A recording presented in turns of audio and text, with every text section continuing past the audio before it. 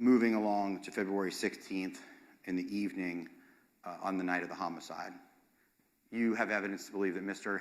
Henry Tenen got into Jack's Beach somewhere around 6:25 p.m., right? That's correct. And you know that from the Taco Lou surveillance? Correct.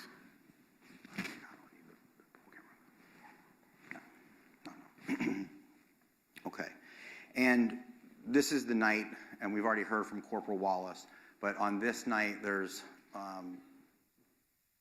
surveillance from businesses, correct? Yes. There's police surveillance, correct? Yes. There's Ring doorbell footage, right? Yes.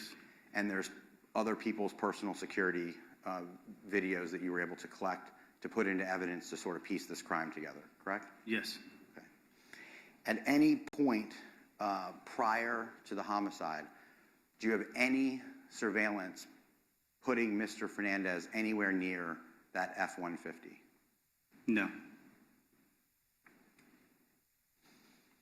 You don't have a single eyewitness that says that Mr. Fernandez was in that F-150, do you? No, there's no eyewitnesses. And in this case, I think you told the jury on direct examination that there were thousands of Crime Stoppers types tips that came into your agency? I don't know if the word thousands was used, but there were a significant amount. I agree, that wasn't used, but there were thousands, weren't there? I don't remember the specific number, or there were a lot of them. I don't remember how many. So we can agree there were a lot. Yes. And people would just call you and say, I saw that similar looking truck at Home Depot. Yes. And that wasn't much of a lead, right? No. But the community was aware that law enforcement was looking for evidence associated with a blue two-tone Ford F-150, right? It seemed like there were at least some portion of the community that was aware, yes. Right. And that's why they would call to give you information, correct? Yes.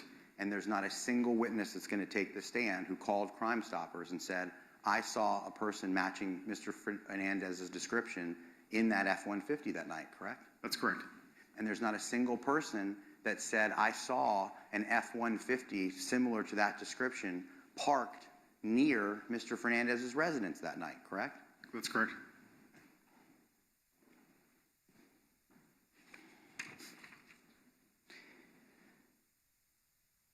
I'm going to show you now State's Exhibit 91. Let's see what that.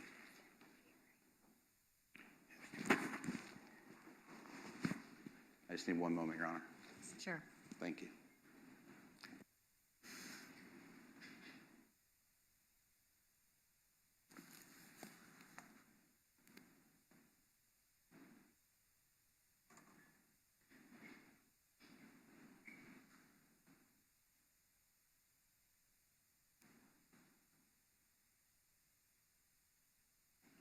While we're looking for a video that the state's put into evidence, the Ford F-150 was caught on Jack's Beach surveillance prior to the homicide, correct?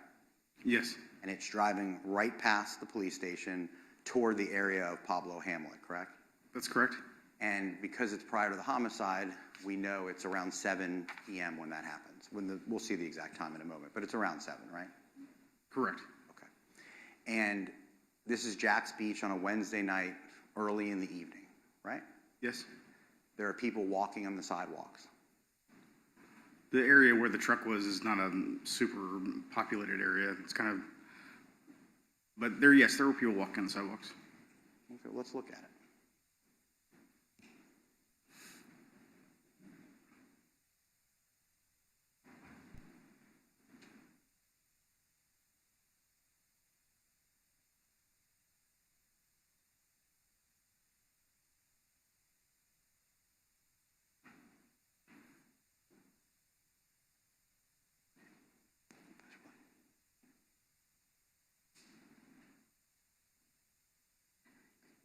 Take your time.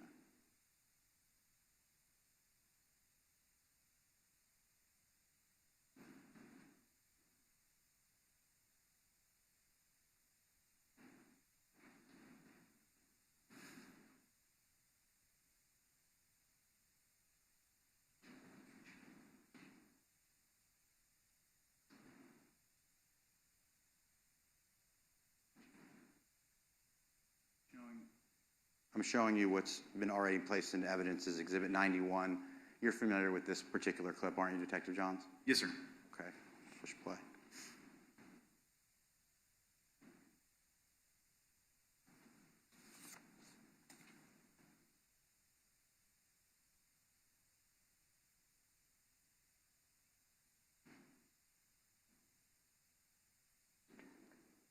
You say the blue truck passed by? Yes, sir. And just in that one tiny clip, did you see 7 people walking on the sidewalk that passed that truck? I didn't count how many people, but there were people walking by. Did you take my word for it that there were 7? Seems about 7 people. There was a group in front, then there was another group, and then there was a jogger, right? Yes. And they were walking within, I don't know, 10 or 15 feet of that truck, correct? Yes. So no reason to believe that at that night, at that time, it wasn't like, well, no one reported it because no one saw that blue truck. Plenty of people, by just that small clip, had their eyes on that truck, whether they were paying attention or not, correct? I can't say what they were or were not looking at. You can say, though, that that truck passed people in Jack's Beach that evening. Yes, it did. You can say from your many, many years as a patrol officer and a detective in Jack's Beach that Jack's Beach on a Wednesday at around 6:50 is an active area. Yes, it is. There's dog parks that are open, right? I think they close when the sun goes down and it's pretty dark at that moment. Maybe so. That area has parks and baseball fields and sidewalks, and there's private businesses and gyms and bowling alleys. That's the area that we're talking about, right? The area that you're referring to, yes. The area, this is a little bit west of that. And maybe a few hundred yards. I'm talking about that area. Yes. Okay.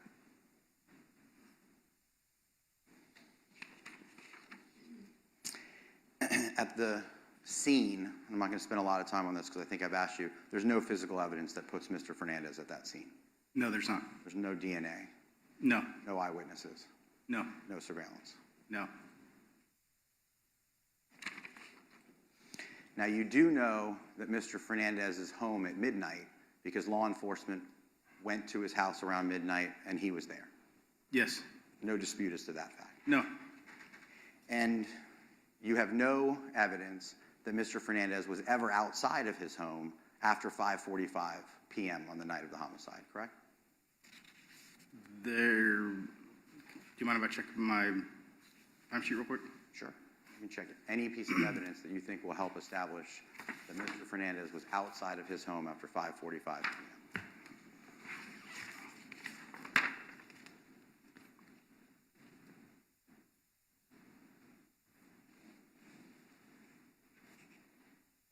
There is no physical evidence that puts him outside of his home. Now let's talk about Henry Tenen for a moment.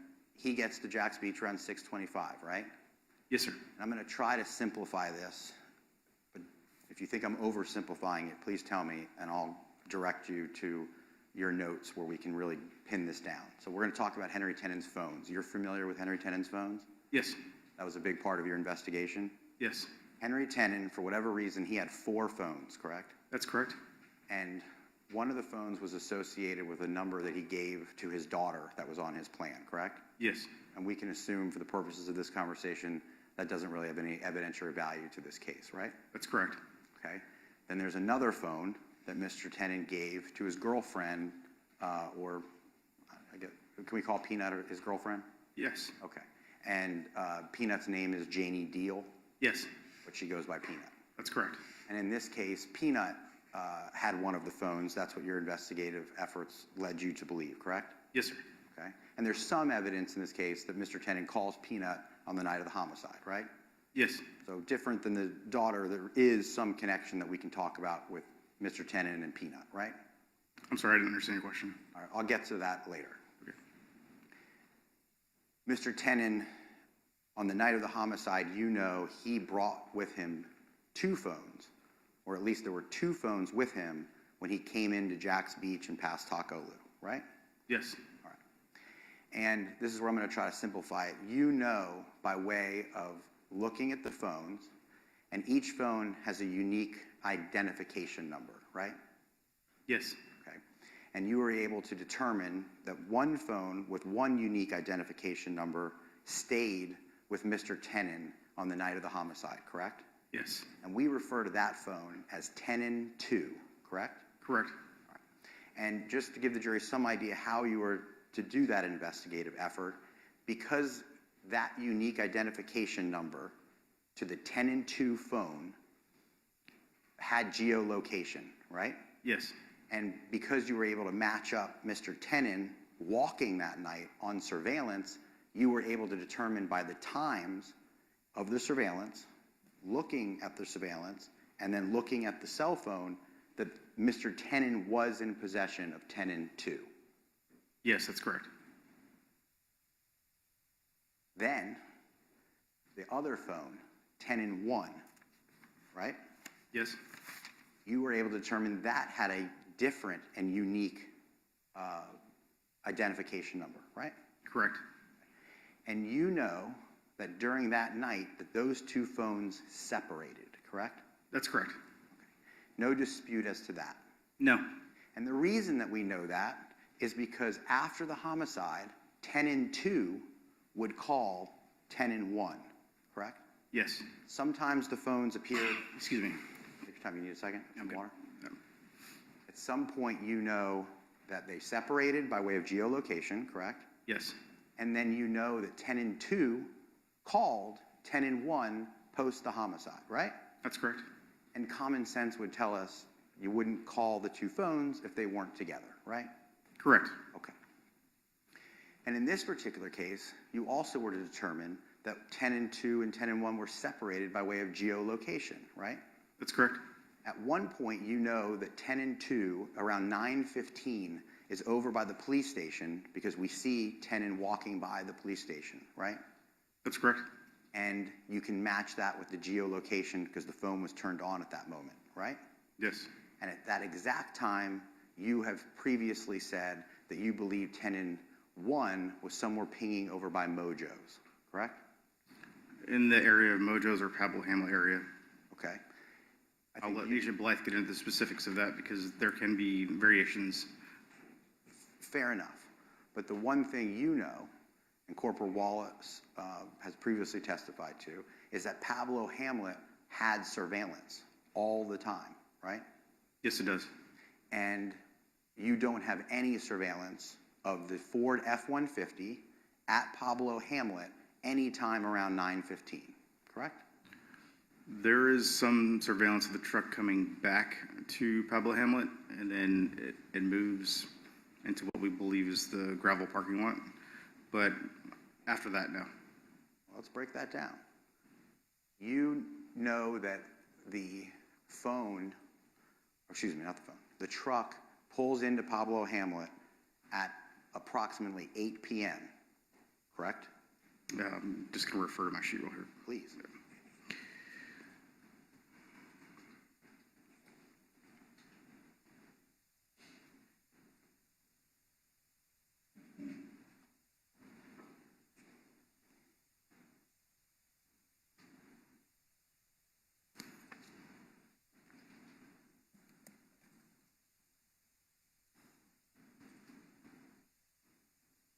Yep, exactly 8 p.m. Right. And then it pulls right out, correct? It pulls forward. I wouldn't say that it pulls out. It goes out of frame. It drives It does down. go out of frame, yes. I mean, it drives all the way until you can't see it anymore. That's correct. When I said it pulls out of Pablo Hamlet. It's no longer at Pablo Hamlet. It's no longer by the smoking pavilion. It's no longer in that little cul-de-sac. It is no longer by that retirement house. Correct.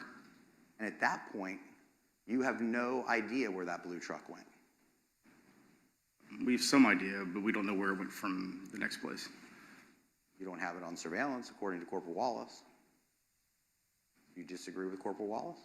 I wasn't here for his testimony. Okay, I'm going to represent to you that he told the jury that he does not know where the truck went after it pulled out of Pablo Hamlet.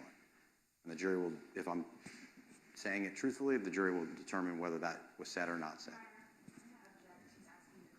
Okay, I'll sustain it. Can you show me where the truck went after 8 p.m., Detective Johns? It appears to me that the truck makes a right into the gravel lot at the Discovery School on the last frame. Let's watch that.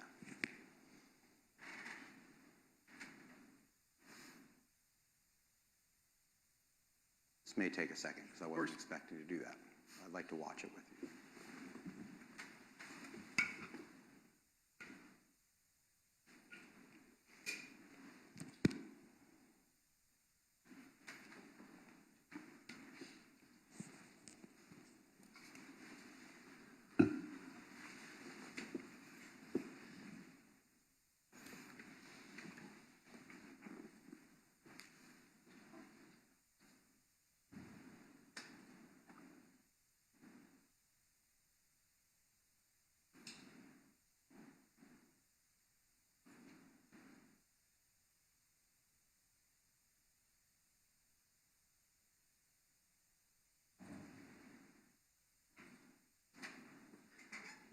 Pause it. Hey, Detective Johns, you see this video? Yes, sir. The record, this was part of States 91, the compilation video, and it's also in evidence. It's part of 91, and it's also in evidence as an individual clip.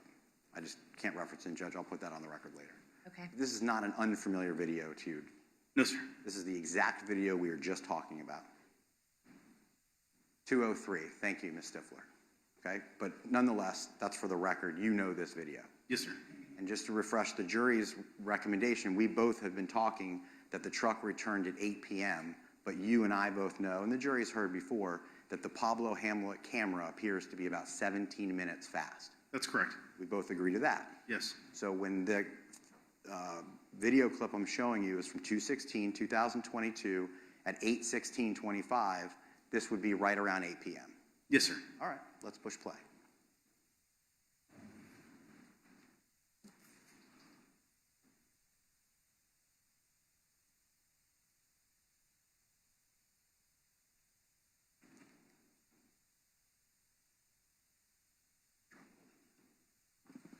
While we're waiting for the truck to pull in, Detective, can you see a gravel lot anywhere in this video? No, you cannot. So the gravel lot that you're telling me that you think you can see the truck pull into, you acknowledge you cannot see in this video? That's correct. You cannot. Okay.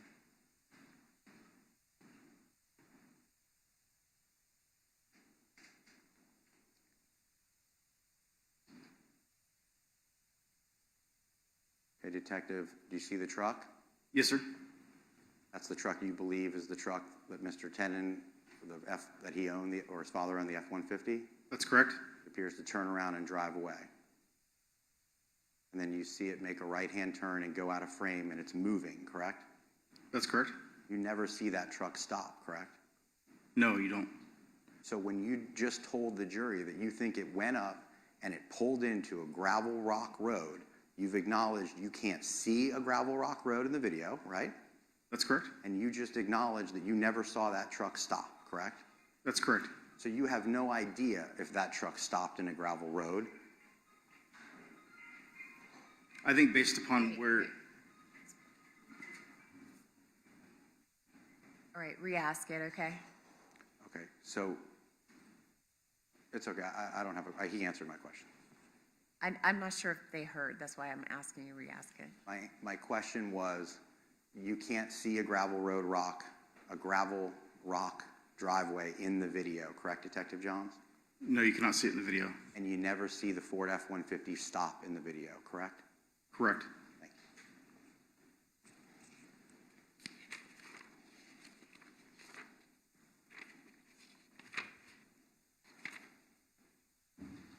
At some point, 10 and 1 and 10 and 2, the two phones turn back on.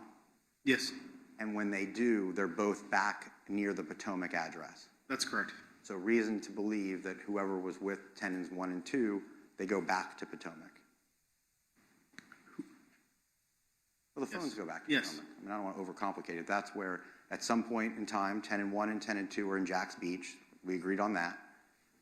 Correct. 10 and 1 and 10 and 2 separated. We agreed on that, correct? Correct. And then sometime later in the night, you tell me, I think it's around 11, 10 and 1 and 10 and 2 appear to be back in the Potomac area.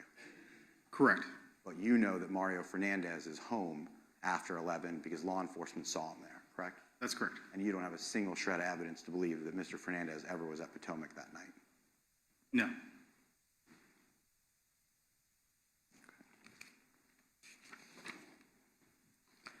You did speak with Ms. Bridegan that night at the police station? Yes, sir. Okay. This was not recorded. That's correct. You did tell the jury a couple days ago that everyone's a suspect until they're not a suspect, correct? That's correct. There is no way for you to know whether Ms. Bridegan was a suspect at that point in time when you spoke to her. You're right, correct. And yet you chose just not to record it because you told the jury I was giving her bad news, so I didn't think we should do that, essentially, right? That's correct. When you spoke to the Bridegan brothers, you recorded those interviews, correct? Yes. They were audio recorded and video recorded. Yes. On the night of the homicide, you did inquire as to whether Ms. Bridegan had life insurance on Mr. Bridegan? I don't remember that it was that evening, but yes, we did ask. Okay. And you found out that Ms. Bridegan benefited. Grounds. Let me see you at sidebar for if you have a response.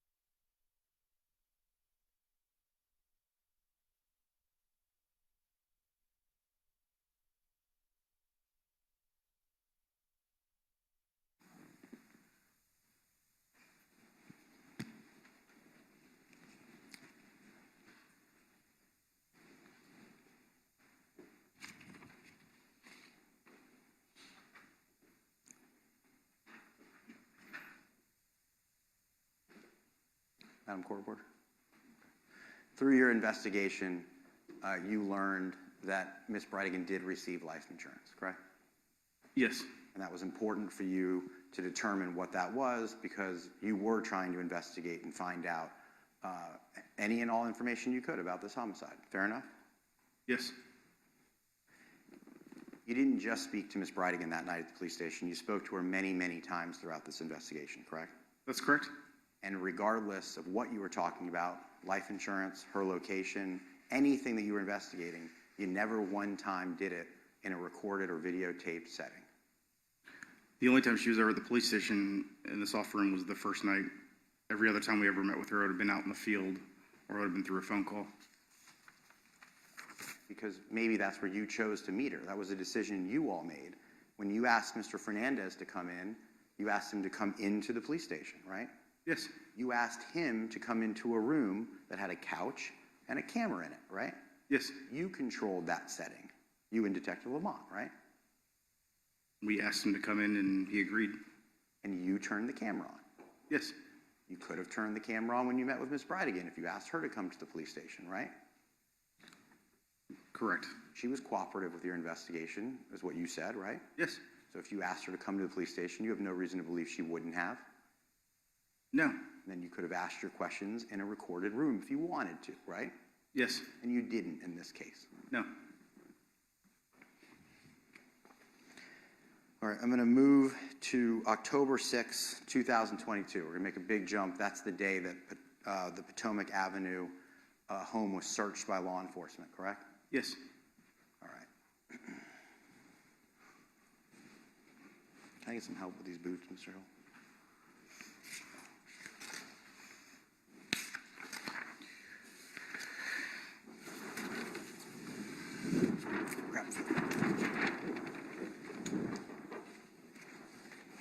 Crap.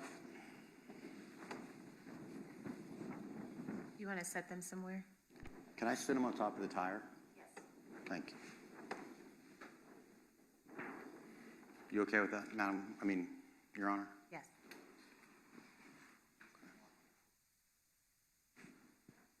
Blocking the court reporter. Ms. Simpkins, are you okay? It's okay. I'm going to find a spot for him. Mr. Holman, can we use that table over there? Okay.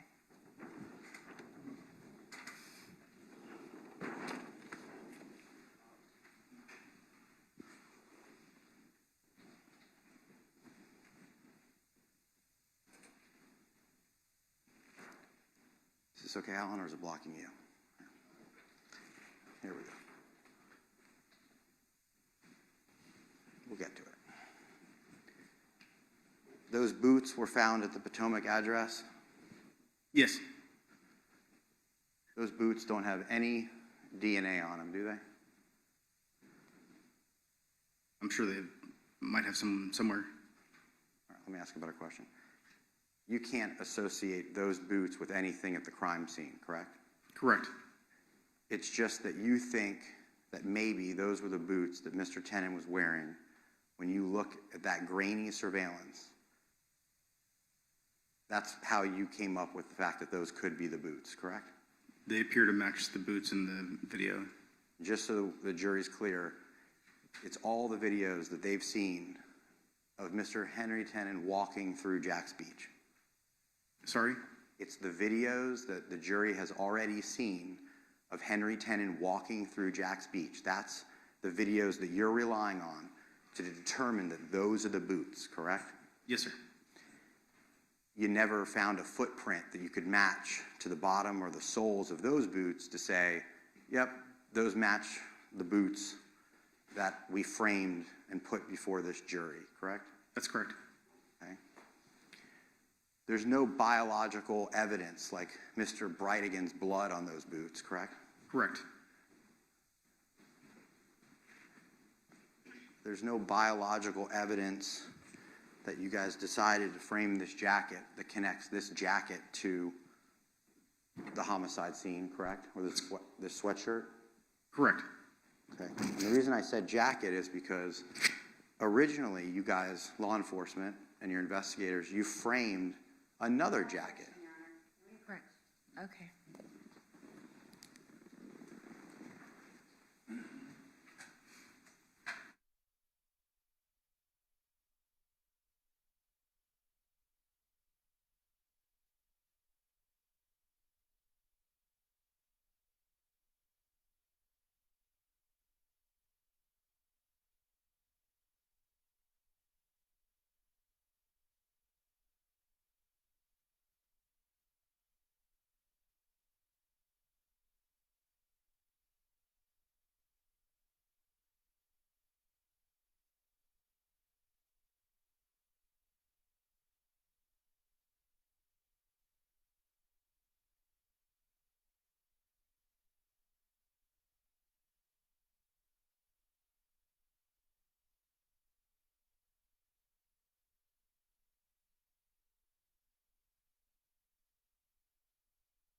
I'm going to ask that you step into the jury room for about, I'd say about 5-10 minutes, okay?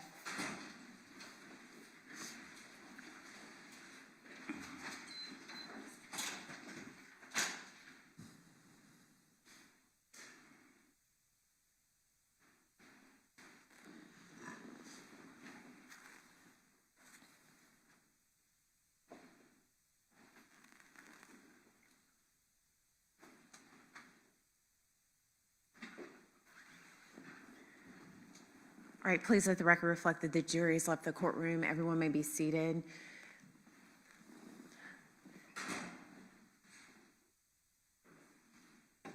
All right, Detective, Mr. Dreiser is going to ask you a series of questions. It's called a proffer. That means that this line of question may or may not go in front of the jury. So if the court rules that it's admissible, you may have to answer them again, okay? Okay. Mr. Dreiser, you may proceed. Detective Johns, did you help in the preparation of the state's case and getting prepared for trial? To what degree? You met with the state, you went over your questions, talked about the evidence? Yes. Yeah. And in this case, there was a wax canvas jacket, like a welder's jacket or something? Yes. That was that jacket was originally framed, correct? I actually never saw that. You don't know that there was a welder's jacket that was framed? No.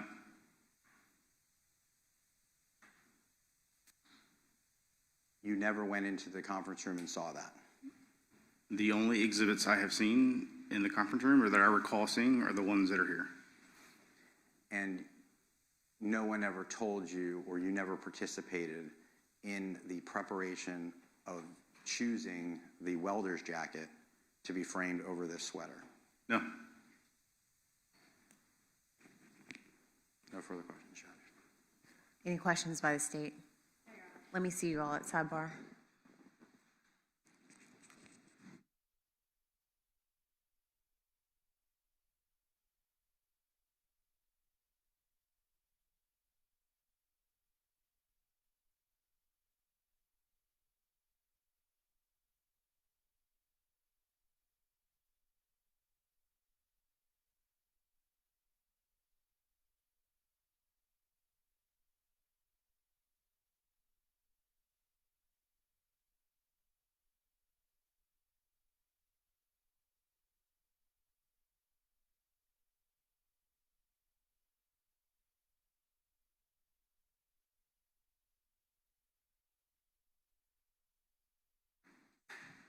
Mr. Holman, can you see if the jury's ready to come back in?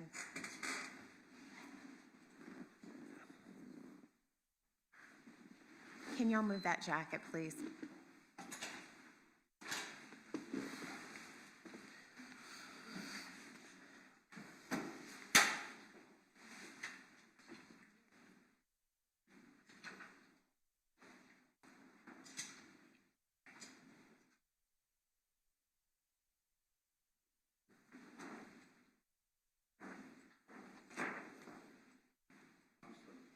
Oh, you are? Okay. It was leaned up against it. I don't want them walking in with the evidence leaned up against it. So put it wherever you want it. It's not on. It wasn't in a good spot, but I am still using it.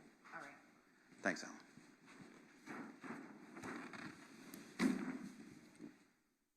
Oh, trash can kick. And DUIs, I count on the prosecutors doing that. What, right there is fine. What's wrong with that? Oh. Thank you.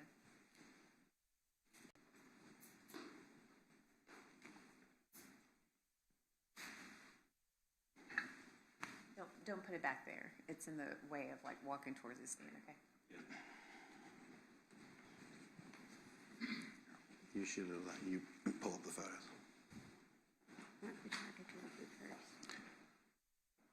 Let's go over the boots. Oh, the jacket's up. Just use the jacket. It doesn't need to stress as usual.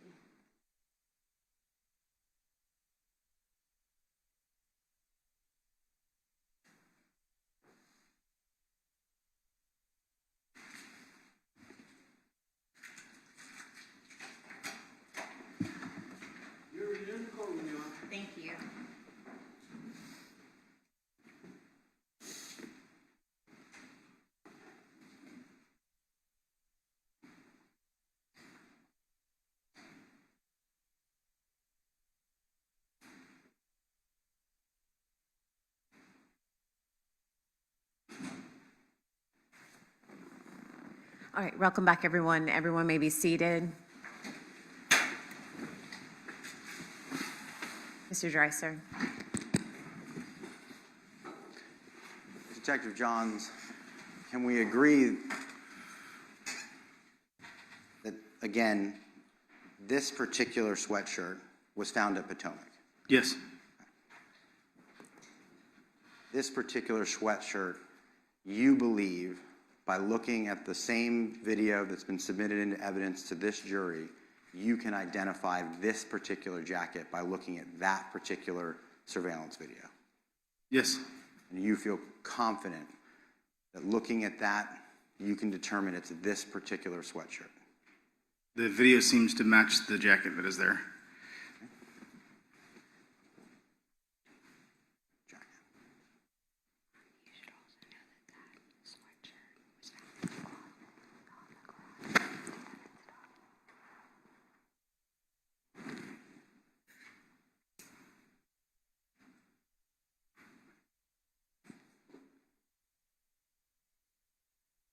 Can you see that jacket? Yes, sir.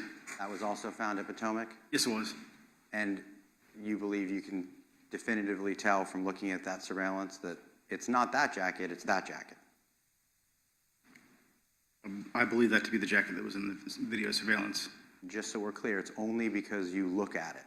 That's the only way you believe it. You have no other evidence to believe that that's the jacket. No. Let's look at some boots.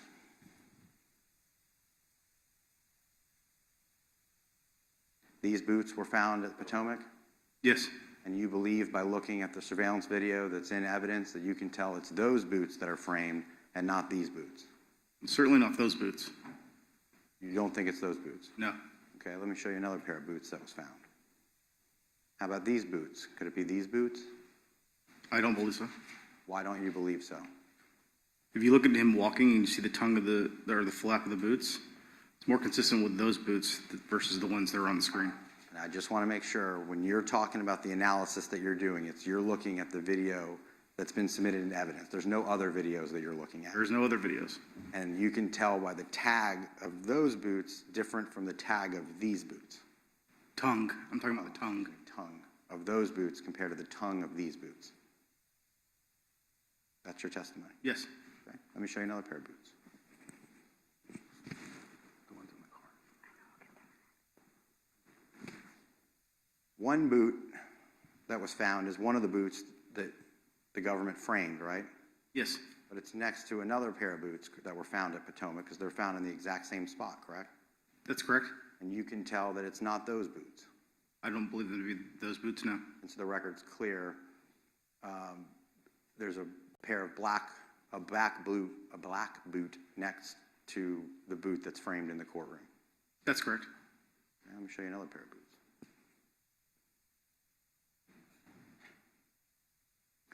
When Mr. Tennant's vehicle was recovered, you see those boots? Yes. And you don't believe those could be the boots? No. And why don't you believe those could be the boots, Detective? They're the same color, roughly tan construction boots, correct? Yes. They were found in Mr. Tennant's vehicle that you guys believe is associated with Mr. Tennant, the Ford F-150, right? Yes, sir. These boots have a long tongue, just like the boots in the courtroom, correct? Kind of hard to see the tongue in the photo.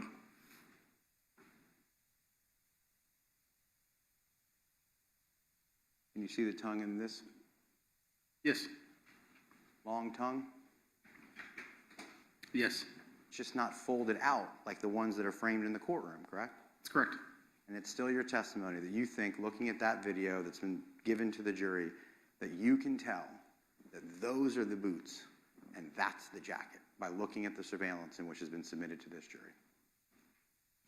Those boots are most consistent with what the video shows. Consistent with, but not necessarily the exact ones, correct? I can't say for certain they're the exact boots.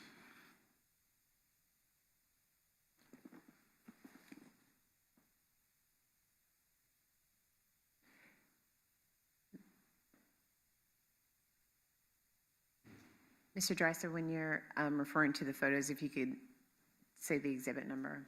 Yes, I'm sorry. I've been referring to a sweatshirt type jacket with you during my testimony, Detective Johns, that I'm holding that is,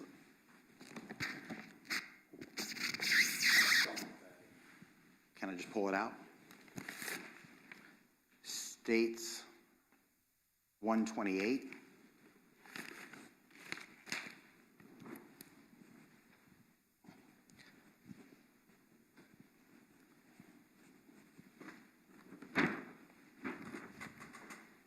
And the boots are, I think it's a little drawer there at the bottom.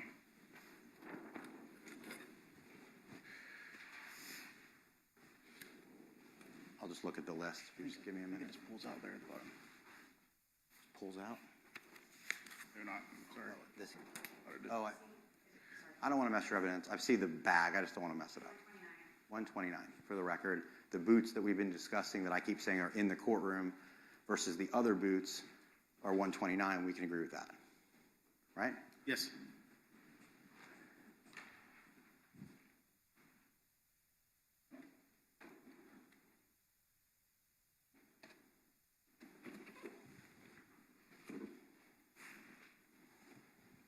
It's on the base of that, Mr. Dreiser. It's on the base that you took it off of. Base. And in 168, this is the box, a box of boots that were found at Potomac, correct? Yes. And you're certain that this box goes to those boots? They weren't found in this box, right? I cannot say definitely that those are the same exact boots that go in the box.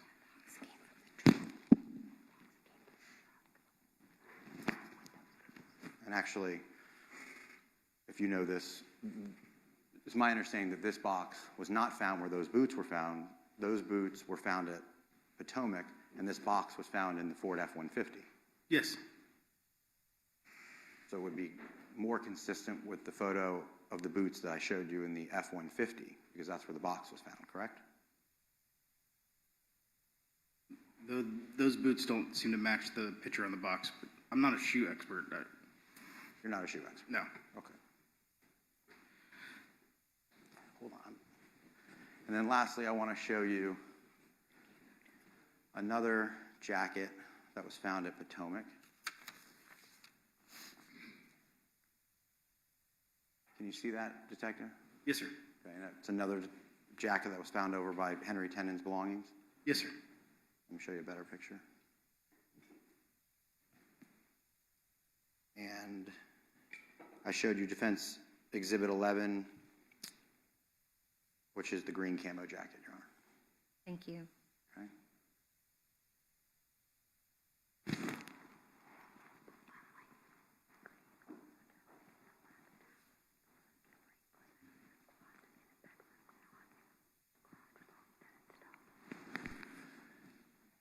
And this would be another jacket found where Mr. Tennant's belongings were, correct? Yes, sir. That's correct. And the tan jacket that I showed you earlier, which is Exhibit 12, that was found where Henry Tennant's belongings were in the garage, correct? That jacket was found in the garage. In the garage. Mr. Orway indicated that that was his father's welded jacket. Oh, okay. But you guys still collected it for evidence? Yes. And you bagged it and tagged it and you brought it over? Yes. Okay. Even though you knew that day that it wasn't connected with Henry Tennant at all? He called back later and asked if he could have the jacket back. I didn't know that at the time. Okay. But the sweatshirt that's framed in this courtroom was not found in the garage. It was found hanging in a closet inside the house where none of Mr. Tennant's belongings were, correct? Mr. Tennant did have some items inside the house. Most of his stuff was in the garage. But that particular jacket was hanging up in a closet. Yes. And that's State Defense Exhibit 13A, the jacket not found in the garage, found in the closet, correct? According to this photo, yes. Well, who took this photo? I didn't take it, Detective. Neither did I. Someone from your law enforcement agency took it, right? Yes. An evidence technician. Yes. Can you see anything else in that closet besides that jacket? No. Can you identify one other piece of evidence that would associate that jacket with Henry Tennant I don't understand. in that picture? No.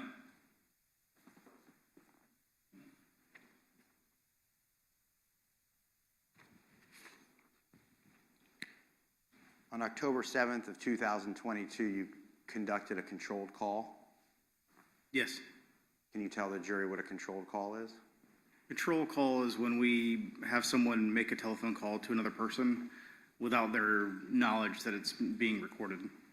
And you had Jeremy Ordway call.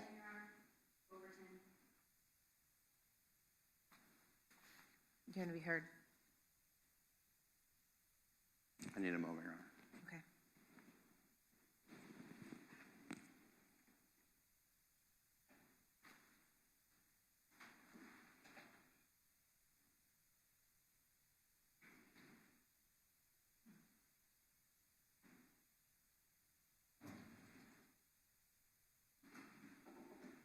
Rephrase the question. Okay. You found no evidentiary value in that phone call? No, sir, we did not.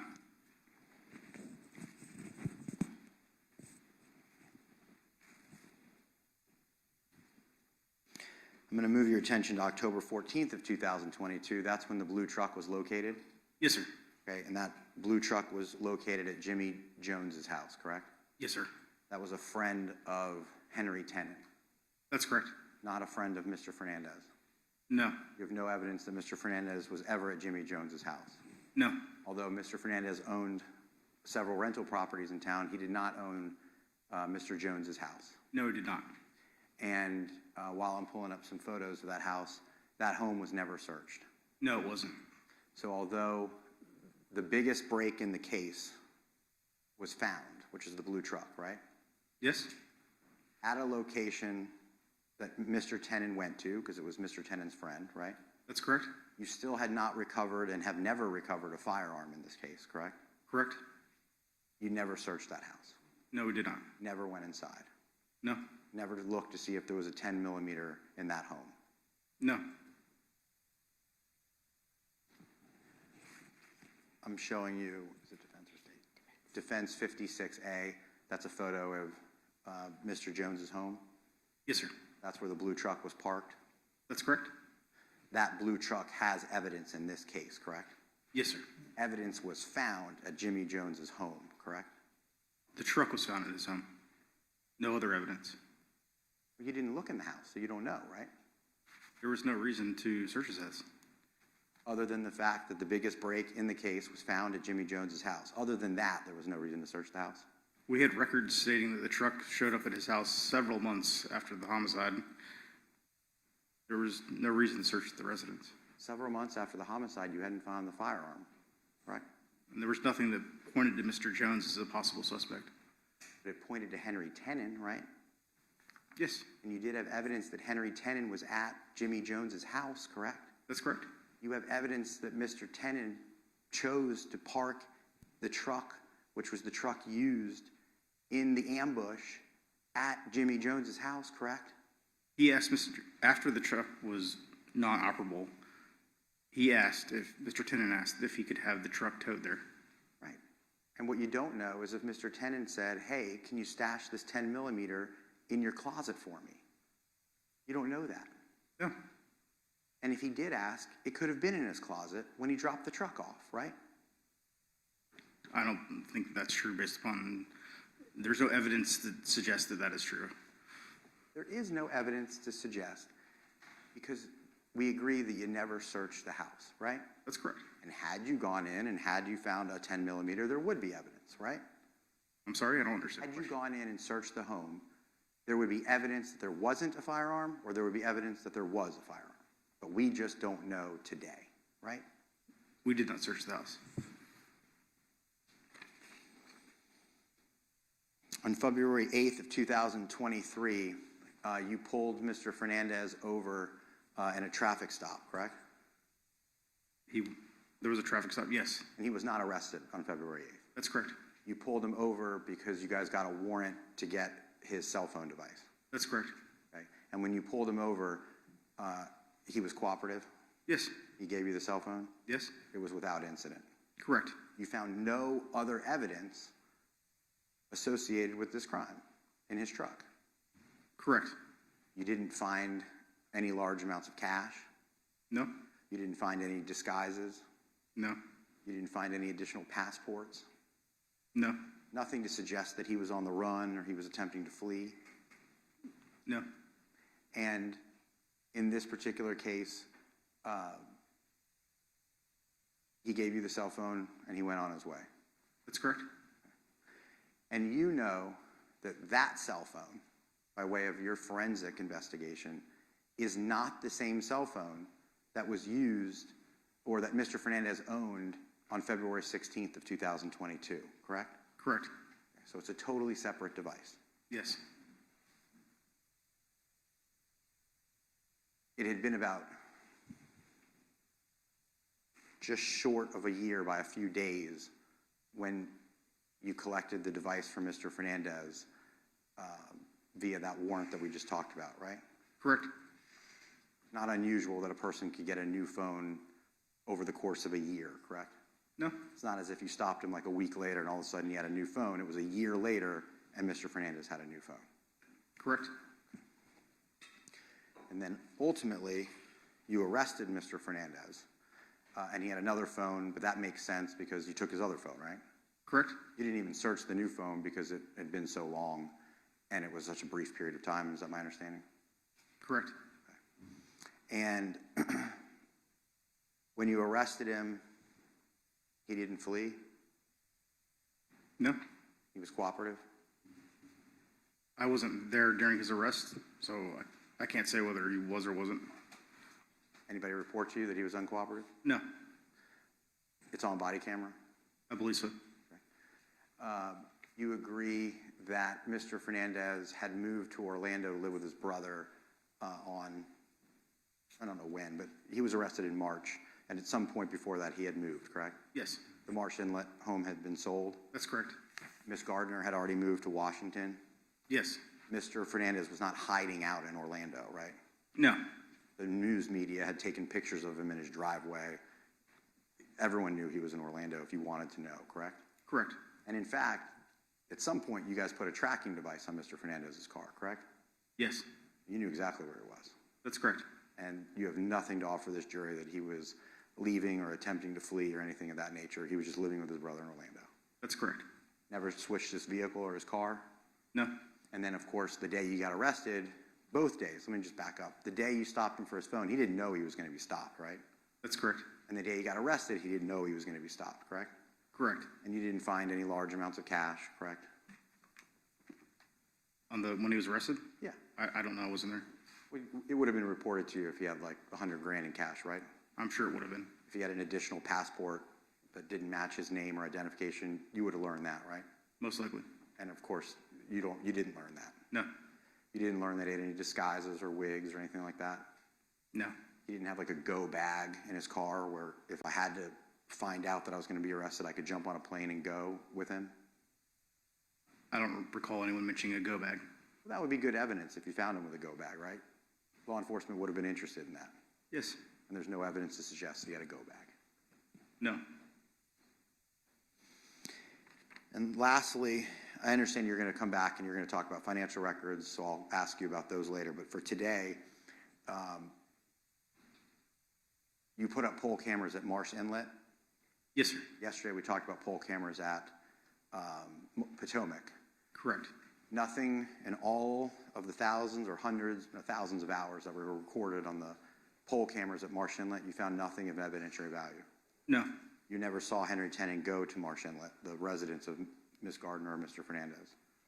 No. The poll cams were put up after that. Well, the poll cameras were put up when you chose to put them up, but nonetheless, there was no evidentiary value of anything that you discovered at Marsh Inlet. There was no evidentiary value that came from the poll cameras. But you put them up for a reason so that you could try to collect evidence. That was the reason you put it up, right? Partially, yes.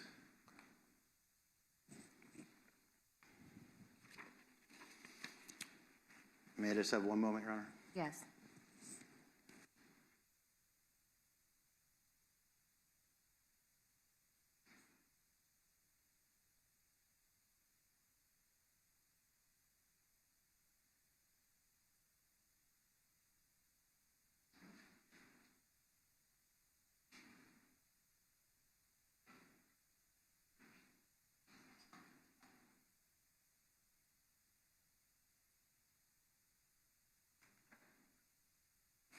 No further questions, Your Honor. All right, any redirect?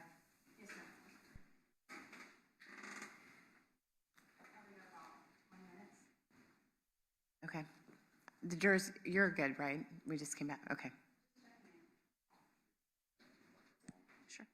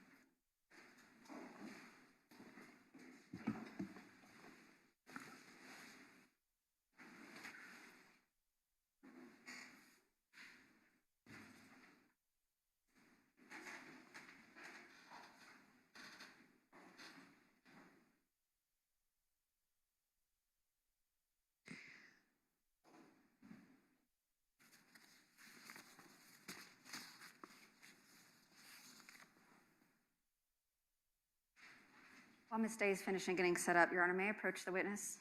Yes.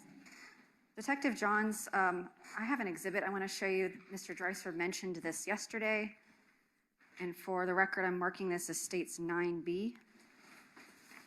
Can you take a look through these three pieces of paper, composite 9B? While he's doing that, can we move those boots from Mr. Holman's Sure. table? Detective, when you're done looking at them, let me know if you recognize them. Thank you. Yes, I do. And what do you recognize those to be? These are license plate readers of the Ford F-150. And are these license plate reader records that you received in conjunction with this investigation? Yes, these were received from the St. Johns County Sheriff's Office.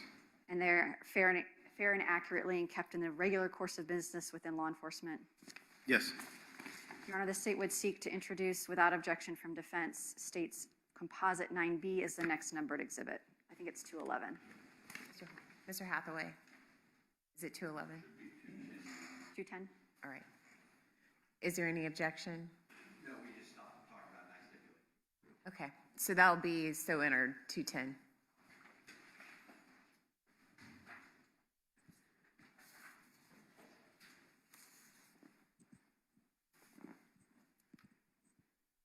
All right, Detective Johns. I know you've been on the stand a long time. I've got a couple follow-up questions for you based on what defense asked. The first thing I want to ask about is one of the last things we ended on, which is those boots and that jacket. In considering whether those are the boots and jacket you observed on video, did you also consider the physical appearance of those items when you collected them? Yes, we did. Does that include the size of the items? Yes. Mr. Dreiser showed you a picture of a welding jacket that you believe to belong to Mr. Ordway's father. Can you describe for the jury the size of that jacket? It would have been significantly too small to fit Mr. Tennant. And that's based on your personal observations of Mr. Tennant. We saw body cam footage of him yesterday. He described his height and general build. Yes, that's correct.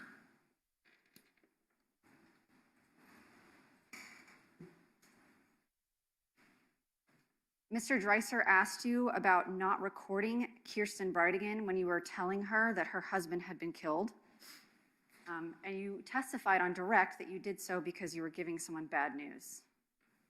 We were making a death notification of a wife, so we decided not to record it. And that was the only reason we decided not to record it. When Detective Burrell and Detective Lamont went to the home of Mario Fernandez and Shanna Gardner on the night of Jared's death to notify them of his death, did they record that interaction with them? No, they did not. And is that for the same reasons you did not record your interaction with Mrs. Bridegan? Yes. Mr. Dreiser asked you about court filings in the family court case. And I'm not going to go through them at length or pull them up, but there were several filings that were written by Ms. Gardner's attorneys, correct? Yes. And in those documents, there was discussion about Mr. Bridegan and some statements that the jury can look at later that Mr. Bridegan was uprooting them and insisting the husband can't have timeshare. And you kept saying that is what the document says. Correct. Those are Ms. Gardner's words or her attorney's words, correct? That's correct. Do you have any way of knowing whether what she says in those statements is the truth or not? No. Documents are written by lawyers. That's correct. You sat through litigation in this case, and you know that there's a lot of filings, but a lot of action happens in the courtroom or in the halls of the courtroom that is separate from filings. Correct.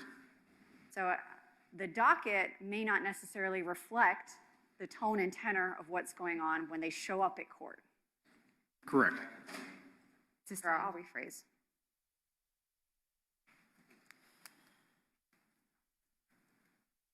I'm going to move to a PowerPoint.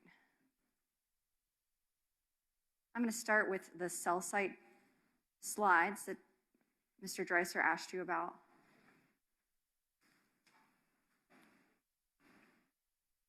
And you used cell site mapping to further your investigation, but are you an expert in cell site analysis? No, I'm not. Should I ask Agent Blythe these questions in more detail? I'd be happy to try to answer them in the same manner that I did for Mr. Dreiser. I want to ask you about two of the slides. This one, January 29th, which is page 19 of State's Exhibit 182. And I understand you're not an expert, but based on your investigation and your... Oh, sorry.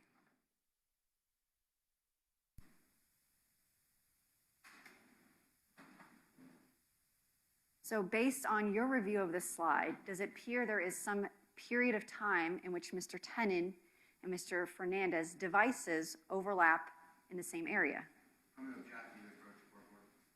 Yes.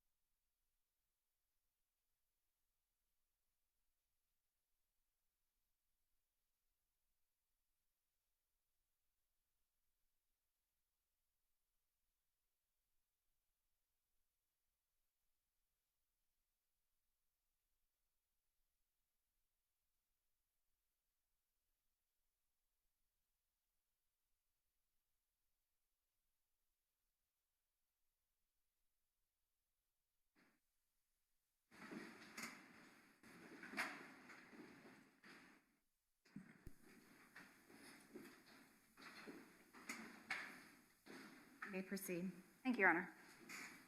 Detective Johns, I'm not asking for an expert opinion by any means. Just in general, does this slide, in your estimation, show that there's some time where Mr. Fernandez and Mr. Tenon could have overlapped in the same geographic area? Yes. And that's on January 29th, 2022. That's correct.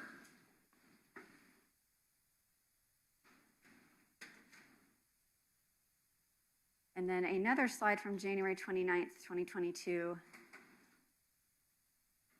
This is page 32 of State's Exhibit.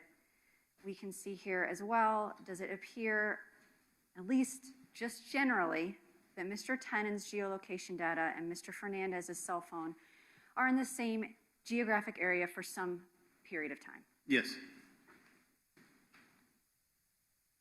And I'm asking these because Mr. Dreiser went through these slides with you at length. This one is February 15th.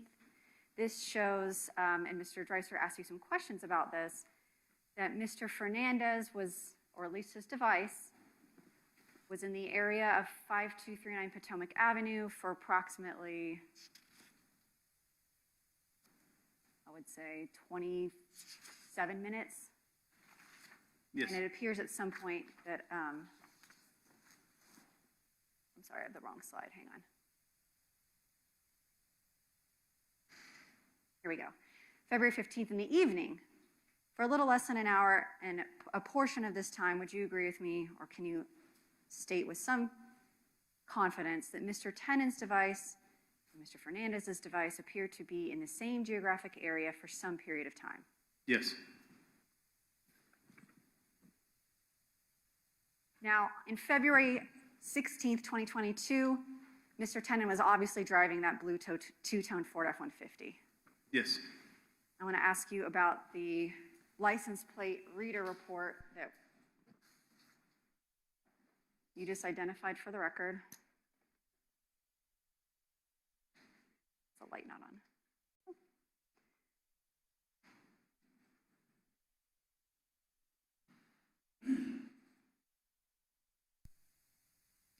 Is this the license plate reader report for St. Johns County for the vehicle registered to Henry Tennant? Yes, it is. When you get a license plate reader report, does it include a photograph of the vehicle attached to the license plate, or that Yeah. the license plate's attached to? Yes, it does. And in this license plate reader report, we see that Mr. Tennant's vehicle was in the vicinity of Northeast A1A and Ponte Vedra Lake Boulevard on January 29th, 3:37 p.m. That's correct. And in this picture, we can see that the tag is indeed attached to that blue two-tone Ford F-150. Yes. And that same date, we have another license plate reader from the same area, January 29th at 2:46 p.m., Racetrack Road in US 1.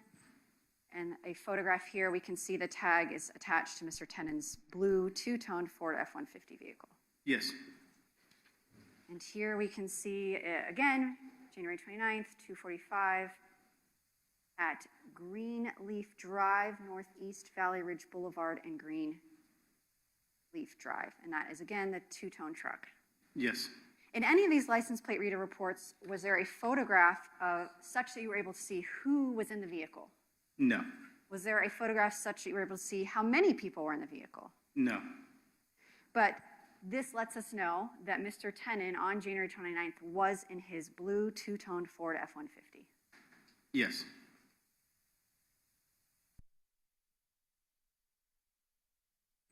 Mr. Dreiser asked you about the media release of the photograph of the blue two-tone Ford F-150, and your testimony was it was released into the community, and upon questioning from Mr. Dreiser, you admitted that many people in the community, especially Jacksonville Beach, were aware the police were looking for this specific vehicle. That's correct. And these slides show that at the time period that Mr. Tennant was driving this vehicle, he overlapped for several significant periods of time at Potomac Avenue with Mr. Tennant while he was in possession of that blue two-tone vehicle. That's correct. Did Mr. Fernandez ever tell you during his interview or respond or give a Crime Stoppers tip or tell anyone that he knew his tenant owned a blue two-toned Ford F-150? No.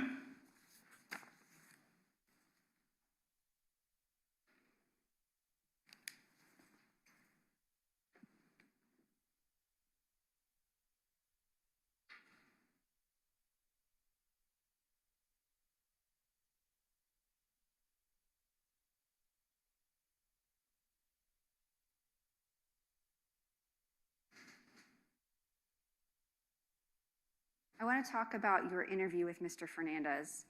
Mr. Dreiser asked you some questions about statements Mr. Fernandez made about details of the homicide. Yes.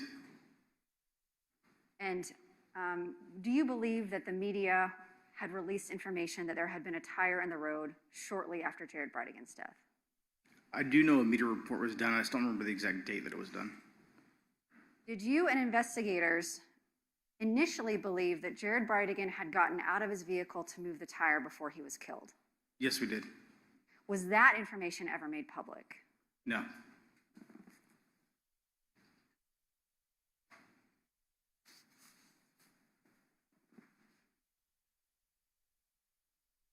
I'm going to go through State's Exhibit.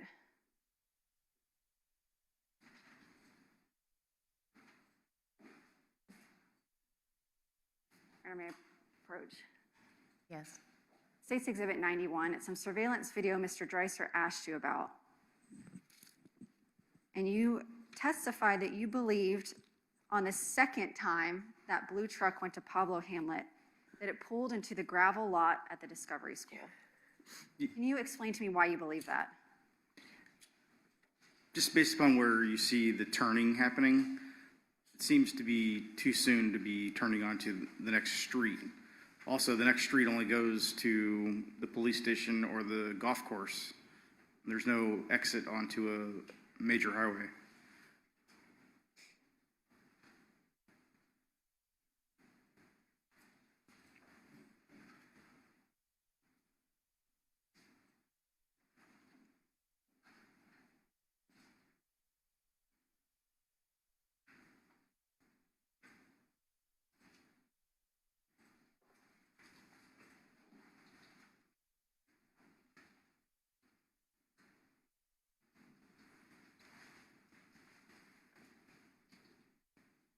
This is State's Exhibit 91 that I'm publishing.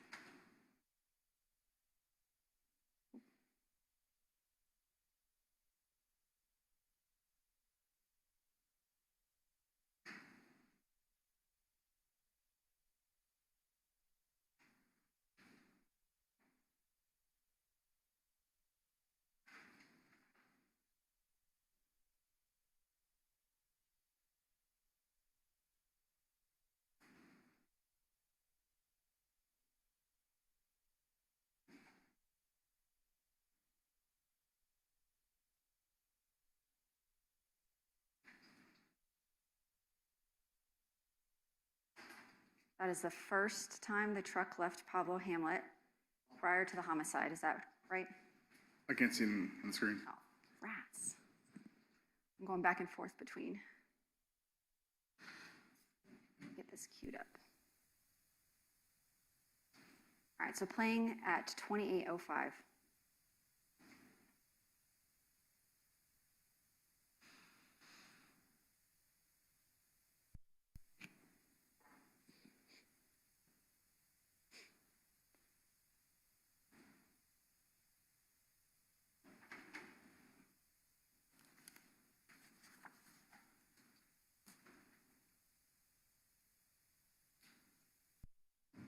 Was that the first time the truck left Pablo Hamlet prior to the homicide? That's correct.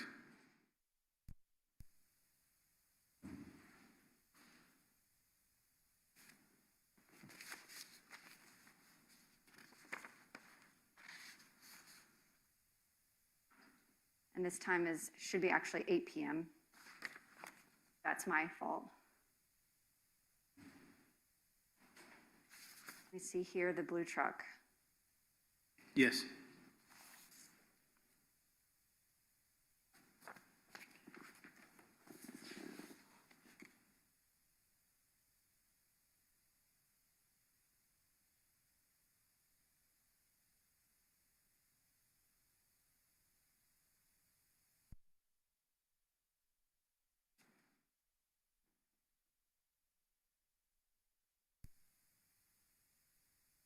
And can you explain for the jury, and if you need to mark on the map, the geographic layout of what we just looked at and where this gravel lot is in relation to where 15th Street is and where that truck was pulling out?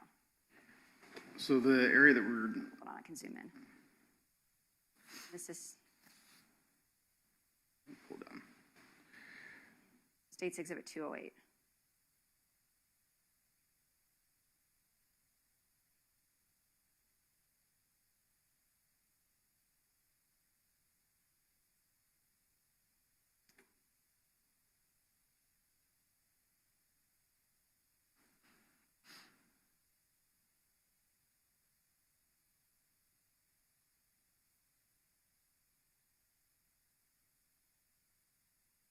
Sorry, this is the world's worst mouse.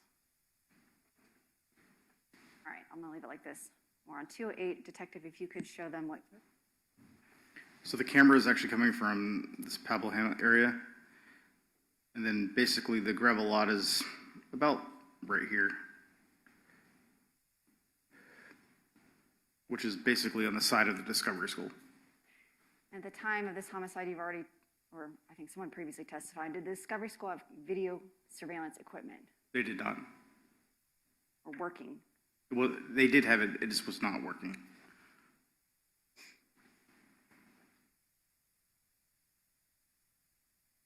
Mr. Dreiser showed you what he deemed or described as a business plan of Mr. Tenen. Was that found during the search warrant at the Potomac House? Yes, it was. May I approach the witness, Your Honor? Yes.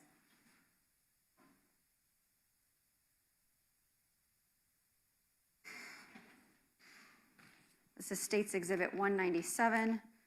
And may I publish for the jury? Yes, you may. This is a composition notebook. Is this what was collected at Potomac? Yes. I'll show everyone the business plan.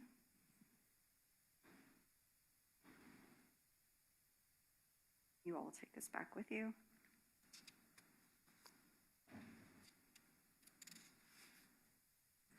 And I'm showing you the last page. It's page 5 out of 6 with writing on it.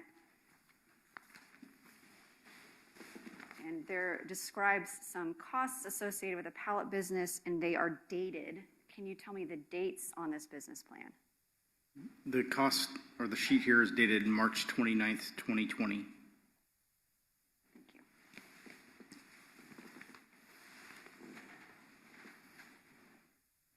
Is there any indication during your investigation, through your discussions with Mr. Tenen's coworkers and boss at Monison Pallets, or a review of his financials, or review of that notebook, that he had a business plan in February of 2022?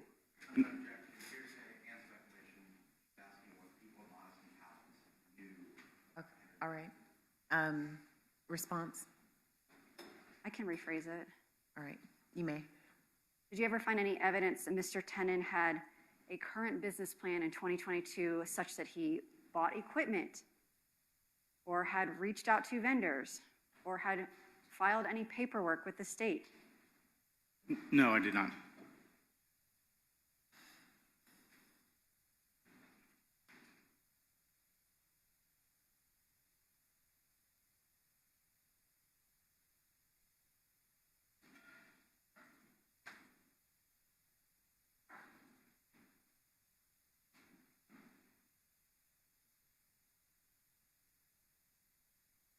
Mr. Dreiser asked you whether you had any evidence that John Biggerstaff ever possessed a 10mm firearm. You said no physical evidence.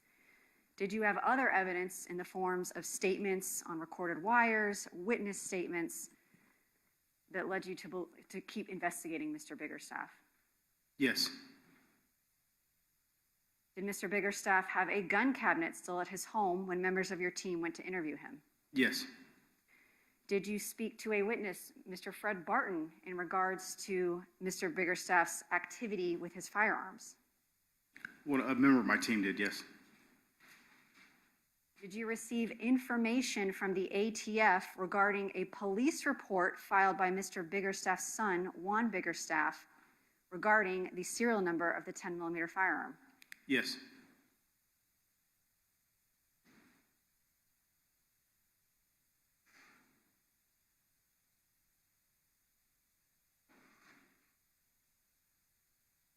Did you receive a Google return for John Biggerstaff showing that he had Googled and searched 10mm firearms? Yes. And was that on January 25th, 2022? Yes. And that is one of the slides that was prepared for you by Agent Blythe, indicates that on January 25th, 2022,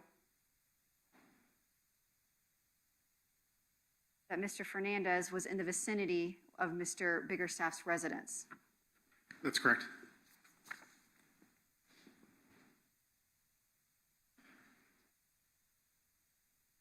Detective Johns, when you're asked by Mr. Dreiser whether you have evidence of a specific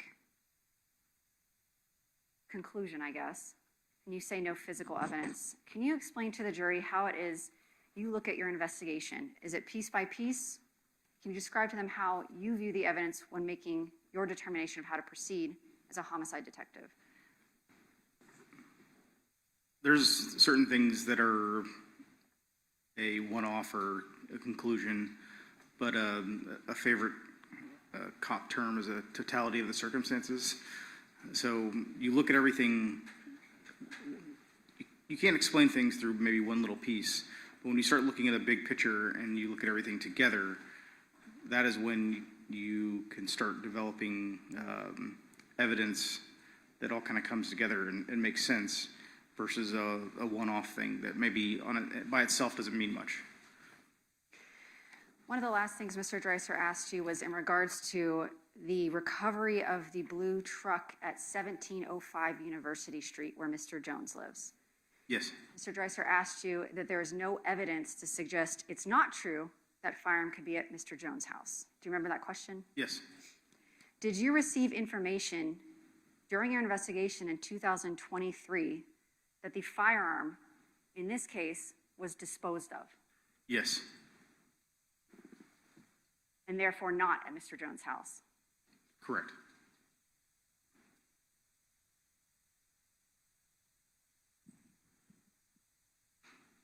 No further questions. Right. Mr. Dreiser? Let's go in reverse order. Juan Biggerstaff, John Biggerstaff's son, is going to testify. Well, he's a listed witness, you know that. Yes, sir. And I don't think I heard you. When the state asked you where this gun was disposed of, it was Texas? No. She didn't say that. She just asked if it was disposed of. Were you talking about when Juan Biggerstaff, she asked you, wrote down the serial number of the 10mm firearm in Texas? Is that what you're referring to? Yes. Who disposed, you don't know who disposed of the firearm, correct? You don't have the firearm. I do not have the firearm. What she did ask you about was a serial number of a firearm that matched the description which Juan Biggerstaff, John Biggerstaff's son, reported stolen in Texas, correct? Yes. Mario Fernandez had nothing to do with that, correct? As far as I know, no. He didn't file the police report, right? No. He wasn't located in Texas, right? No. And then you learned that Juan Biggerstaff said he made a mistake and he wrote down the wrong serial number, right? Yes. Okay. The gun cabinet, that was evidence that you just suggested to the jury could be not physical evidence that John Biggerstaff had a firearm, because when they went to his house, he still had a gun cabinet. Do you recall testifying to that a moment ago? Yes. John Biggerstaff had an old, rusted out wooden gun cabinet that couldn't even shut on his back porch, filled with garden tools.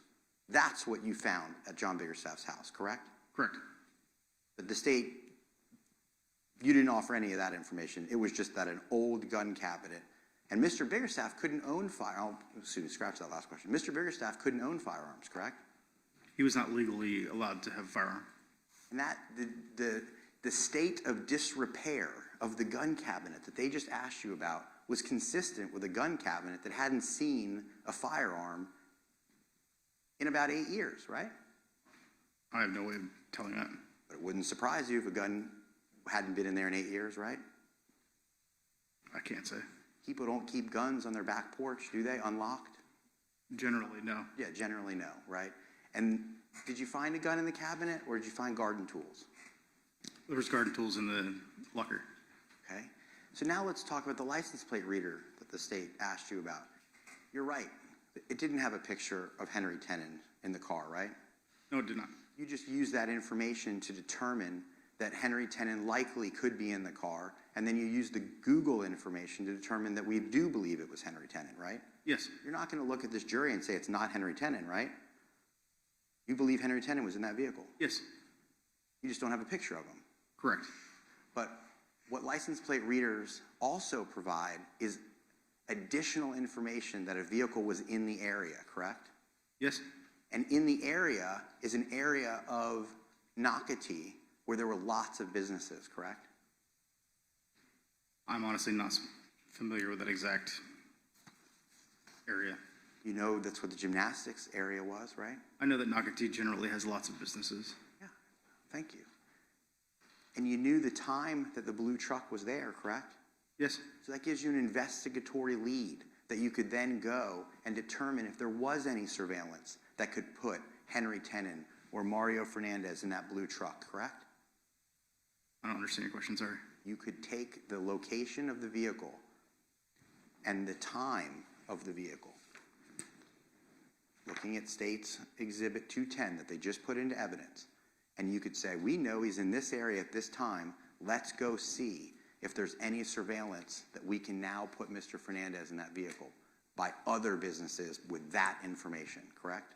There were no indications that he stopped and patronized a business in the area.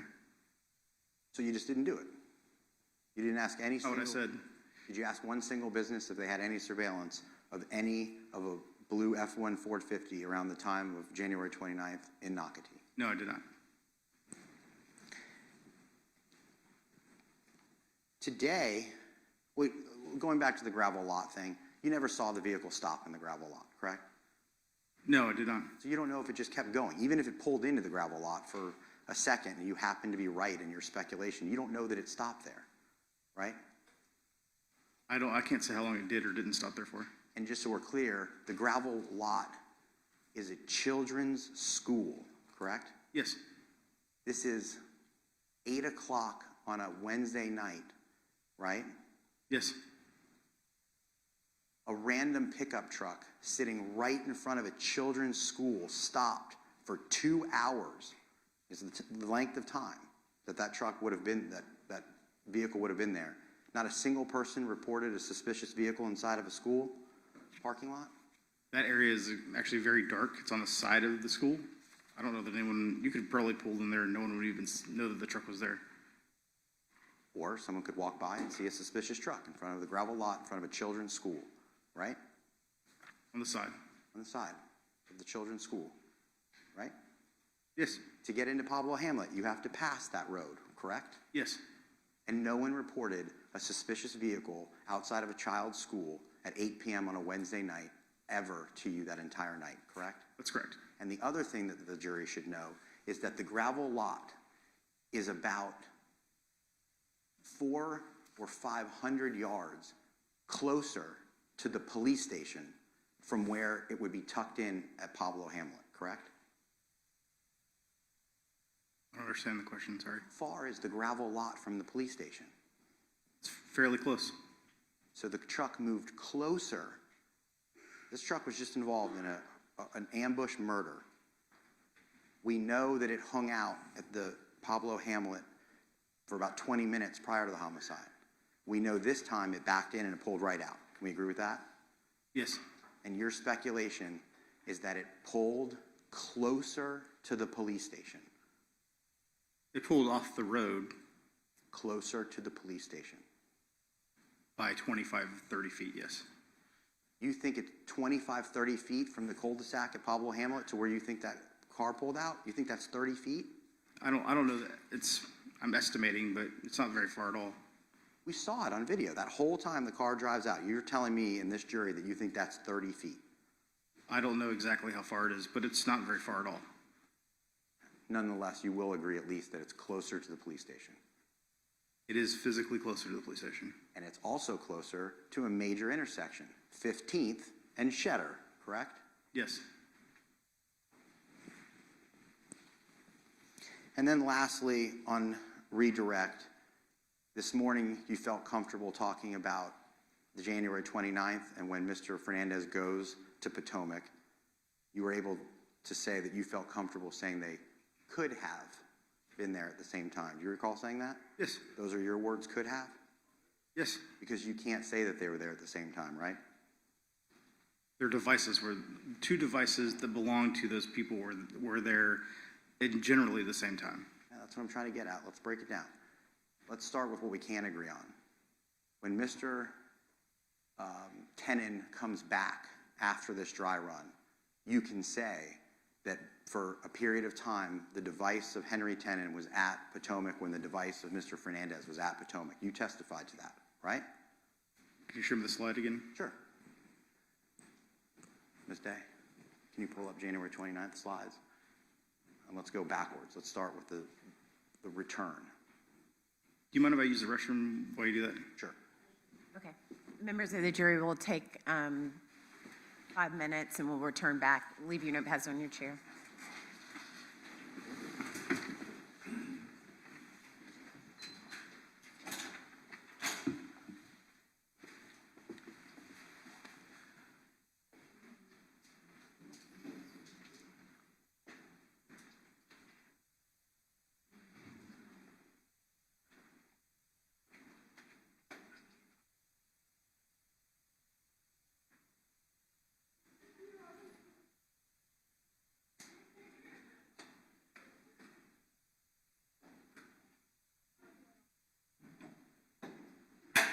All right, please let the record reflect that the jury has left the courtroom. Same rules apply, detective. Court's in recess. Your Honor, I would like to proffer a recross outside the presence of the jury when Mr. Dreiser's finished. Okay. Me redirect, redirect, double redirect.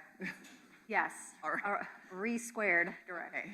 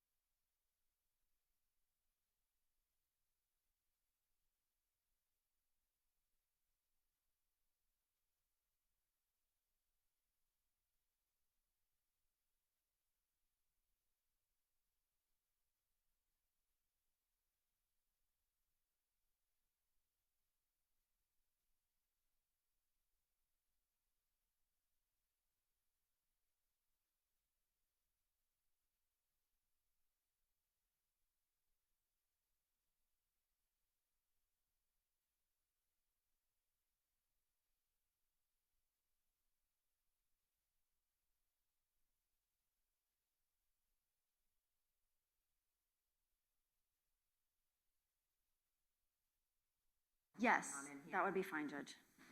I let Mr. Dreiser know I have 2 questions for redirect, but one that I want to proffer. Okay. And that is because, You have more?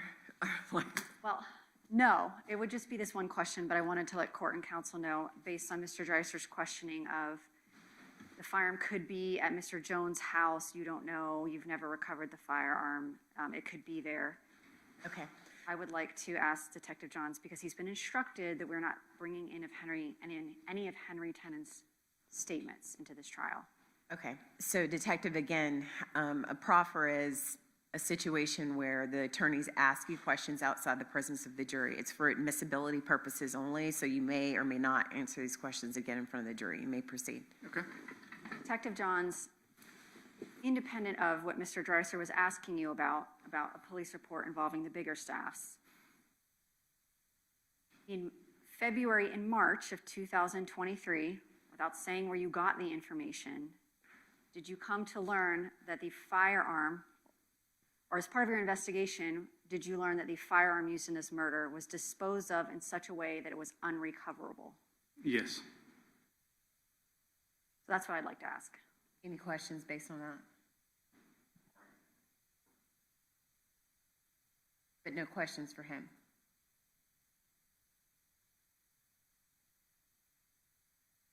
I'm asking questions. I know, from your argument. I'm thinking.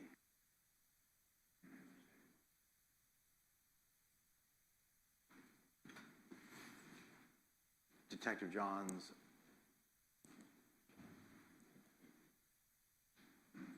the information that the state's talking about is what you learned from Henry Tennant? Yes. Okay. That would be inconsistent with anything that you testified regarding the firearm being stolen in Texas, correct?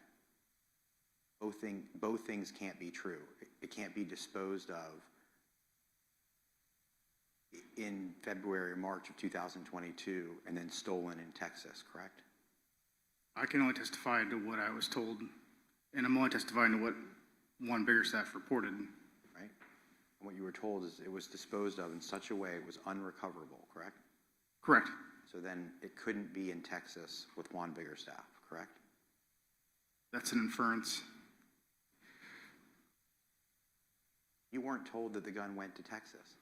That's correct. You weren't told that the gun went to Juan Biggerstaff. That's correct. You weren't told that the gun went to John Biggerstaff. Correct. What you were told by a person who's no longer cooperating, who the defense has never gotten a chance to speak to, is that the gun was put into a junker's truck, correct? A scrap metal truck. Scrap metal truck. Yes. You just told me that you don't make inferences, correct? I said you were making one. You wouldn't feel comfortable making the inference that it would never be recoverable. Mr. Tennant never told you it was a scrap truck that could never be recovered, correct? Based on the statement that he was made, I was answering a question, which was that he said it was put to a scrap metal truck. That's it. That's all he told you. He didn't say anything about it being unrecoverable, correct? Correct. You don't know if you put it, you don't even know where in the scrap metal truck you put it, correct? It was in a trailer of a scrap metal truck. You don't know that. He didn't say a trailer. He just said he put it in a scrap metal truck, correct? Correct. You don't know if it was in the front seat, correct? That's correct. You have no idea what happened to that firearm, correct? That's correct. You have no idea that if that gun went to a scrap yard and it was being unloaded, that someone wouldn't have said, hey, there's a perfectly good 10 millimeter firearm that's only a few years old. That's unusual to be in a scrap metal truck. You don't have any idea what happened to this firearm, right? Correct. So for the state to ask you that it's unrecoverable, all the questions I just asked you would tell you that you have no idea whether it was unrecoverable because you don't know, right? I only know what Mr. Tennant testified to. And the only thing you know is that he said he put it in a scrap metal truck. That's correct. I don't have any more questions. Okay, let me see you all at sidebar.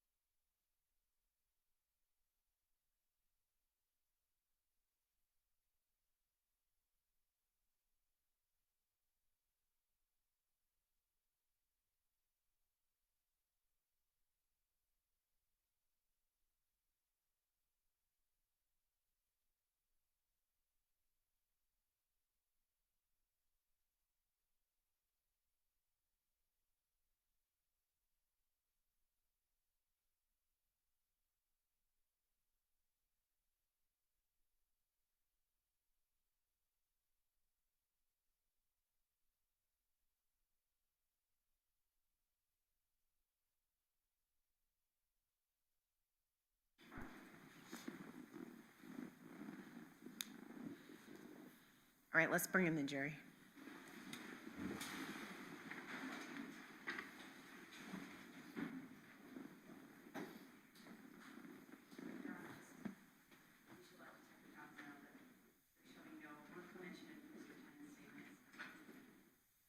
So no, those questions are going to be asked by ruling in court.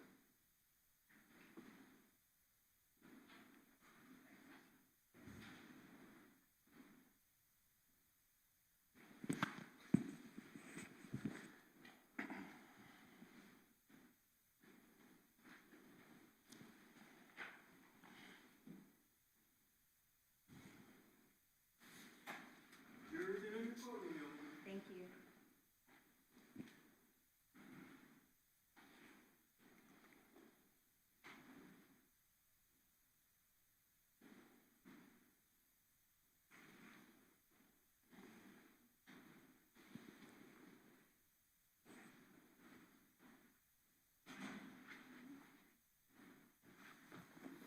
All right, welcome back. Everyone may be seated. Mr. Dreiser, Detective Johns. give the jury just a sec. All right, you may proceed. Detective Johns, lots of questions, back and forth. I want to slow down and make sure we get some timelines correct, okay? The state asked you on the redirect if Mario ever gave you any information, Mr. Fernandez, excuse me, gave you any information at his interview about a Ford F-150 truck. Do you recall those questions? Yes.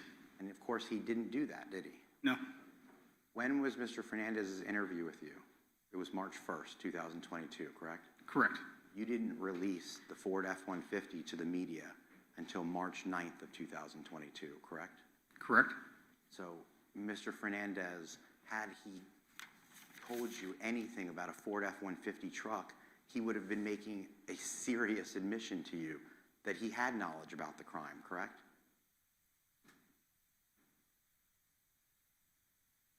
I mean, if he could It have, would have been pretty damning if Mr. Fernandez started talking to you about a Ford F-150 truck, two-tone color, driving around Jack's Beach on the night of the homicide, right? he was also interviewed at a later date after the release. But that's not what they asked you. They asked you if in that interview he told you anything about a blue Ford F-150 truck, and he didn't. You did not. And you hadn't released it yet. Correct. And then you told the jury, in response to other questions that the state asked you, about him saying he got out of the car, and that they asked whether that had been released to the media, correct? Correct.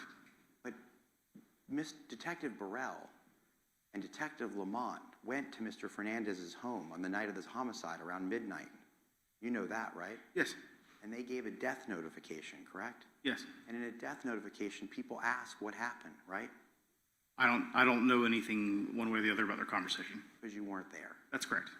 And you don't know what they said, right? That's correct. And it wasn't a big secret that he was shot and killed. Ms. Bridegan testified yesterday that they told her that he was shot and killed that night. That's correct. And he was found outside of his car. Yes. So that's not a big secret, right? No. And in Jack's Beach, the other question the government asked you is, did they record Mr. Fernandez and Ms. Gardner when they were getting their death notification? And your answer was no, right? Correct. That's because in Jack's Beach, you don't utilize body cameras, right? No, we do not. So there would have been no way to record it if they weren't wearing body cameras, correct? We do utilize handheld recorders at times. At times, but it wasn't recorded because you don't wear body cameras, right? That would be a better question for Detective Burrell or Detective Lamont. Just like knowing what in fact they told Mr. Fernandez, you weren't there for that. That's correct. But you were there when Ms. Bridegan learned that Jared Bridegan was shot and killed, correct? Yes. And you do know that Ms. Bridegan went to the Fernandez residence the next day, correct? That's correct. You have no idea what they talked about, correct? Correct. So this is not some foreign concept that Mr. Fernandez, 2 weeks after the homicide, may have known that Jared Bridegan was killed outside of his car because he got out and that he was shot and killed, right? Correct. I left off asking you about some slides. And I said I was going to go in reverse order, but nope, she has it pulled up. This is the slide of January 29th that the state asked you about, right? Yes. And you said he could have been there at the same time, right? They could have been in the same space. Could have. Yes.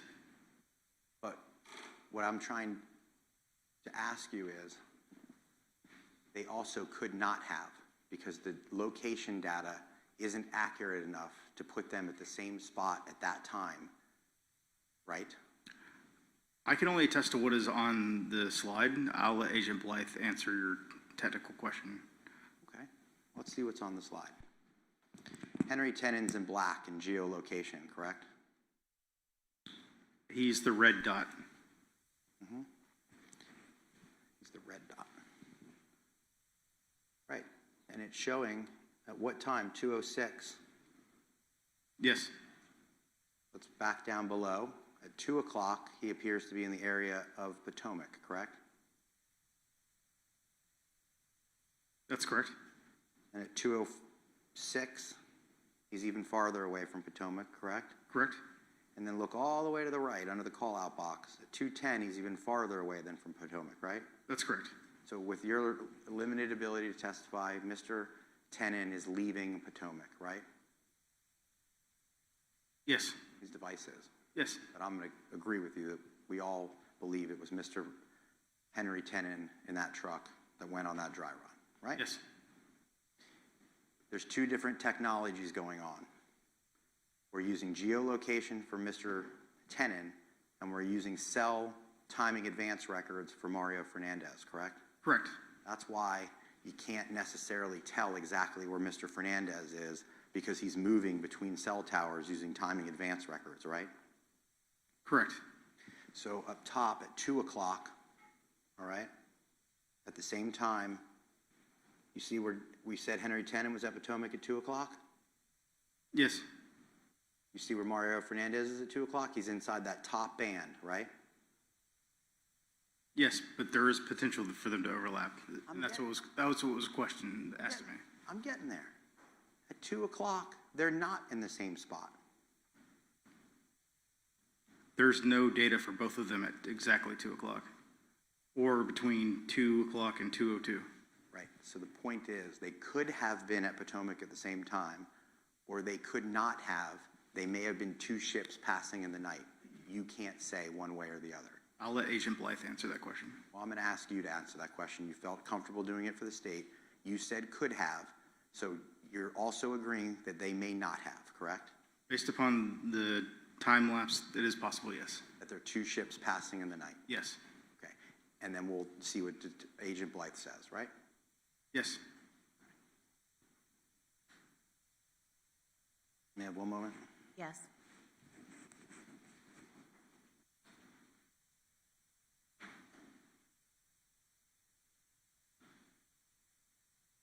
No further questions. Right. Anything further? Yes, ma'am. I have 4 questions.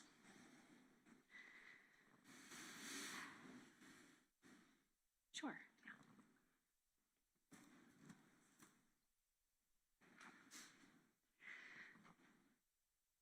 Detective Johns, when I asked you about Mr. Fernandez, you did have an interaction with him after the media release of the truck. In fact, you spoke to him again and took a swab from his cheek on April 15th of 2022. Yes.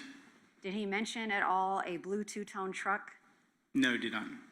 And that had been released in the media for a couple weeks at that point. That's correct. And we went through the slide earlier. I know Mr. Dreiser was asking you about January 29th, but February 15th, the jury can go back and look, and Agent Blythe will testify. There's at least 20 to 25 minutes where Mr. Fernandez and Mr. Tenon are together at Potomac the day before the homicide. That's correct. The surveillance in Nocatee he asked about. You all identified Henry Tenon as a suspect in this case in July of 2022. That's correct. When did you receive those LPR reports? I don't remember the specific date. Was it after that? Yes. And that was because you had no reason to look for Henry Tenon's license plate because you hadn't identified him or his vehicle up to that point. That's correct. And January 29th through July to August of 2022, is there much chance that businesses are going to have surveillance 6 months later? In your experience, I'm sorry. Go ahead. I'll lay some foundational questions. Obviously, you guys canvassed and collected a ton of surveillance video in this case. Yes, we did. And do you have experience in general, not from this case, but as a patrol officer and as a homicide detective in collecting surveillance cameras? Yes. Footage, excuse me. And generally, have you found in your experience that businesses or homes keep archived surveillance footage for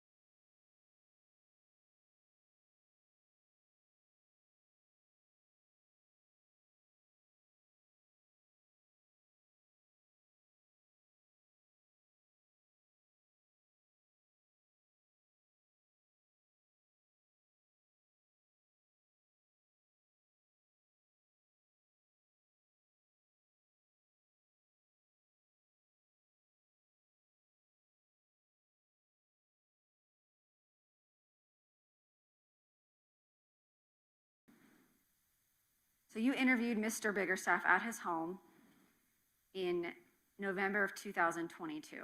Yes, ma'am. Was this part of your efforts with ATF to locate the 10 millimeter firearm or that you believe to be involved in the homicide? Yes, ma'am. And during your investigation and your conversations with Mr. Biggerstaff, was he ever able to provide you physically with a 10 millimeter firearm? No, ma'am. Was he ever able to direct you to a witness that could provide you with that 10 millimeter firearm? Direct me towards a witness. I believe they went in the direction of interviewing his son, Juan Biggerstaff. And did you interview I'm sorry, I'm going to have to use their full name so we can differentiate on the record. Mr. Juan Biggerstaff, did you and Agent Simmons and other members of the team speak with Mr. Juan Biggerstaff? Yes, but initially so did our counterparts in Dallas. ATF agents in Dallas also interviewed Mr. Juan Biggerstaff. And why is it that you had counterparts within ATF interview him? Was he local or was he out of state? He was living in Texas at the time. Mr. Juan Biggerstaff. Mr. Juan Biggerstaff, yes. How was he employed in Texas? He was a police officer. I believe it was at the Irvington Police Department. And ATF agents went and spoke to him Yes. at his job in Texas. Yes, ma'am. At some point after agents had spoken to Juan Biggerstaff and you and Agent Simmons spoke to John Biggerstaff, did you have the opportunity yourself to speak with Juan Biggerstaff? Yes, ma'am. And when did you speak with him? I believe we spoke with him in December of 22 when he came into the state attorney's office while he was in town on a trip. At that point, had you had any success in locating the whereabouts of the 10 millimeter firearm that Mr. John Biggerstaff had once owned? No, we have not. And you had agents speak to his son, Juan Biggerstaff. Yes, ma'am. Did you speak to a man named Fred Barton? Yes, ma'am. And still no information about where his 10 millimeter firearm was located? Yes, ma'am, correct. When Juan Biggerstaff came to speak with you at the state attorney's office at the Crime Gun Intelligence Center, did you all ask him to wear a wire on his father, John Biggerstaff? Yes, ma'am. And can you explain to the jury what it means to wear a wire? We gave him a recording device, which we actually gave him, I believe, 2 recording devices, one that was audio and one that recorded audio and video. We provided those to him, and then he went to his father's residence. Was he willing to wear it? He was, I would describe him as apprehensive, but willing. And at the time that you asked him to do this, was he still employed as a police officer with the Irving Police Department in Texas? I believe so. Did you give him instructions on how he should conduct this conversation and how to work the equipment itself? I believe we did. We would have told him how to work the equipment. I didn't personally give him instruction on what to talk about, but the point of the conversation was to try to ascertain the location of the Glock pistol, the 10 millimeter. Did you all ensure that Juan Biggerstaff could not contact his father before he actually met up with him in person while he was wired up? I believe we did. Once he went to his father's house and had a conversation with him, did you review the contents of the wire recording? Yes. Were there portions of the audio missing from that recording? Yes, ma'am. From that conversation, did it appear to be, well, what was the tone of the conversation without saying what was said? Right.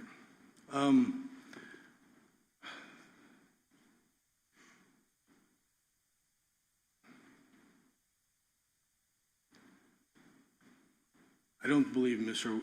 Juan Biggerstaff was completely full. Grounds.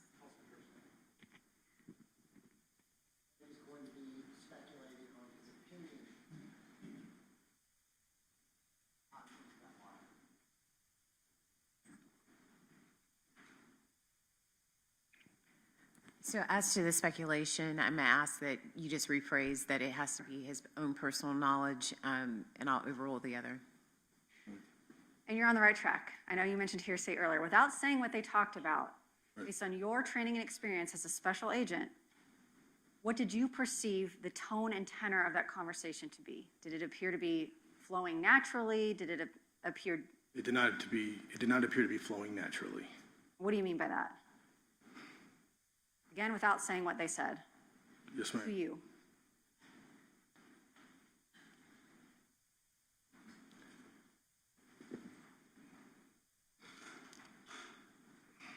I'm trying to recall exactly. It just did not seem natural. I know I'm repeating myself. I apologize.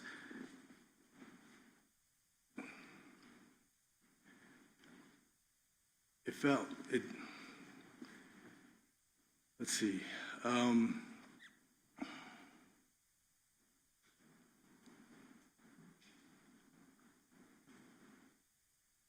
The conversation presented itself as if that he was wearing a wire, that there was,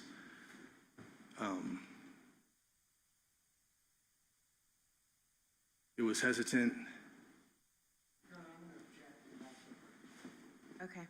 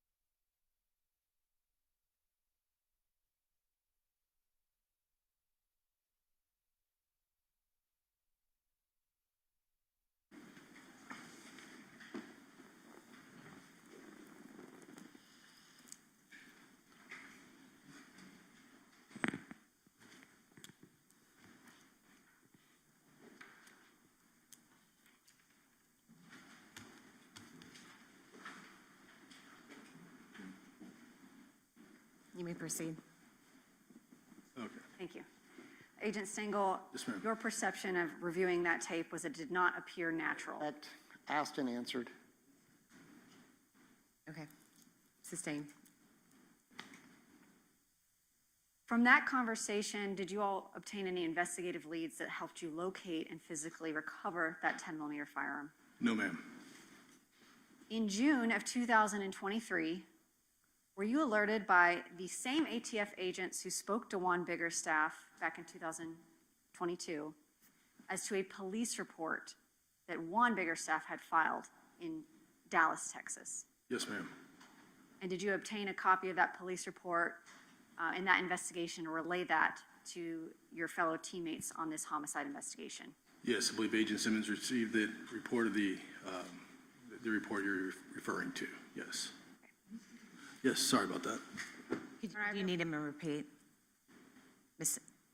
Okay. I have no further questions, Your Honor. All right. Thank you. Yes, Your Honor, may we approach just for scheduling purposes? Yes. My God.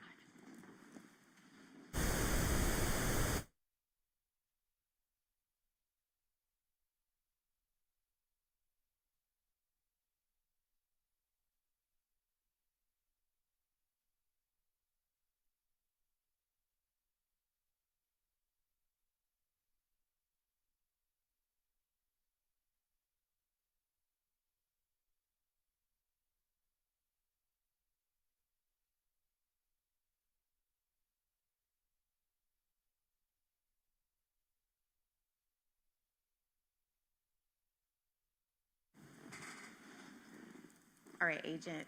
Yes, ma'am. The state has another question, okay? Okay. Agent Stengel, in your 18 years of experience with the ATF and as a firearms instructor, have you come across many 10mm firearms in the other investigations you've done as a special agent? No, ma'am, this is the first. And would you say that in your training and experience with the ATF and as a firearms instructor that a 10mm firearm is relatively unusual?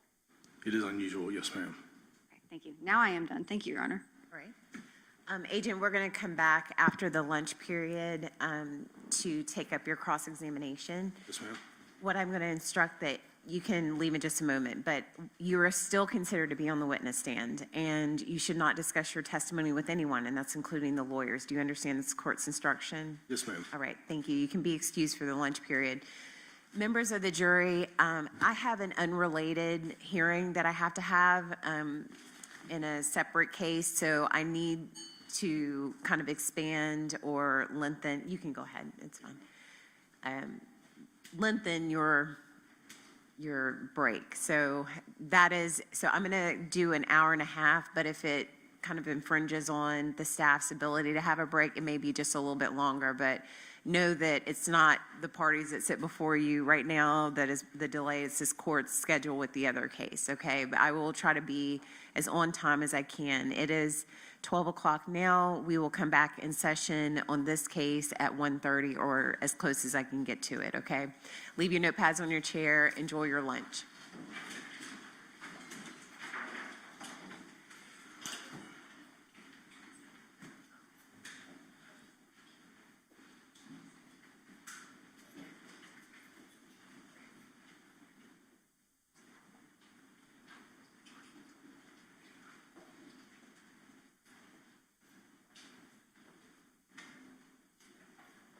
All right, please let the record reflect that the jury has left the courtroom. This court will be in recess to set up the jurors' lunch. We will not start the Gardner hearing until the jurors have crossed over to the other jury room. So court's in recess until that process has taken place.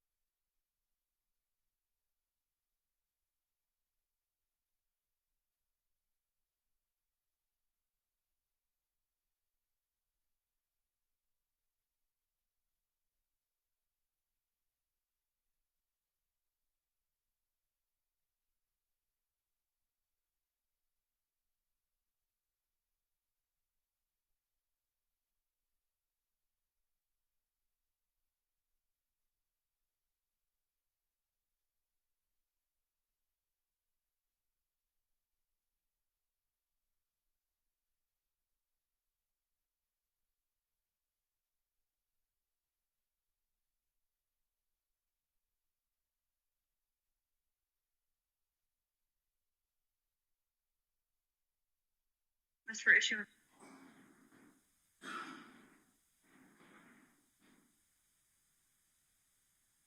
Was that the clerk?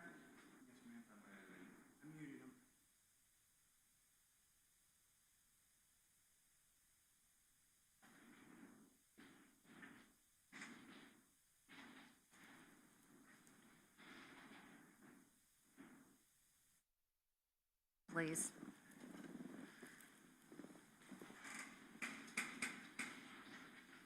Ms. Nelson.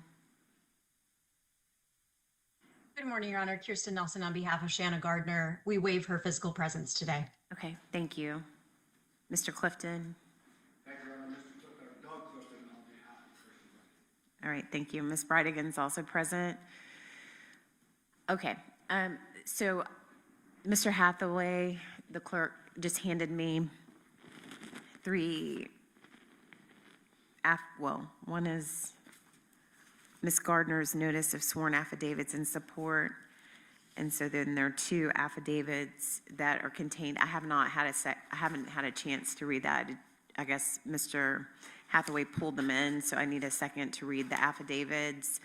But I can, I guess, hear from the parties, because this was later, just so the record is clear, later in the day, yesterday, there was a request by the defense to put this case on for status, and obviously, we're in the middle of trial. Was that a knock? Well, we're going to pause for a moment. Oh. Sorry, I didn't know what door that was coming from. All right, so there was a request to have this hearing. Subsequent to the defense request, I did get, and I have reviewed / read and reread a few items so that the court could be prepared for this hearing. The defense, after the request made by Ms. Gardner, filed a supplement to non-party witness and victim Kirsten Bridegan's objections and motion for protective order regarding the defendant's August 13, 2026 subpoenas, plural. So before we begin, I want to make sure that we are framing what the issues are before we just start arguing again. So I want to know, is Ms. Bridegan objecting to all subpoenas? The answer is yes, Your Honor. All right.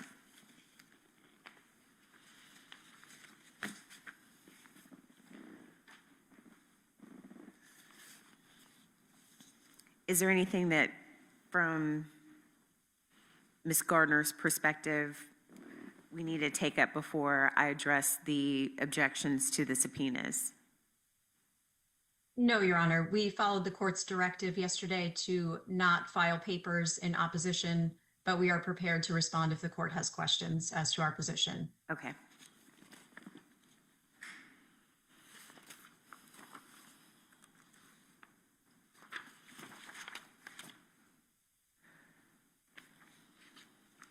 All right, Mr. Clifton, I will hear your objections so that we're organized. I want you to go subpoena by subpoena as to what the specific objections are by Ms. Bridegan. Yes, Your Honor. And I'll start just overlay, because it's not necessarily just a specific objection to each subpoena. I mean, there's 2 subpoenas. But overall, our objection is that we have not been provided the information of materiality and why these subpoenas are necessary, which creates a situation where then we are arguing in the dark. All right, I'll stop you there. Okay. For the record, this is the court's 7th hearing, I believe, on this matter. If it's just an overarching, you don't know why, I want to address that, and I believe the court addressed it issue by issue, okay, in its order as to why the court is requiring the production as it relates to the paragraphs from the initial subpoenas A and B.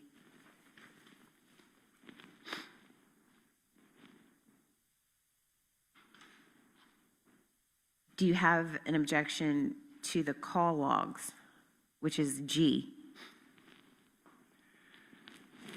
Again, Your Honor, and I don't mean again as in, I know I've made a lot of these arguments before. In your order, you state that there is a sealed in-camera submission identifying several specific alleged statements and subjects that this court finds satisfies the requirement of materiality.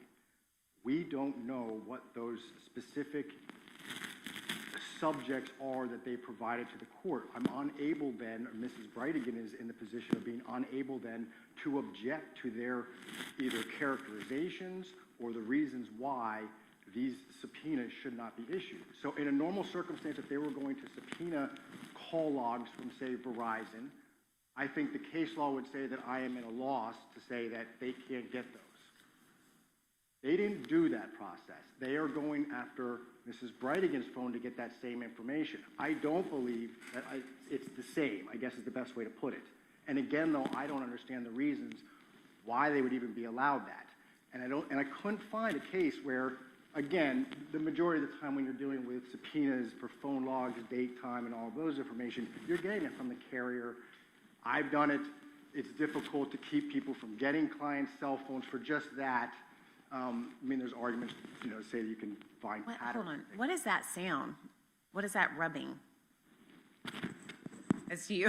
Okay. Clip it on your tie. I apologize. It's driving me crazy. Okay. All right. So it's a different burden, we believe. And so, like I mentioned, in a normal circumstance where you're going after Verizon, I believe the case law is there to support that. I would have a difficult argument to object to that. This is different, though. And the main reason it's different is because I'm unable to object to say, well, no, that's not really to that, or that's not really for this, because I don't know what they're arguing. okay. It leaves us in the dark, and that is our main concern here. And I just, since we're on it, they have argued that, they need to keep their strategy to themselves and certain instances to themselves. They don't want to apply to the state. We're not the state. Mrs. Bridegan's a non-party victim in the case. It's not the same. It's not the same to say, well, yeah, the state probably shouldn't know what our defense strategy is, or at least little kinks of our defense strategy. That's different for her. We're not the state. It's not the same burden than to look at. And again, we don't have case law where people are pulling and extracting cell phone data off of a non-party victim's phone, specifically in a homicide. This is not a case where she's an eyewitness to say that's the person or anything like that, or that's somebody who did this to me. This is a non-party victim whose husband was murdered. She's also a witness. And a witness. But it's not this, it's not just any witness. It's a non-party victim. There are actually enumerated rights for her that is different than anybody else. Okay, so I agree, and I have agreed multiple times with Ms. Bridegan's position insofar as this court has acknowledged multiple times her constitutional rights, okay? I think I've written it in the orders. I think I've verbalized it during hearings. That is solid, okay? And I believe in your paper you wrote that I said gray area. I say gray area because of facts, not law. The foundation of this country is the defendant's position, is the United States Constitution. Ms. Bridegan's position is a carved out Florida constitutional issue with overarching, just general constitutional rights, both privacy, that have long been a part of the foundation of our state and our country. So I'm respectful of all of those things. I'm not in a legal, okay, in my mind, I'm not in a legal gray area. The rules, that is 3.220, have a subsection where there are situations that when the state of Florida doesn't necessarily disclose in certain A, B, C in that paragraph, and also situations where, because discovery is wide and liberal in the state of Florida, there may be situations where it comes to the court for resolution. okay? I'm not in a legal gray area. What I am is in a factual gray area because I've never, nor have I found through my binding courts or other district courts a situation like this, meaning that I could look for cases right on point. But that's why we're all lawyers, and sometimes we have to navigate factual gray areas, and we have to pull from solid law. So let me know, I want to let you know, I want to clarify that. If I was unclear, I don't believe I'm in a legal gray area. I have to. Warren clearly states, okay, that it is court error, all right, and I think I've written this, court error not to do an in-camera inspection. If I just say turn it over, that is per se violation of this court's mandate. I have to do the weighing. I have to do the inspection. I have to do all of those things.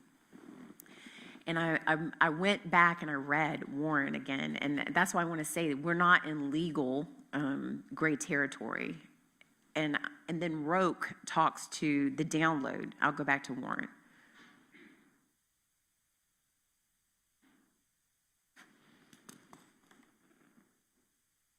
But Warren, the trial court, and these obviously are different, but they were still, that is, the trial court was interpreting the Florida Constitution just on a general privacy right, because obviously the victim's rights were not a part of that case. But it's at Head Note 7, which appears to be, it looks like page 637 of the opinion.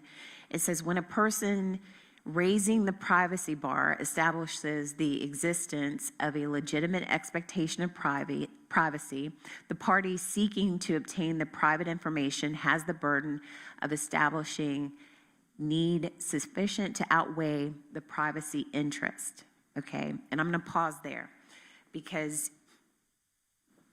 Ms. Bridegan has a legitimate privacy interest, legitimate, maybe even more so than this case because it is written into our Constitution.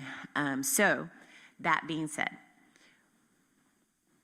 you are arguing, and I want clarification, you are arguing that you don't know what you're arguing against, but the defense in previous hearings has put forward that it is related to bias, it is related to motive, it is related to all of those things that would implicate both their United States Fifth and Sixth Amendment rights. And so what privacy right that Ms. Bridegan has would override those United States constitutional rights that would allow Ms. Bridegan to come in and hear what the defense arguments are, what they would intend to, what authority do I have to let Ms. Bridegan come and do that, other than maybe the general thing that you put in here. And I don't see that that would allow her insight into the defendant's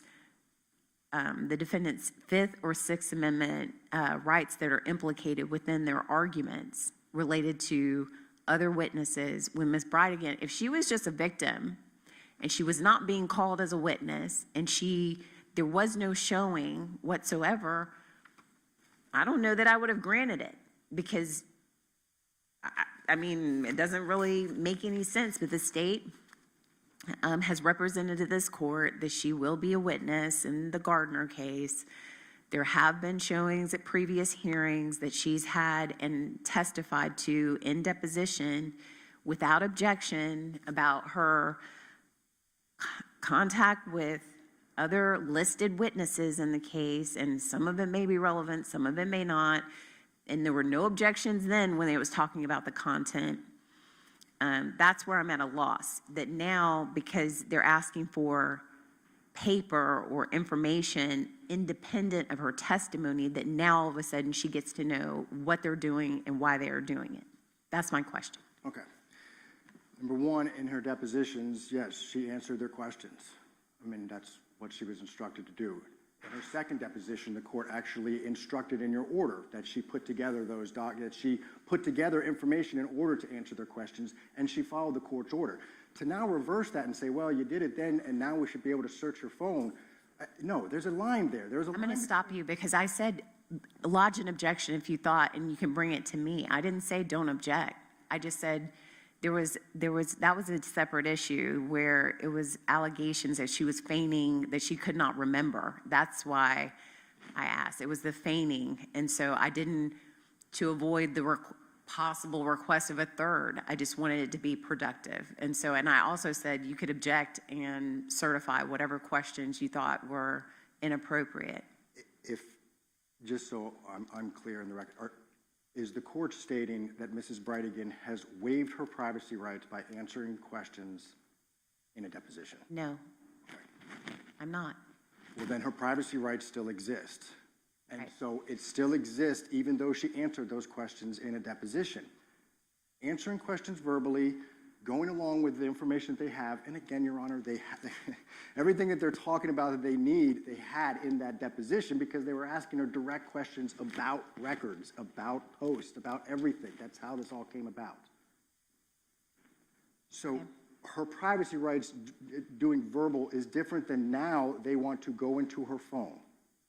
Right. Okay, and Your Honor mentioned gray factual area. I can't agree with you more.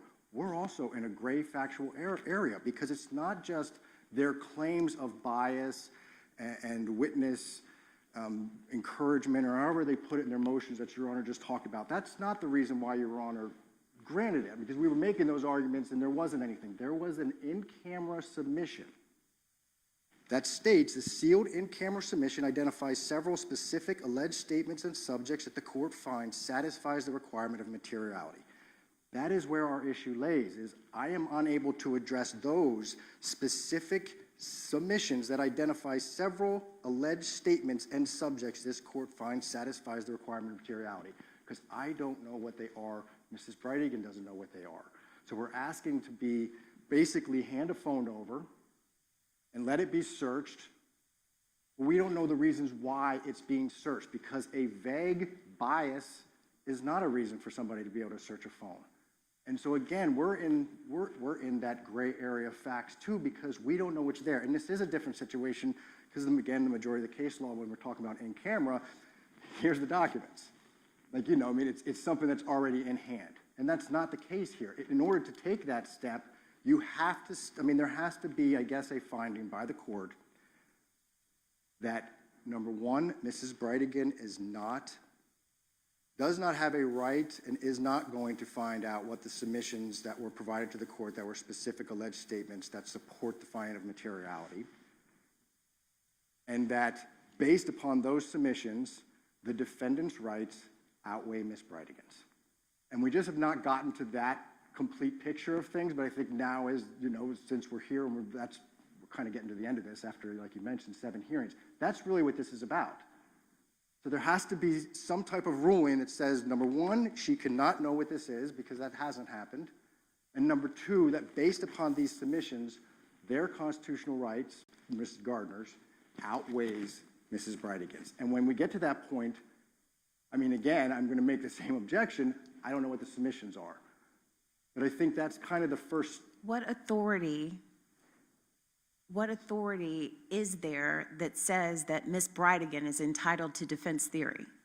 What scenario or case, civil, criminal, that a non-party could sit in and then make arguments related to something that has been identified and now ruled on as material, okay, to a defense theory? That's where I'm at a loss. I asked, which due process requires notice, which I've given notice every time, and right to be heard. We have been heard over and over and over again.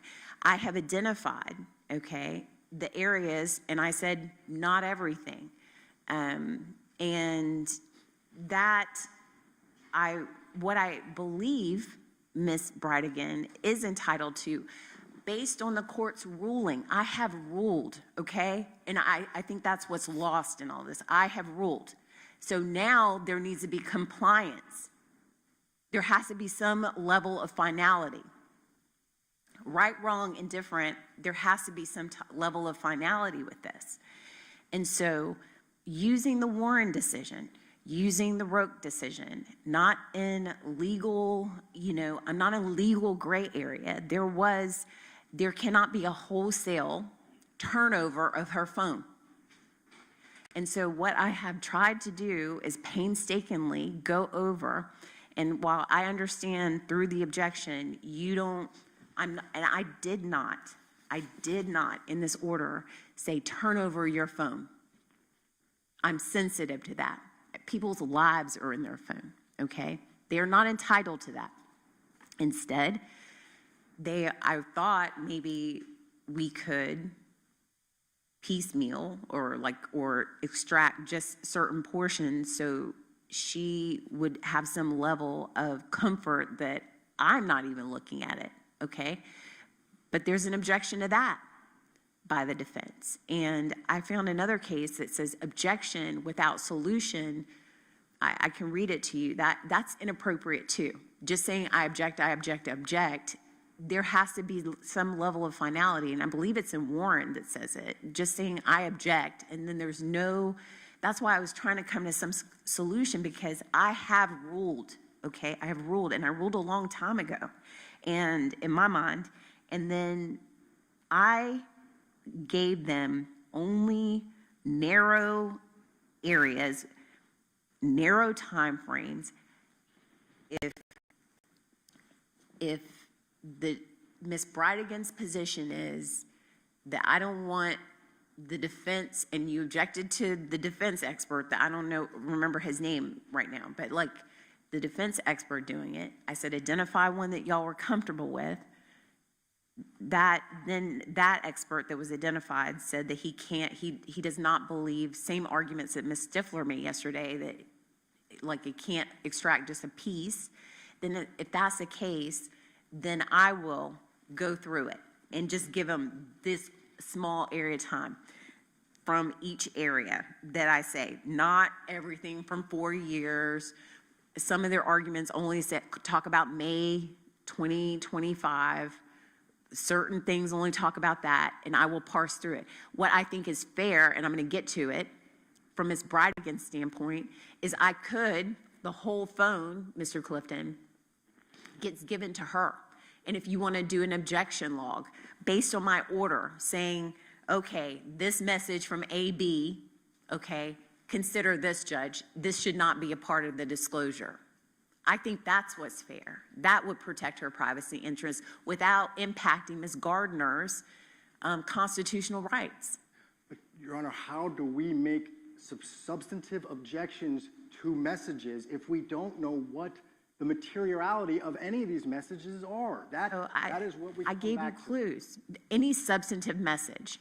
Okay, so we'll just start with AB and LB. So I required a narrow set of communications between Ms. Bridegan and AB, Ms. Bridegan and LB from May 2025, plus any earlier communications specifically referencing Ms. Gardner, a charged case, jail, incarceration, testimony, emancipation, use of Bridegan's attorney, statements of the family members. So that is the clue. So if the message, let's say hypothetically, says, hey, AB, Gardner, and it pulls from whatever the search, Gardner, she's a terrible person. But the context is like, oh, just joking, blah, blah, blah. Then that is the objection. That should not be disclosed because the context of that particular statement is related to a silly whatever, whatever. That should not be given over to the defense. It doesn't have anything to do with her bias, prejudice, blah, blah, blah, that I've already identified. And then I'll weigh it to see whether it goes or not. There'll be a tracking, a log. and then I will file all objections, and then it will be a part of the record and can go up, and maybe we can make some case law to give some other courts some guidance. I'm trailing a new path, okay?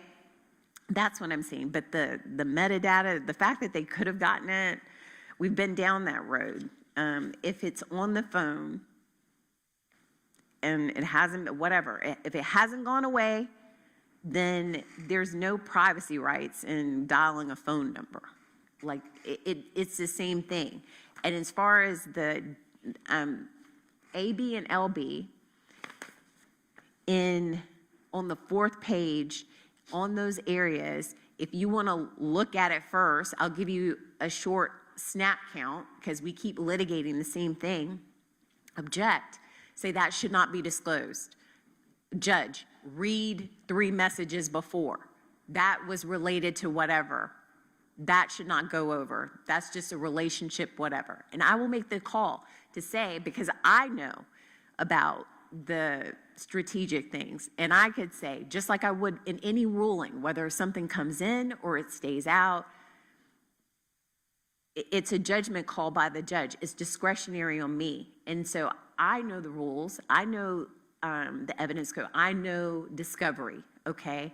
And it may or may not. And if it's private, if she wants to assert her constitutional rights there, assert them. But I only want to look in camera at the very narrow scenario that is before the court to allow, which the defendant is allowed to test the state's evidence. Witness testimony is evidence. Impeachment is wide. Extrinsic evidence could be used. I think they wrote in their papers at one point, I'm recalling, they said, well, we shouldn't just be confined to her answers in a deposition. If they know now that something else exists, and I don't know what they have, whatever, but like I have to handle what is before this court, which is a request. And I'm trying to handle it with as much care as I possibly can for both sides. That is what the law requires. So Roque says that when the court orders, which I understand, it's a government intrusion. It's and then that's a 196, and it says that there wasn't a dispute about privacy. We're going into 197, which no one is disputing. And however, when the government intrudes, okay, it has to be narrowed. And I'm prepared to do that. I'm prepared to respect Ms. Bridegan's rights, but I also have to give over what they would be entitled to. That's my job. So that is, to me, the fairest way to do it. They've apparently submitted affidavits that say that you could target. If Ms. Bridegan objects to that and the expert says that give the whole thing, I'll give it to Ms. Bridegan. It's her phone. Then you lodge the objections in the areas where I've identified that should be turned over, and I will make rulings on those objectionable areas. That was my thought, based on what I read from you. But we're not starting from scratch, Mr. Clifton. I mean, I feel like I've given a pretty good roadmap, and I'll give it to her first, and you. You go through it, make a log, I'll compare it, and then after the log, I'll give them the opportunity to be heard. I'll make the call. Does that sound fair? No, Your Honor, we're still, we're not agreeable to that. I mean, the bottom. Well, I've ruled, Mr. Clifton, so based on my ruling, I'm asking, do you want to exercise that process or not? I need compliance. You can tell me yes or no, if you want to object or not, the way that I'm outlining for you. Yes, Your Honor, because this isn't just a blank objection. Again, our objection is based on unknowns. So yes, we still object to it because I can't go through records. I can't tell what is what if I don't know exactly what their materiality is to be able to respond to it. If Your Honor orders compliance and orders us to turn the phone over, I mean, that's Your Honor's order. Okay, let me be clear, okay? Ms. Bridegan would never be allowed to object about relevance, okay? She is not a party. She can't object based on privacy. She can't say, oh, that's not relevant, I'm not telling you.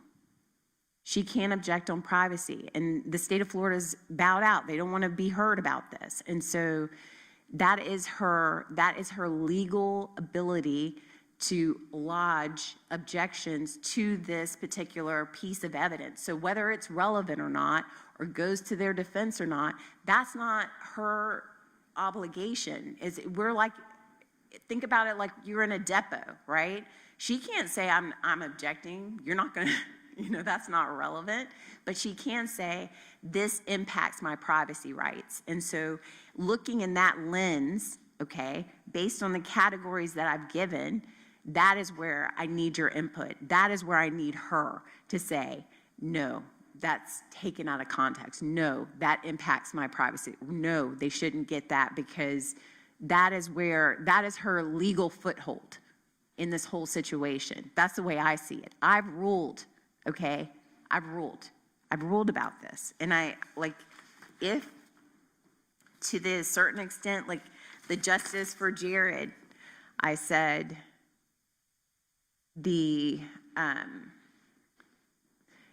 it's very small areas that I like comments We or were direct. told by their expert yesterday that that's not even on the phone, What? that you have to get that through Meta. How would they know that? Because none of those DMs or anything are saved to an individual's phone. They're saved in Meta That's- on okay. the cloud, and that was his whole. I thought I don't know what I was very clear about is that phone is not going to be used to log in anywhere, okay? So if it is or if it isn't, then if it's nothing, then it's nothing. There's no objection there.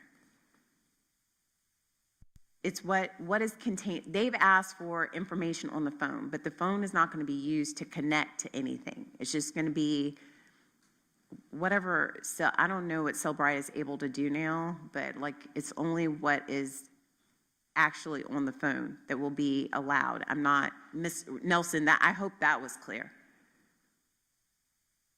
Yes, Your Honor, completely clear from our perspective. Okay, no logging into anything. It's just whatever is contained on the phone. And so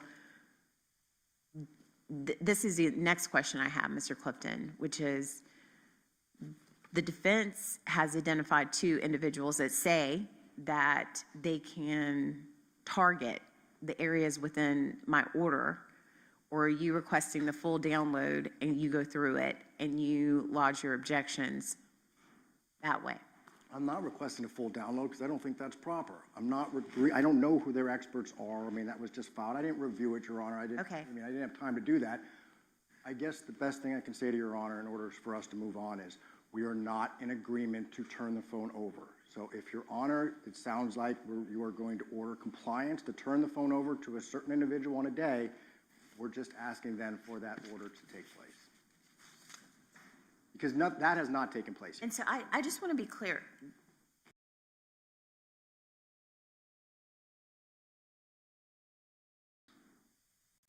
Gathered this information, is that right? And that's why the phone's getting turned over? It was over, the other pleading that was filed is it's overburdensome.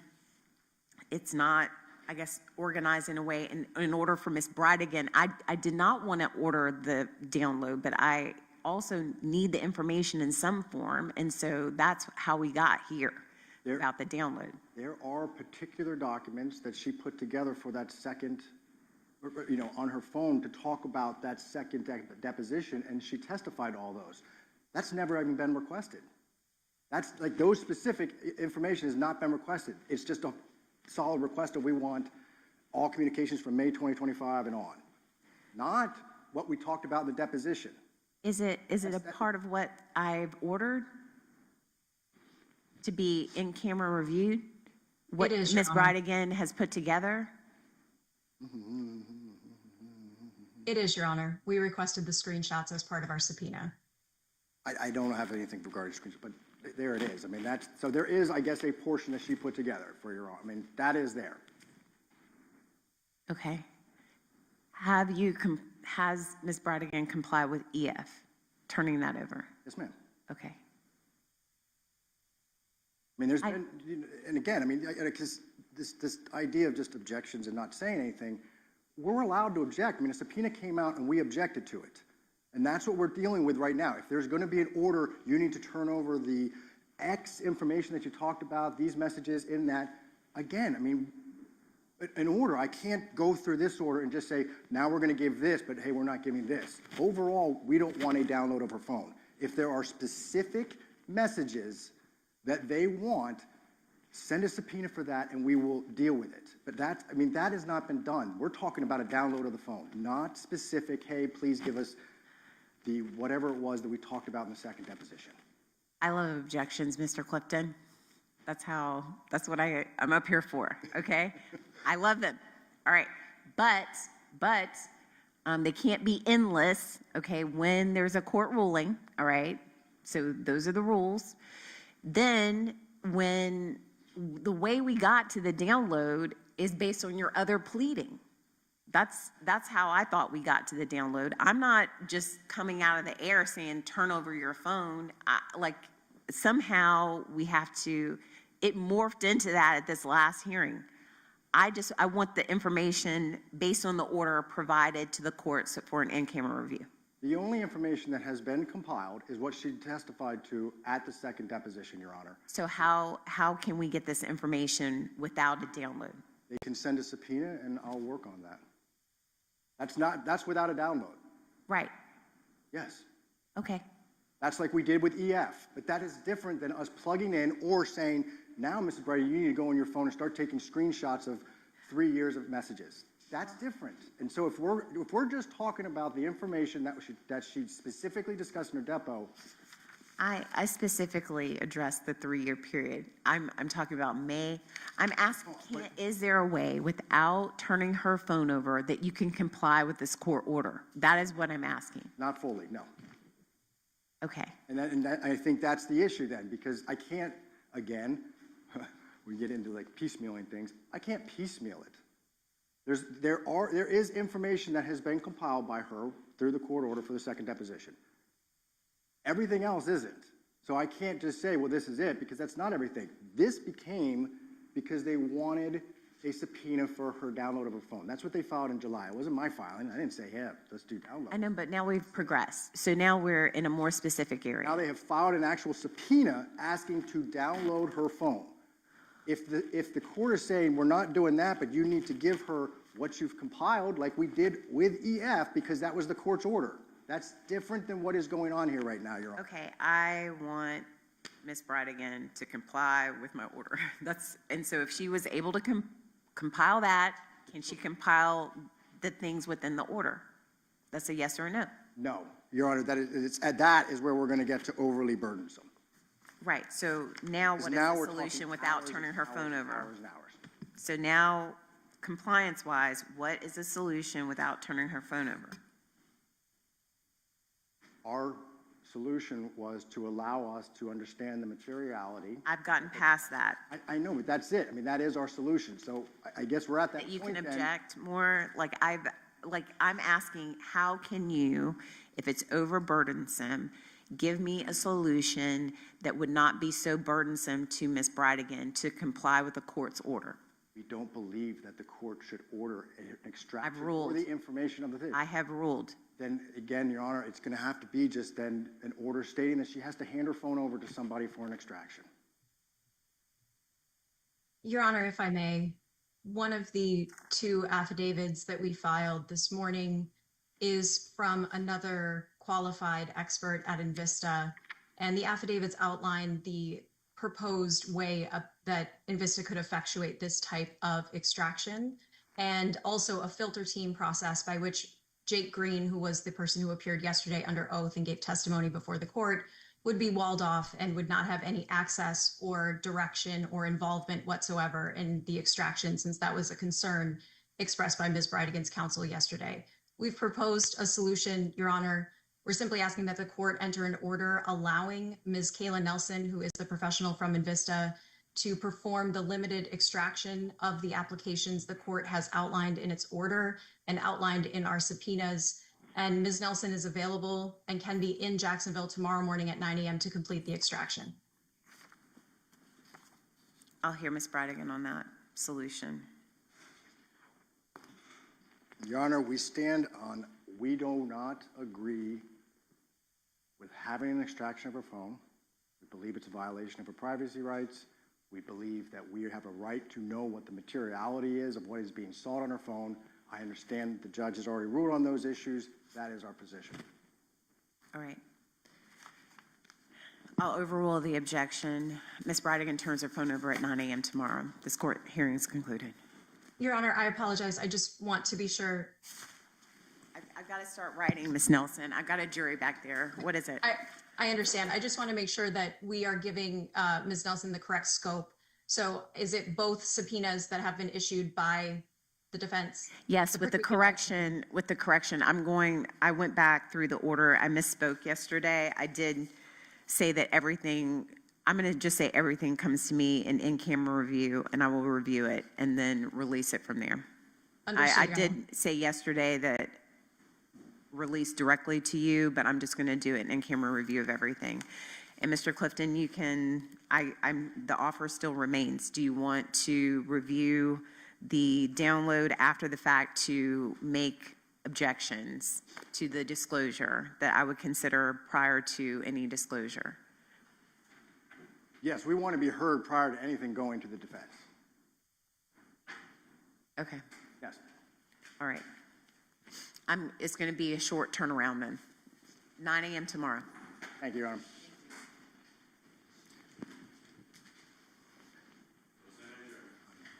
These companies, they're not, everyone gets up in arms.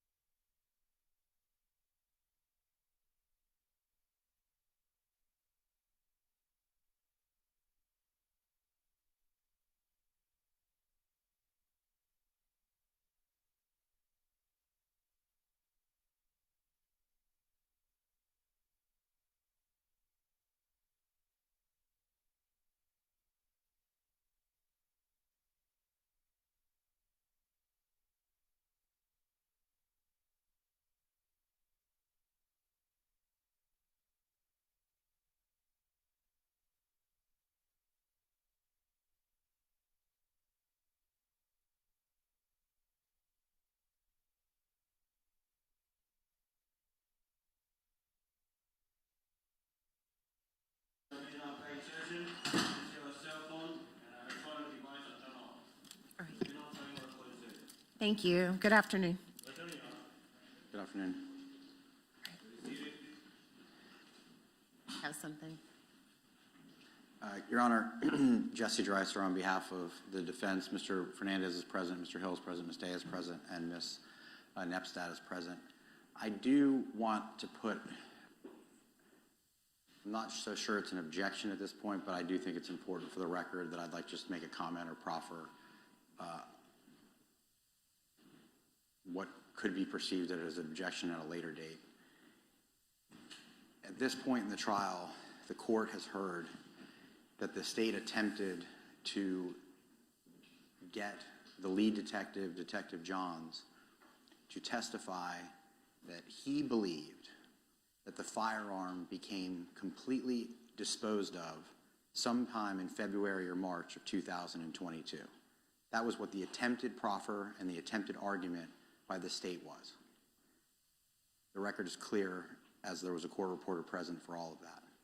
And now the state is attempting to place an argument before the jury that the gun made its way to Texas and in 2023 was reported stolen, and a police report was admitted, and that this is a ruse, that the gun was never stolen, and it was some way to establish that the firearm is in fact in Texas and disposed of and connected to John Biggerstaff. Those are completely two different state theories. And I didn't have time to brief it during the lunch, but the case law is that the state cannot go on two completely separate theories of prosecution.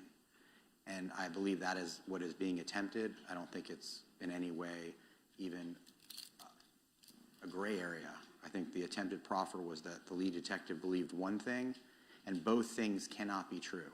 The firearm cannot go to Texas, the firearm cannot be reported stolen in Texas, and the lead detective is under the impression, and the state tried to elicit, that it had been indefinitely disposed of in March or February of 2021.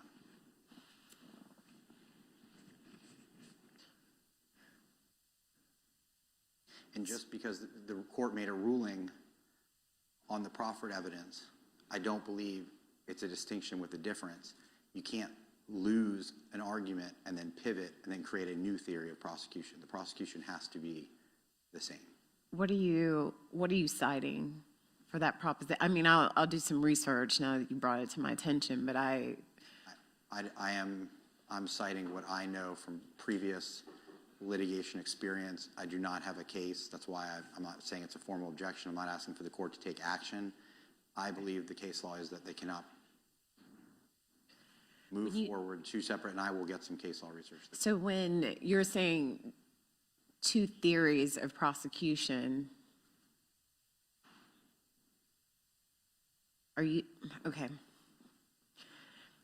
I am familiar with that, but what I hear you saying is basically two theories related to evidence. Is that also like two actual theories of how someone committed a crime, not necessarily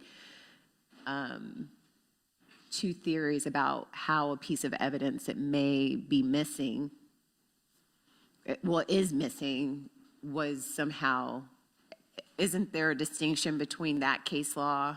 I mean, I'm going to look it up again. It's been a really long time, but two different theories of prosecution, meaning how someone is, how they get to prove the elements of the crime, as opposed to prosecution theories related to evidence. Does that, am I understand exactly what you're saying. I don't think there's a difference. Okay. And I think that in a solicitation to commit first-degree murder and in a principle to commit first-degree murder, I don't see a distinction of the evidence in this case is that Mr. Fernandez somehow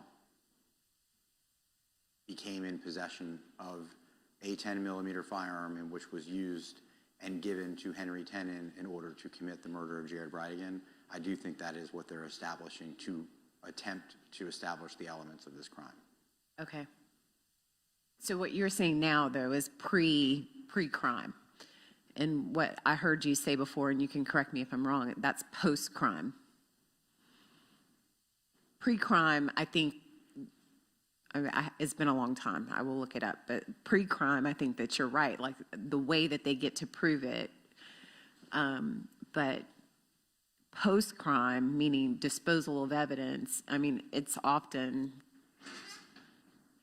things or are argued to juries, we don't know, whatever. I've heard those arguments a million times. I agree with that.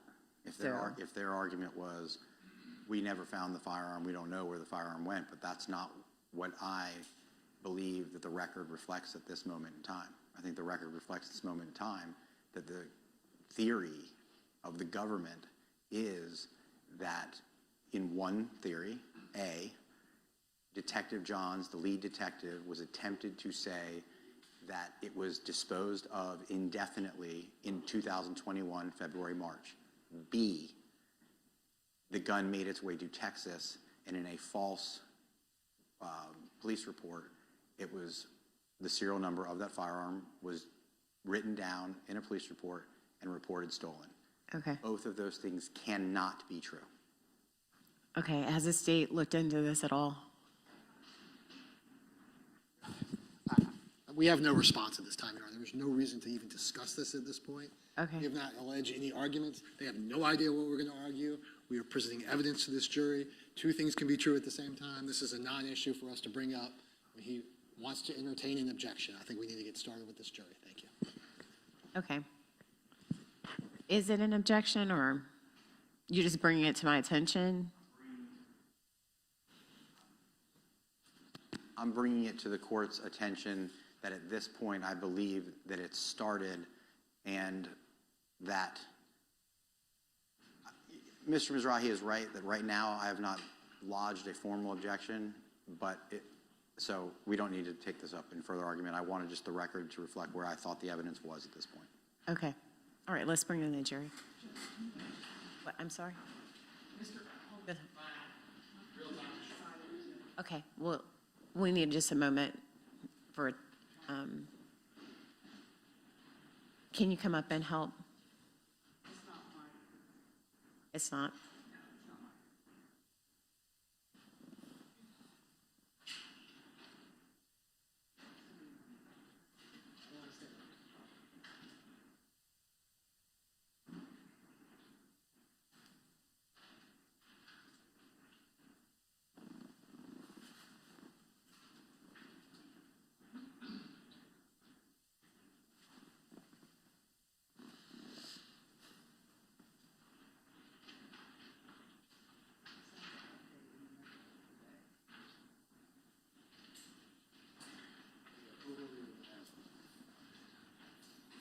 I'm going to step back just momentarily. I'll be right back.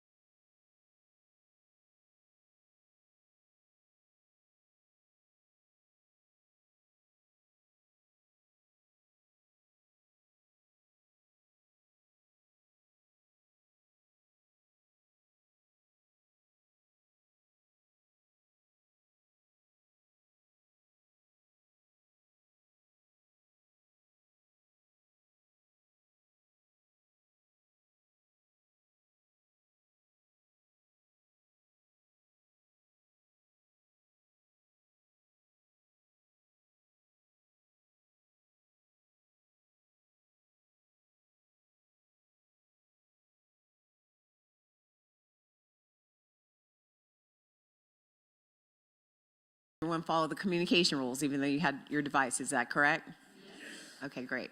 Let's get the witness back on the witness stand. All right, agent, good afternoon. You can just retake the witness stand. You're still under oath.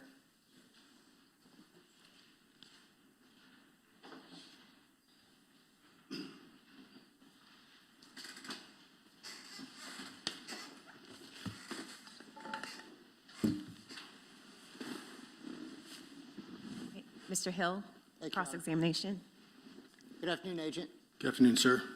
How are you today? Doing well, yourself? I'm doing well. I want to run back through some of the direct examination you provided to the state. Primarily, it started with the discovery of the truck at the residence of Jimmy Jones. And I'm going to just show you what's previously been entered as defense 56A. Is that published on your screen, sir? Yes, sir, I can see it.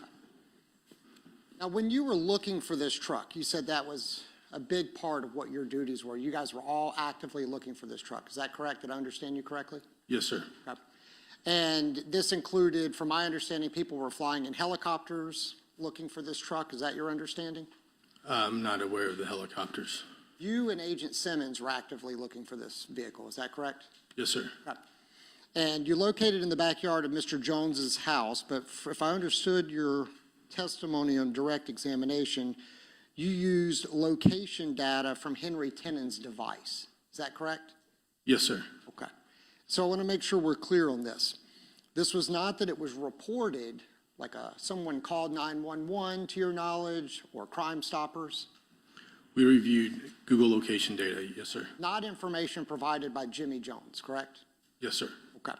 And from your understanding, at this part of the investigation, the truck had been published to the media sometime around March of 2022. Is that your understanding? I would say around that time frame. Yes, sir. And it has been blasted on local media and social media. Yes, sir. And you and your fellow law enforcement partners, everyone was in essence on the lookout for this vehicle. Yes, sir. Fair to say it was the most sought after vehicle in Northeast Florida during that time period. I don't know of any other one, so I would agree that it was very, we were looking for it. Yes. Absolutely. And as you said, Ms. Stifler asked you how you got into law enforcement. And I believe your testimony was this was a passion of yours. You wanted to help the community. Is that accurate? Yes, sir. Okay. And you seem like the kind of guy that's exactly what you would do. Okay. You're not going to let a criminal get away with something if you can investigate it and bring it to a courtroom. Would that be a fair statement? Yes, sir. Okay. So on October 14th, you find this vehicle. Is this exactly how you found it in defense exhibit that's published on your screen? Yes, sir. Okay. Literally, you drove by with that location data and you could see it directly from the street. From the street. Yes, sir. And when you learned that Jimmy Jones was the resident there, is it your understanding that Mario Fernandez has no connection to that property? I have no knowledge of him having any connection to that property. Yes, sir. And certainly during that time period, you would be communicating with other law enforcement partners involved in the investigation. Yes, sir. Okay, so that'd be a fair statement that if it was connected to Mario Fernandez, you would have had that knowledge. I would believe so, yes. Because you were aware that the Potomac property was a rental property of Mr. Fernandez. Yes, sir. Okay. You had been to that other property before, correct? Yes, sir. Okay.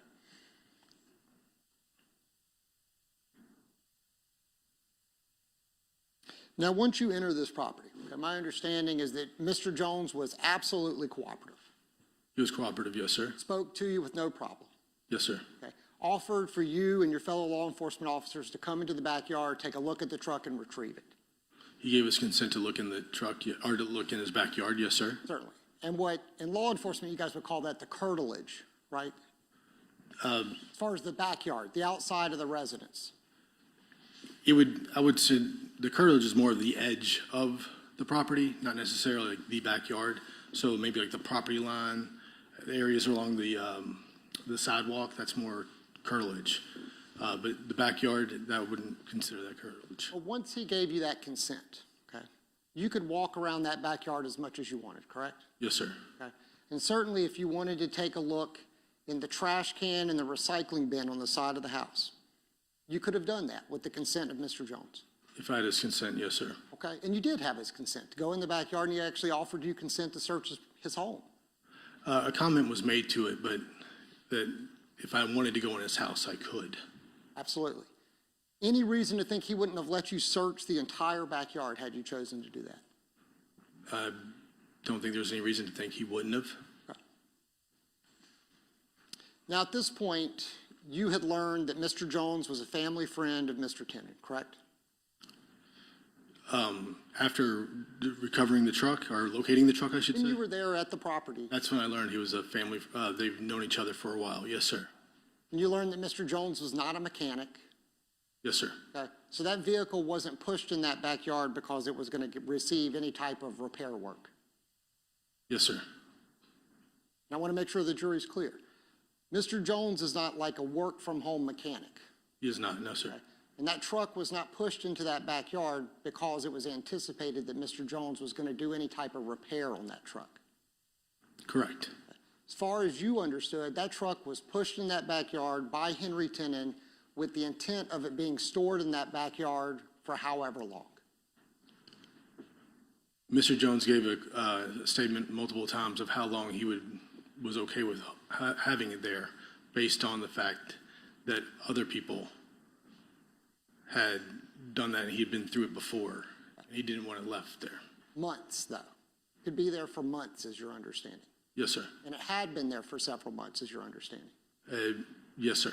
Okay. And you only located it because of the data from Henry Tennant's phone after his arrest. Yes, sir. Okay. Now, once you received consent to go in this backyard, okay, would you agree that locating this truck was a major break in this investigation?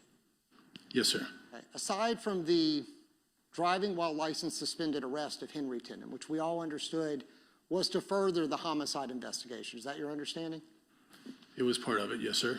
But now the truck, which had been blasted in the media since March of 2022, has now been located in October. That is the next huge break in this case. Would you agree with that? Yes, sir. Okay. But at this time, and even to this day, no murder weapon had been recovered. Correct, sir. Okay.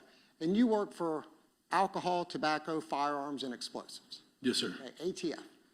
And it goes without saying that part of your job is involved in investigating firearms, correct? Yes, sir. Okay. Not only here in state court, but across the street at the federal courthouse Yes, sir. with the U.S. Attorney's Office, and as Ms. Stifler said, you work for the Department of Justice.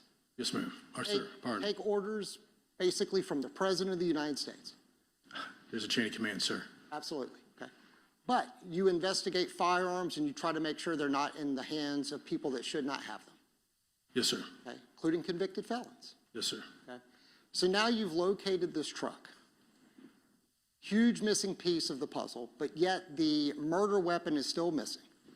And I'm sure in your training, your experience, I believe you said you've been an ATF agent for approximately 18 years at this point? Yes, sir.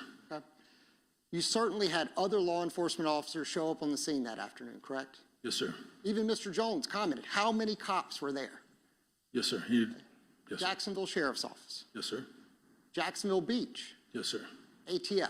Yes, sir. Am I missing any other agencies that were there? I believe that was all, sir. Okay. Safe to say it was dozens of officers, Not dozens, no, sir. a lot, I'd say approximate 10. okay? But enough people that if you wanted to, you certainly could go in that backyard and look in the bushes to see if a firearm has been thrown in the bushes. Yes, sir. Okay? You could have looked in the trash cans and in the recycling bin if you chose to. If we took, yes, sir, we had that opportunity. And I have not been to this particular property, but by looking at the picture, it looks like it may even have a crawl space underneath the house. But if there is a crawl space, certainly with the consent of Mr. Jones, you or fellow officers could look underneath the house to see if there's a firearm. Yes, sir. Okay? You guys could bring out metal detectors and search the property to see if a firearm has been buried somewhere in this backyard. That is an option, sir. Yes. Certainly. Something that happens, right? Yes, sir. Okay. Now, in your long experience as a law enforcement officer, certainly there's 3 ways you can search a property, right? You can do it by consent. Yes, sir. Okay. You can do it based upon a search warrant, correct? Yes, sir. Okay. And what you did receive in this particular case, to retrieve the truck, Yes, sir. a search warrant. Even though you had consent, you guys took that extra step. Yes, sir. Okay. And then you also have exigent circumstances, meaning if you're afraid that there could be destruction of evidence, you can also enter a property and search. Yes, sir. But in this case, you didn't need to exercise exigent circumstances or get a warrant. Okay? You could go back because Mr. Jones gave consent. He gave consent for his backyard. Yes, sir. And they even have dogs that are trained to search for firearms and other contraband, correct? Yes, sir. Okay. And I'm assuming you working for the federal government, you certainly have access to so many different resources if you believe they're necessary and you want to utilize them. Is that a fair statement? We have access to resources. Yes, sir. Absolutely. Okay. But in this particular case, for whatever reason, chose not to exercise any of those resources or the consent of Mr. Jones in order to search inside of that property, correct? At that point in time, we were concerned with securing the truck. We had consent. I know that a warrant was being drafted. I didn't know the status of the warrant at that time. So when I was talking with Mr. Jones, again, I mentioned earlier, I was building rapport, talking with him, and wanted to make sure that he understood that, we were focused on the truck. This was the first time that Mr. Jones had come up in the investigation, and, based on the fact that he was speaking with us, his answers were consistent, and the fact that there was no attempt to hide the truck, that was clearly visible from the street, we use those facts to kind of figure out or to maybe take where Mr. Jones was in this. Sure. In 18 years of law enforcement experience, it's not uncommon for someone who is hiding something to be overly cooperative with law enforcement. You've encountered that before.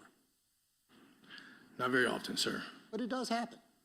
I haven't been so fortunate, but you certainly, it's not a unique circumstance where someone is so cooperative, they say, please, you can search my vehicle. They end up searching the vehicle and they find a kilo of cocaine, or they find guns or a body. yes, that happens, sir, yes. So just because somebody is cooperative doesn't necessarily mean that you're not going to find something that would be fruitful for your investigation. That's correct, sir. And you would agree we have no idea what could have been found in that property. Yes, sir. Are you aware that just a few weeks ago on July 30th, FDLE produced a report doing ballistics testings that had Jimmy Jones' name listed on the report? Okay, wait. Let me see you at sidebar.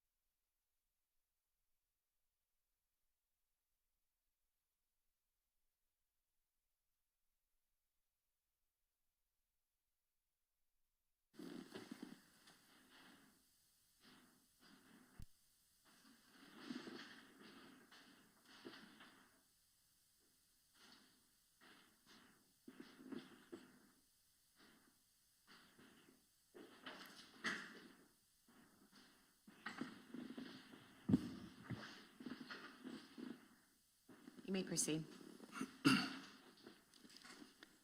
Agent, my question was, I understand at the time you said that Mr. Jones's name had not come up in your investigation. Is that correct? Yes, sir. Are you aware that just a couple weeks ago, Mr. Jones's name has been brought up in the investigation? I was not aware of that. No, sir. Based upon his name not coming up at the time, my understanding, you did not take a DNA swab from Mr. Jones. Is that correct? That's correct, sir. You didn't do any additional testing there at the property other than recovering the truck. Is that correct? Correct, sir. And I understand we belabored the point for quite a few minutes. There was no additional searching of the property. Is that correct? Correct, sir.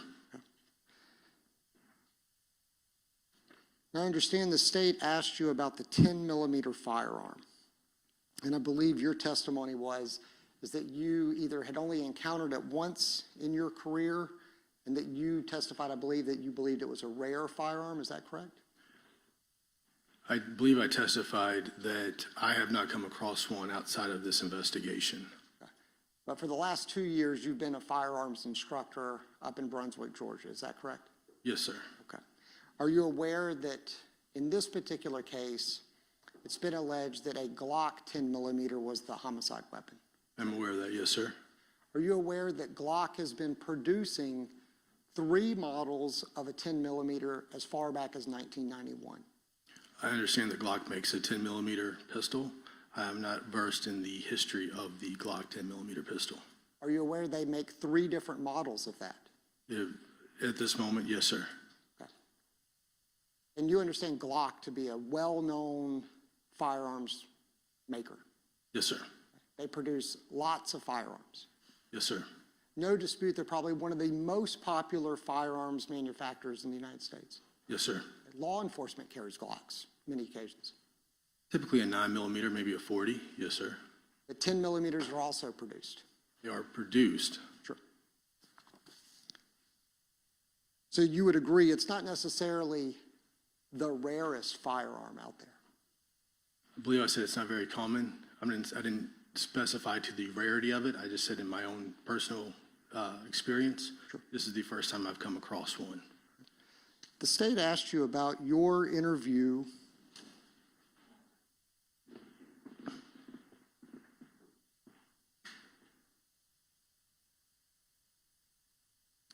Were you aware that during the investigation, law enforcement went to Beach's pawn shop on 3rd Street in Jacksonville Beach to look for 10-millimeters?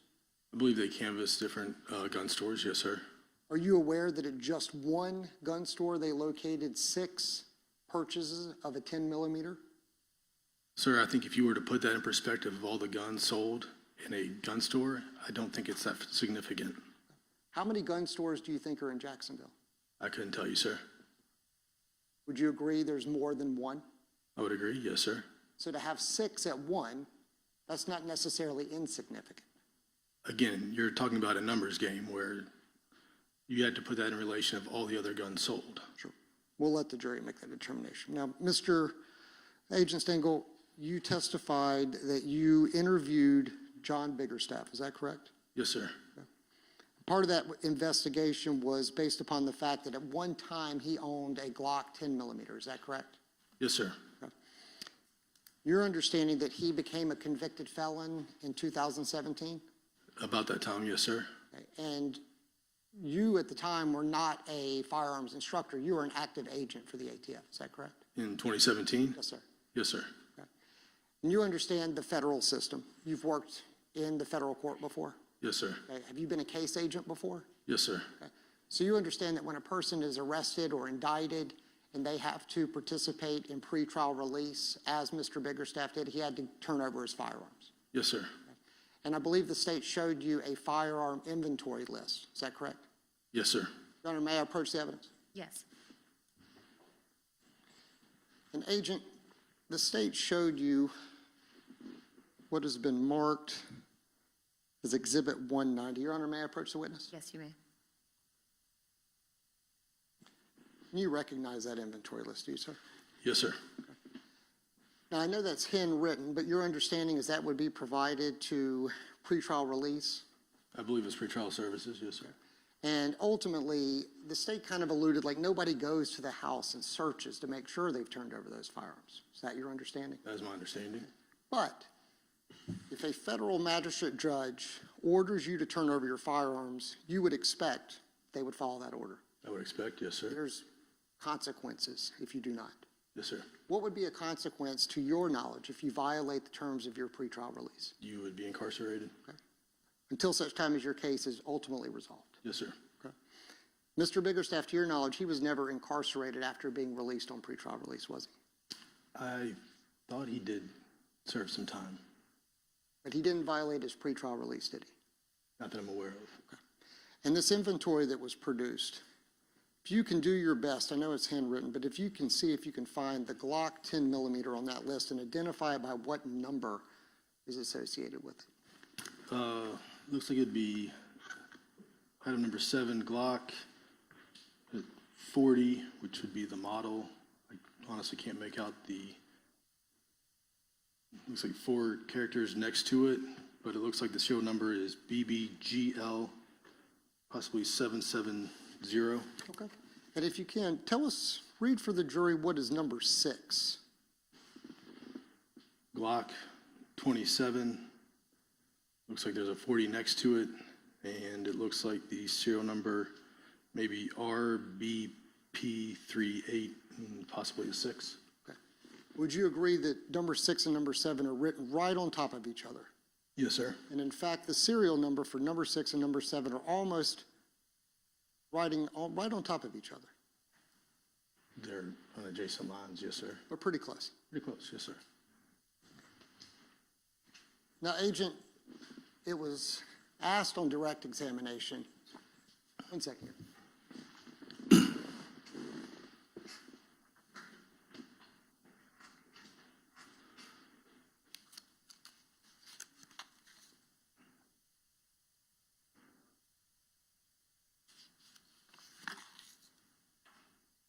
Agent, my law partner corrected me. Mr. Biggerstaff, from my understanding, did violate pretrial release, but it was by way of a drug charge. Are you familiar with that? Now you mention it, yes, sir. Not a firearms possession charge, is that correct? That's correct, sir. I'm showing you that same affidavit. Can you see that on your screen, sir? Yes, sir. Okay. You said it was number 7 that you identified as the 10 millimeter. Yes, sir. And number 6 was a Glock 27. Yes, sir. Okay. I'm going to come back to that in just a moment. But it's understood that Mr. Biggerstaff owned a 10 millimeter in 2016, got in trouble with federal authorities, had to turn those firearms over to someone outside of his home. Yes, sir. That's how we got this inventory, correct? Yes, sir. And your understanding is those went into the possession of other Biggerstaff family members? I believe we were told that Juan Biggerstaff took the guns. Now, if John Biggerstaff had come back into possession of those firearms, he would be violating both state and federal law, correct? Yes, sir. And certainly if he was caught, if he was prosecuted in state court, your understanding is that's a 3-year mandatory prison sentence. Is that your understanding? I'm sorry, I'm not overly versed on the sentencing for Florida law. Okay. Certainly could go to prison in federal court as well. Yes, sir. No dispute that had he been caught with a firearm, he could be prosecuted in both state court and federal court. State or federal? I'm sorry? State or federal? State or federal, yes, sir. Okay. To your knowledge, he's never been arrested for a firearms possession charge since his original felony offense in 2016. Correct, sir. And to arrest an individual, what do you need as far as level of proof? Just to make an arrest. Probable cause? And you would agree that's a much lower standard than having someone convicted in a court of law. Yes, sir. You just basically have to have a little more based upon the totality of circumstances in order to arrest him. I'm sorry, can you repeat the question? Yes, sir. In order to arrest Mr. Biggerstaff, you would just need probable cause that he was in possession of a firearm. I would have the probable cause, yes, sir. And at this time, he's never been arrested to your knowledge for possession of a firearm. To my knowledge, no, sir.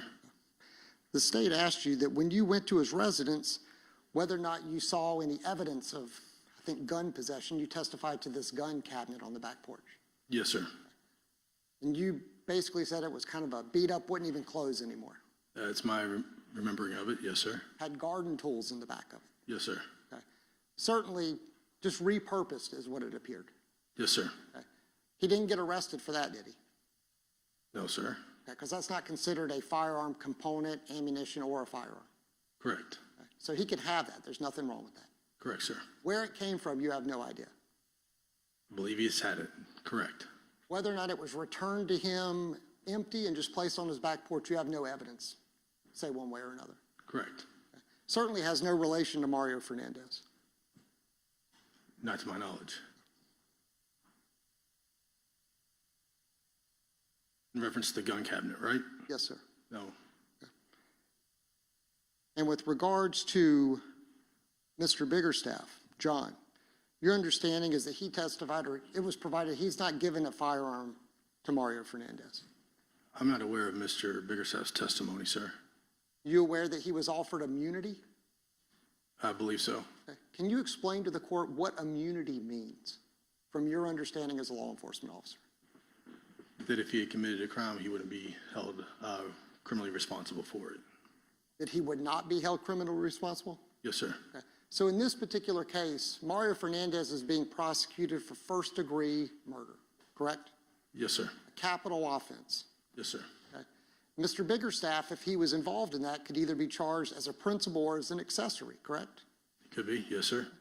And he's been offered immunity, meaning that if he had been involved in that case at all, had he provided a firearm to Mr. Fernandez, he would be immune from prosecution. Yes, sir. Meaning that he could tell Ms. Stifler or Mr. Mizrahi, yes, I gave a gun to him, and he would be held completely, he'd be okay. He wouldn't be prosecuted. Depending on the terms of the immunity, yes, sir. As long as he told the truth. Yes, sir. Okay. And your understanding is you did not accept that immunity. That's my understanding, yes, sir. To your knowledge, he has not implicated Mr. Fernandez. No, he has not. You further interviewed Juan Biggerstaff, correct? Correct. And he was a law enforcement officer in Texas? Yes. Did he provide any information that furthered your investigation into Mario Fernandez? No, sir. He also was offered immunity. Is that your understanding? I believe so. And again, same as his father, had he had any involvement in a first-degree murder, he would be immune from prosecution if he cooperated with law enforcement. Yes, sir. But ultimately, the jury will decide his credibility, both of these gentlemen. But your understanding, they provided no information that would further the prosecution of Mr. Fernandez. I believe we received just more conflicting statements. And the jury, ultimately, you would agree, will decide whether or not they're credible or not. That is up to them, yes, sir. Now, Mr. Biggerstaff, Juan, was a law enforcement officer in Texas at the time of that interview? You said Juan? Yes, sir. Yes, sir. And I believe the state elicited that in June of 2023, let me back up. When you interviewed Juan Biggerstaff at the state attorney's office, he agreed to wear a wire. Is that correct? Yes, sir. Okay. A recording device, yes, sir. Yes, sir. So not really what I'm wearing, but a concealed recording device. Yes, sir. Okay. He actually had 2 of those on him. Is that Yes, your sir. understanding? Mm-hmm. And at the time, he was an undercover narcotics officer in Texas. I believe he was a narcotics detective. His capacity, I'm not aware of. He was an experienced law enforcement officer. Yes, sir. Okay. And he agreed to cooperate with his fellow law enforcement partners here in Jacksonville. He was resistant Wear a wire against his father, to cooperate. but he did cooperate. He was here, sir. Well, let's be clear. He came to the state attorney's office, correct? Yes, sir. Okay. You and the state attorney's office and fellow law enforcement asked him to wear 2 recording devices and to go speak with his father in furtherance of the search of a 10 millimeter, correct? Yes, sir. And ultimately, he did agree to do that. He did do that. He may have been resistant to wear a wire and go speak to his own father, but he ultimately agreed to do it. He agreed to do it, yes, sir. You made sure that he didn't have an opportunity to contact his father prior to leaving the state attorney's office with those recording devices, correct? I believe precautions were taken. Okay. As to whether or not, as the state tried to elicit on direct, that he somehow gave any type of indication to his father, you don't have any direct evidence that he tipped off his father. Not directly, sir. Okay? You weren't there, correct? I was not there. You just got to listen to the recording when he brought it back. Yes, sir. Okay? And he did record. Yes. Whether or not the devices captured everything or not, whether you can blame that on one bigger stuff, you don't have any evidence to support that. You would agree with that. I just have the end result. Yes, sir. But ultimately, didn't gather any information that was related to Mario Fernandez. Just that the guns were supposed to show up on, well, I'm sorry. No, my question specifically, no. The state can't just tell you what to say by shaking No, your head. I apologize. I started to say something. I'm sorry, sir. Ma'am. Let me have the jury step out for just a moment.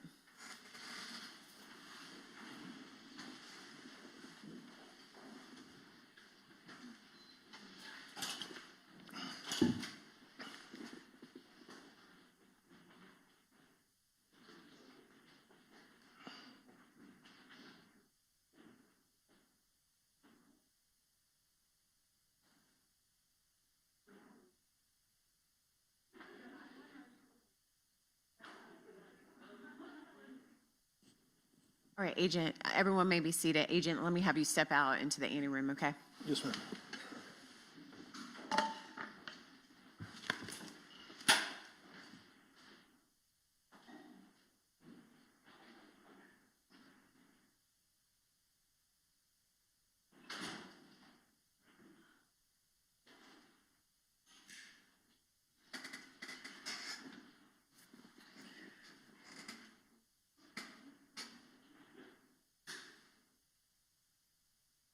All right, please let the record reflect that the agent's off the witness stand. Mr. Hill, you started to address something. I'm going to give you the proper venue, not in front of the witness, not in front of the jury. Yes, Your Honor. The witness went to start answering a question and stopped himself. I observed the state attorney's office shaking their head, giving acknowledgement to the witness in front of the jury to answer a question in a particular way. Entirely improper. They cannot direct a witness on what to say. And that's exactly what they were doing. There's video cameras throughout the courtroom. Your Honor can watch a replay yourself. That was the indication I got. The witness was smart enough to stop, and I can hear Mr. Mizrahi speaking, and I would ask for you not to interrupt. Okay. I would ask for the defense counsel to address the court and not me.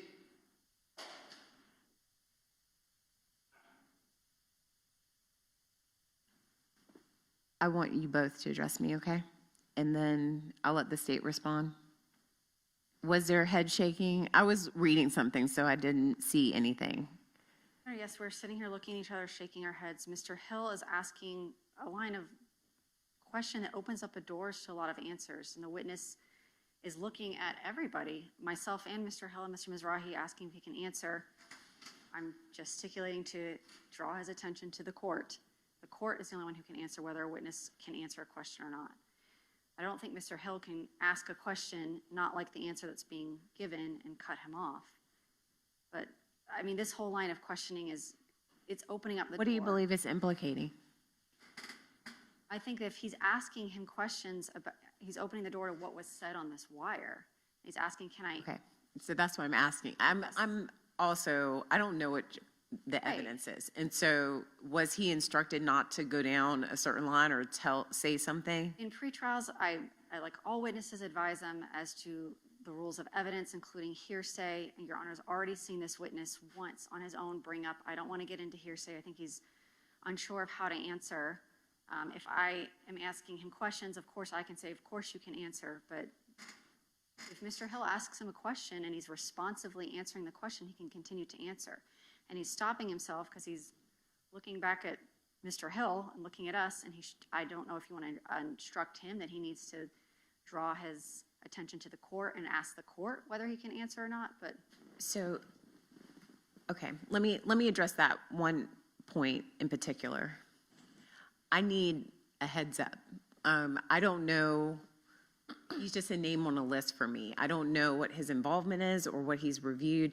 If there is an instruction saying, hey, you cannot get into this line because if there's something sensitive or he's walking a fine line, I kind of need to know, because generally speaking, what the process would be is I would tell the witness, you know, look at me, ask for a break or whatever, and then we can address some issue that wouldn't cause a potential mistrial. And so, Mr. Hill, with that explanation, do you believe that was what's going on, or you think that it was delivery of an answer? I don't know what's been presented to the jury is he shows up and there's an F-150 there and he didn't search, and then but now the cross-examination is getting into investigative techniques, and I don't know his level of involvement. Is that a fair assessment of what's going on, or are you still maintaining that somehow they're trying to signal him? Because then I'm going to ask the witness. So, Your Honor, if you recall from the direct examination, he went into his discussion of when Juan Biggerstaff wore a wire to go and meet with his father. Yes. My line of question, and I believe my question was, you did not gather any information related to Mario Fernandez, not what was said on the wire. It was simply you didn't gather any information. It was similar to my previous questions about the property, about the truck, that you gathered no information related to Mario Fernandez. The witness started to testify, and he did stop himself. That's when I saw the state attorney's office seemingly acknowledging to him that he could continue his answer, and as they stated, that they believed I had opened the door to discuss the contents of the wire, which is absolutely not what the question was. It was, did you gather information related to Mario Fernandez? Okay.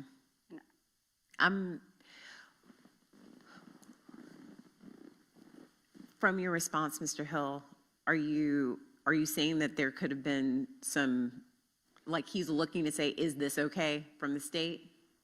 Is that what you're saying?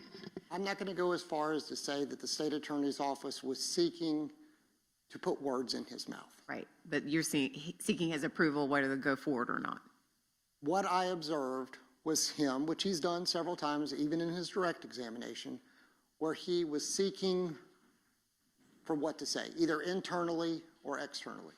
Okay. I simply observed the state attorney's office nodding their head affirmative. Whether they're doing it to each other, all I can say is that I have 16 people sitting in this box and a witness up here, and they're right beside the jurors.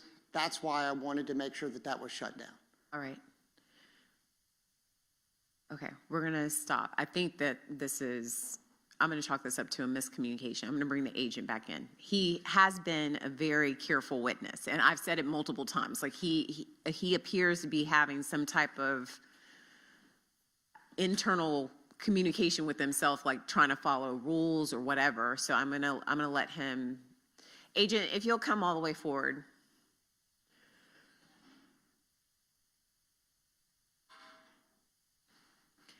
All right, if you could just pause right there for a moment. I've said this about you. You seem to be very conscientious and very, being very careful with your wording. Is that a fair assessment? Sure, it's a habit, it's okay. So, okay, all right, yes, that's fine.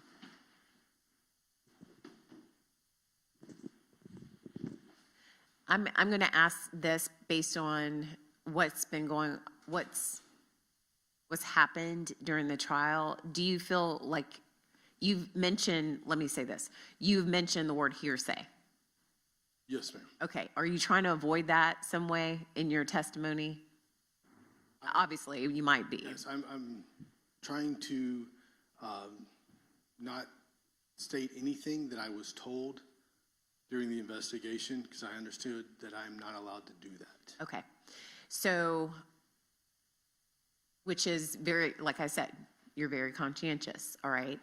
But what's happening is that, and what I need you to do, and it's fine, and I appreciate your careful, observant of the rules, but if you have a situation where you believe that whatever the question is, would call for you to do something that in your mind would be impermissible. I don't know what you discussed and what you didn't discuss.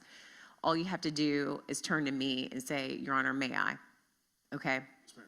And then I can make a ruling. And then I think everything will stay kind of in bounds. And then the lawyers, if I have a question, I'll bring them up to sidebar and I will hear from them. But I don't want you to feel like you can't seek court intervention if you believe that whatever you're going to say, a lot of times this happens with detectives, hypothetically, where they might think that they comment on a constitutional right, or they comment and they're apprehensive and they know the implications of blurting something out, which I appreciate, okay?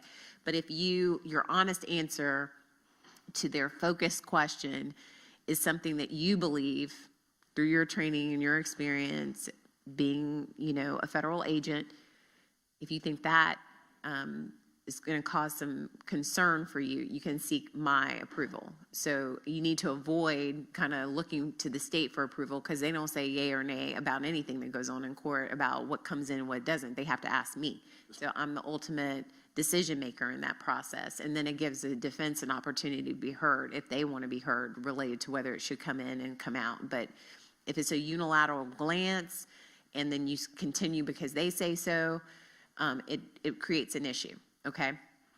Yes, ma'am. All right. So I'm not getting on you, but I just wanted to let you know I am an avenue that if you don't have to be so careful and reflective, if your natural answer is X and you believe it caused a problem, you can say, Your Honor, may I? And then that's a perfect way for me to intervene appropriately. So would any side like to say anything to the agent before we continue? Nothing. As far as his testimony related to that issue? No, Your Honor, I believe the court instructed him appropriately. Okay, so again, me and you, we're on the same line.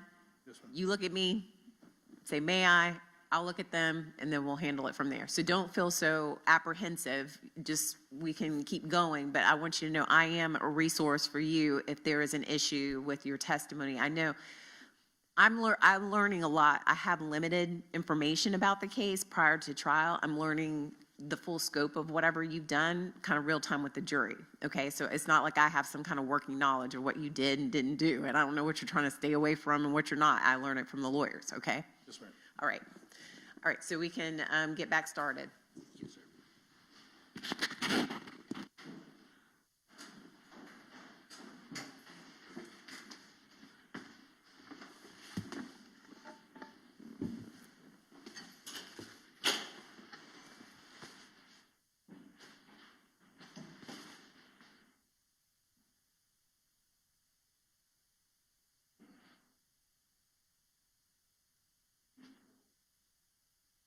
Do you know what your question was, Mr. Hill?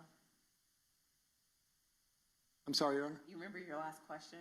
I believe my last question was, I just wanted to make sure you didn't need to get back where you were. You know where you were? I do, yes, Your Honor.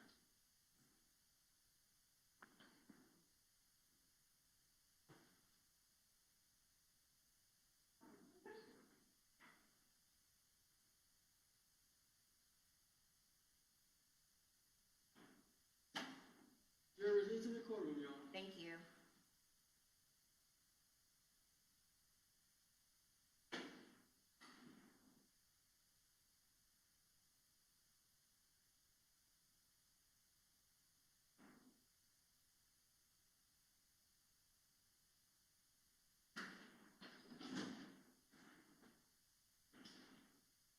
Right. Welcome back, members of the jury. Everyone may be seated.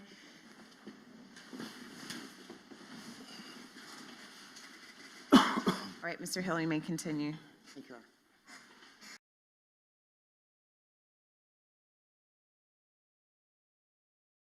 Communications with his father, is that correct? Yes, sir. And when he returned either to the state attorney's office or to where did he actually return after that recording session? I think we met with him out in public.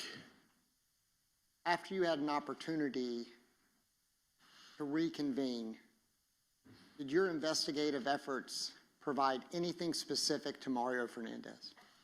Not that I recall. The state asked you about Juan Biggerstaff and a June 2023 police report that was filed. Do you recall that? June 2020, yes, sir. And that was in regards to Juan Biggerstaff's undercover police vehicle being stolen from his home? I believe it was his police vehicle, yes, sir.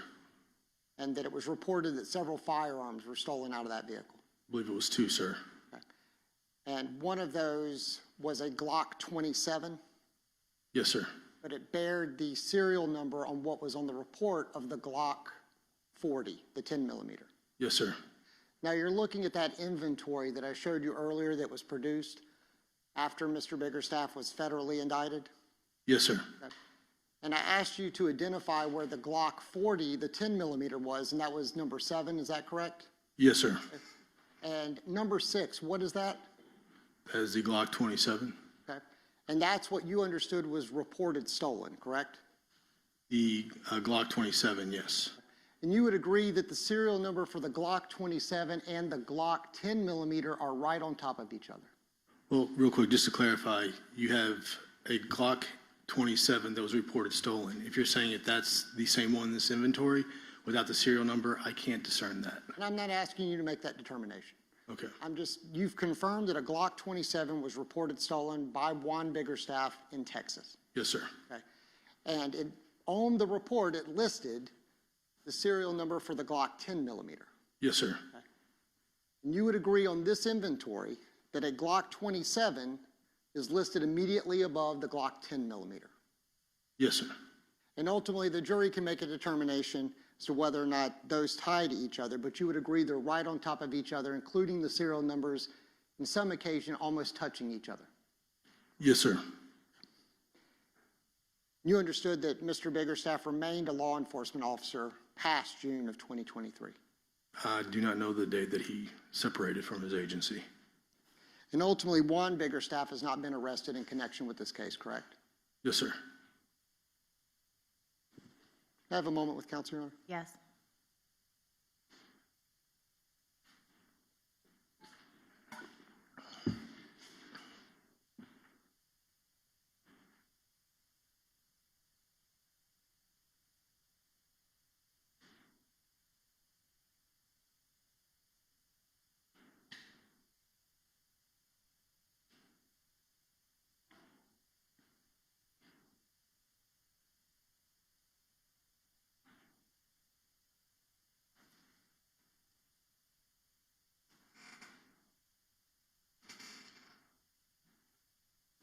Thank you, Agent. I don't have any further questions for you. Redirect.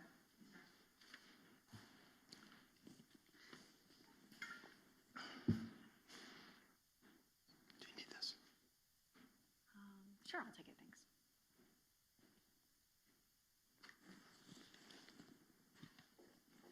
Agent Stengel, Jimmy Jones was never a suspect or never discussed as a suspect between you and members of a homicide team. Is that correct? Yes, ma'am. And Mr. Hill asked you a bunch of questions about some legal issues between the federal system and the state system. You are obviously aware that as a law enforcement officer or a state law enforcement officer or state prosecutor cannot give federal immunity. Correct. Mr. Hill asked you a bunch of questions about a police report. Yes. I'm going to ask you some follow-up ones. You mentioned in your direct that members of ATF had spoken with Juan Biggerstaff prior to your interview with John Biggerstaff in November of 2022. I'm sorry, one more time. You mentioned other ATF agents in Texas had conducted an interview of Juan Biggerstaff prior to your interview with John Biggerstaff or Mr. Juan Biggerstaff on the wire. Yes. And those same agents in Texas were the ones that alerted you to this police report in June of 2023. Yes, ma'am. Mr. Hill asked you about some details of that police report, so I want to ask you some clarifications on that. The police report Mr. Juan Biggerstaff filed was not with his own agency. It was with a separate law enforcement agency. Correct, the Dallas Police Department. And Mr. Juan Biggerstaff reported that his patrol car and 2 firearms had been taken from his residence. Correct. Where did they locate that vehicle? I believe it was just down the street. It was same street, looked to be maybe a couple blocks down by the numbers. And on that police report, he specifically gave the serial number of that Glock 10 millimeter as having been stolen from his vehicle. This BBGL770. Yes. And he did not contact anyone involved in the Jared Bridegan homicide about this police report or about him writing this serial number on any reports. That's correct. You found out because ATF in Texas contacted you because his agency opened an investigation into him. Yes.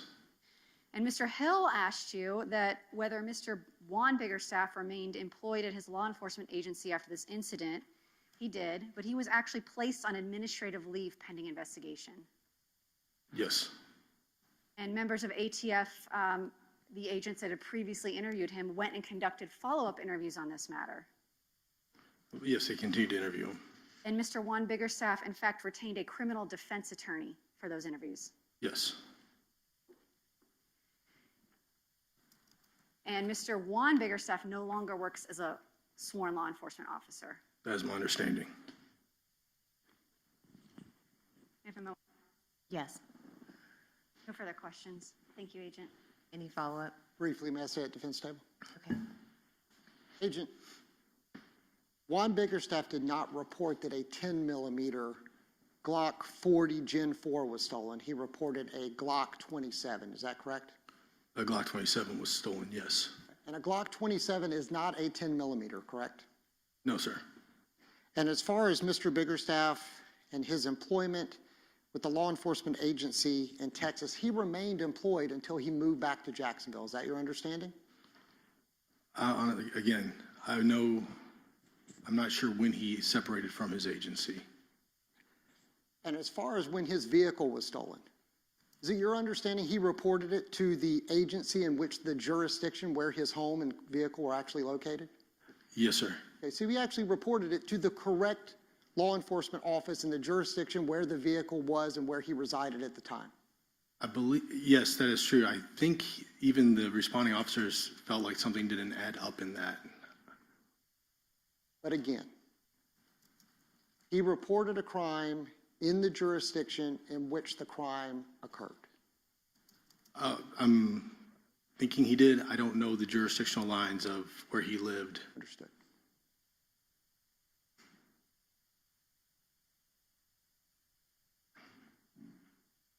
But Agent, as you sit here, you have no reason to believe he reported it to a jurisdiction outside of where that crime occurred. That's my understanding. That's what I would believe. I have no further questions, Your Honor. Thank you. May this witness be excused. Yes, Your Honor, subject to recall. All right. Agent, do you understand what that means? Yes, ma'am. Okay. Thank you. You can step down now. State will call its next witness.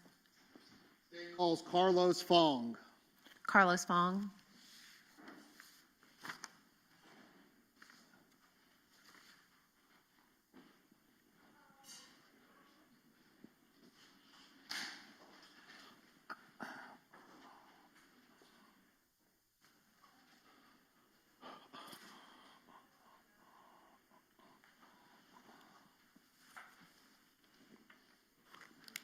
Mr. Fong, good afternoon.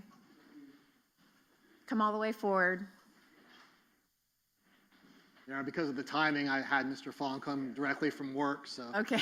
apologize for the dress. No problem, no problem. All right, raise your right hand to be sworn in. Sir, do you solemnly swear or affirm the testimony you're about to give will be the truth, the whole truth, and nothing but the truth? So help you God. All right, right this way, okay? Watch your step. There's a slight incline there.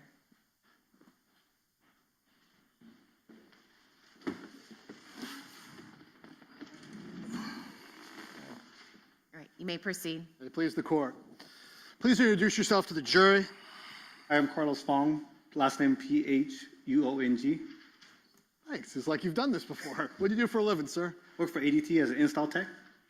All right, get right to the chase. Do you know a person named Mario Fernandez? I do. How do you know him? Friends from high school.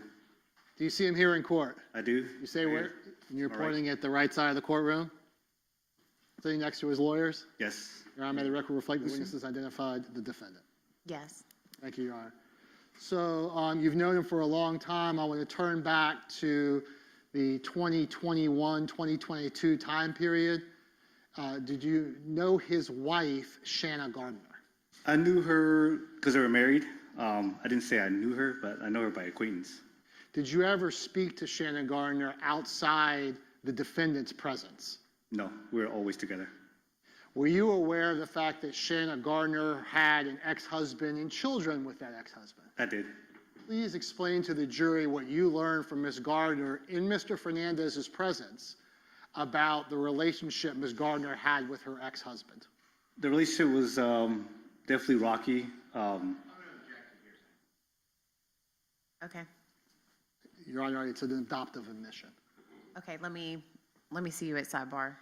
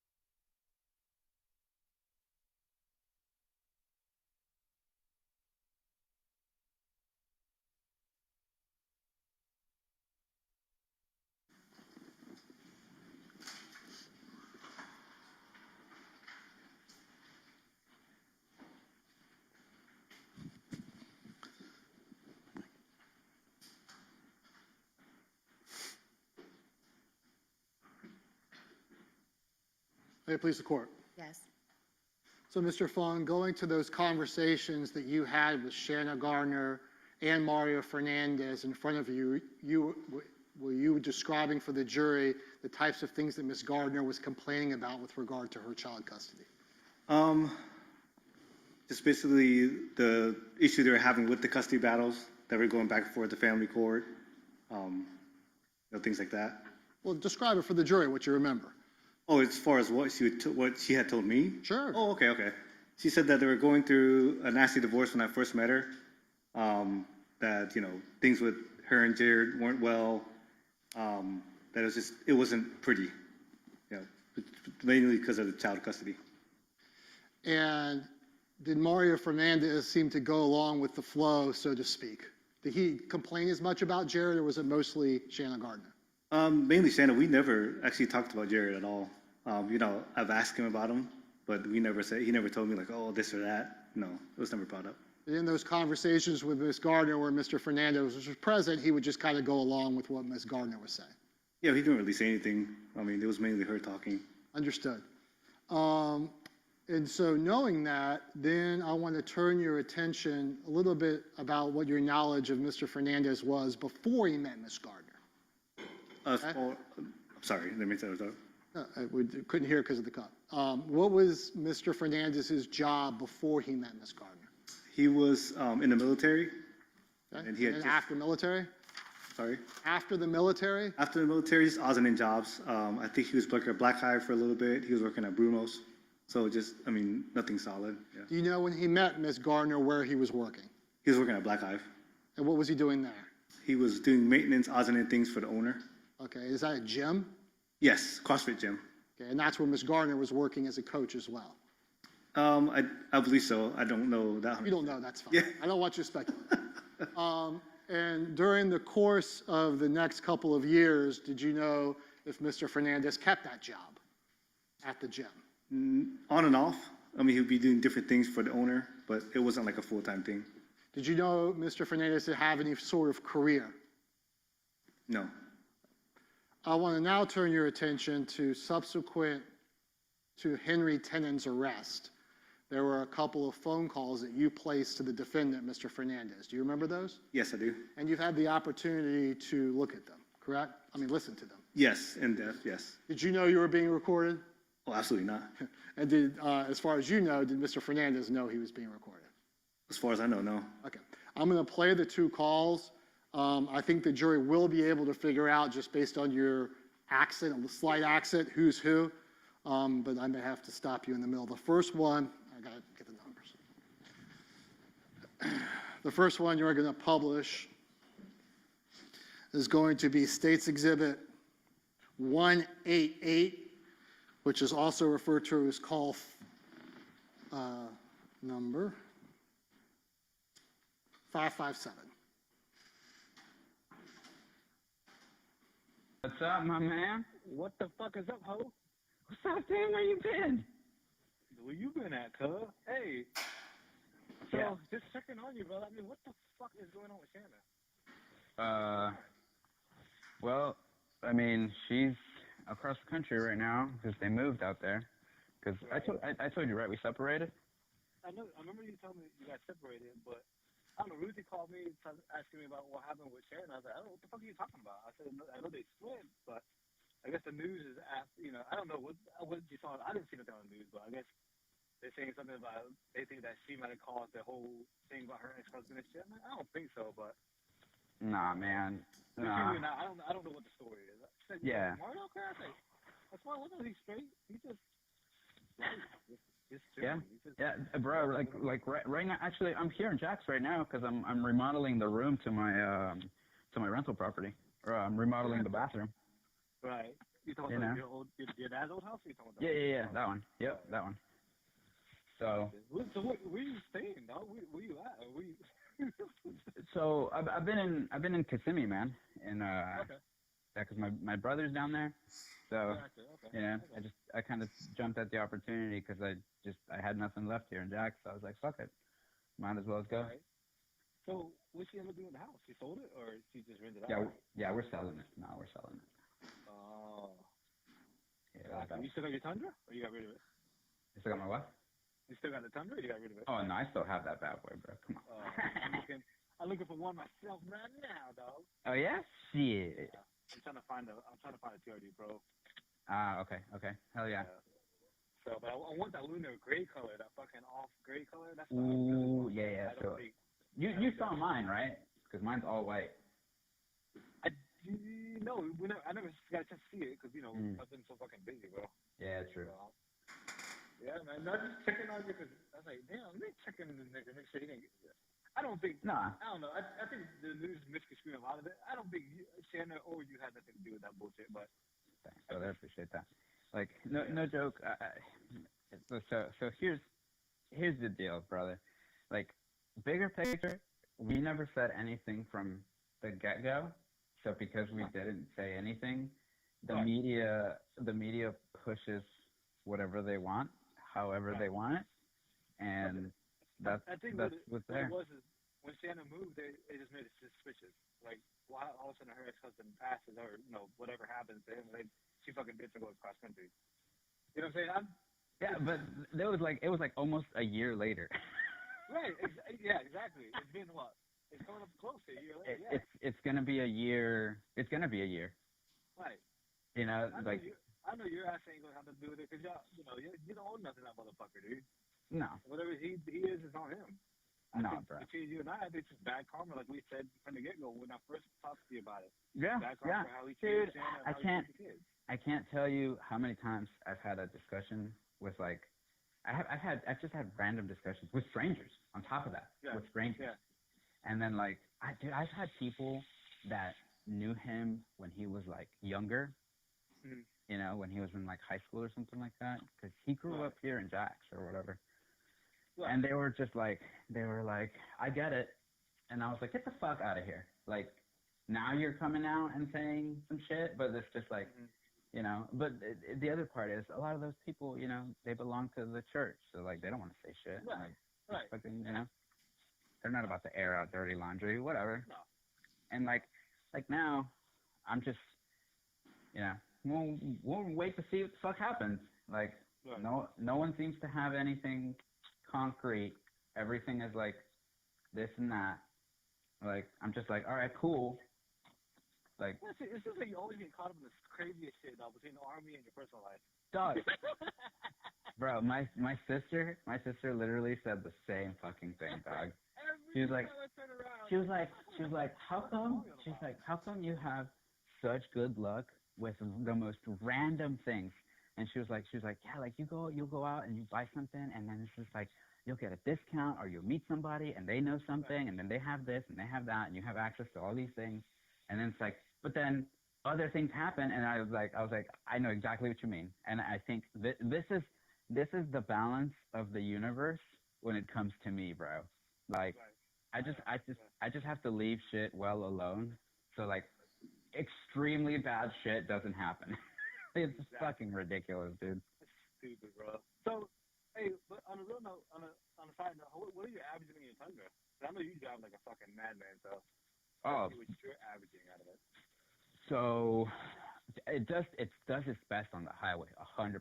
Like, I can get close to like 470 miles to a full tank, and this is on standard gas. This is regular 87 pump gas. Right. And then around the city to a full tank, about 420 miles. Yeah. What is your miles per gallon? Like, do you calculate it? Like, no, man, I'm like between 19 to 22. Let the record show that there's a significant talking about cars, and certainly it's been put into evidence, but I'm going to fast forward it about 7 minutes. Okay. From approximately 5 minutes to approximately 12 minutes.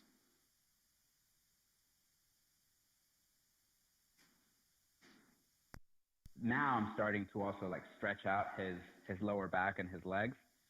I just stretch him out, and like he gets a little, like there's a little bit of pain, but then as soon as I like get him like stretched out, like you could like he's lively, like it all comes back. He's like, oh fuck, I'm ready to move. Like, let's go.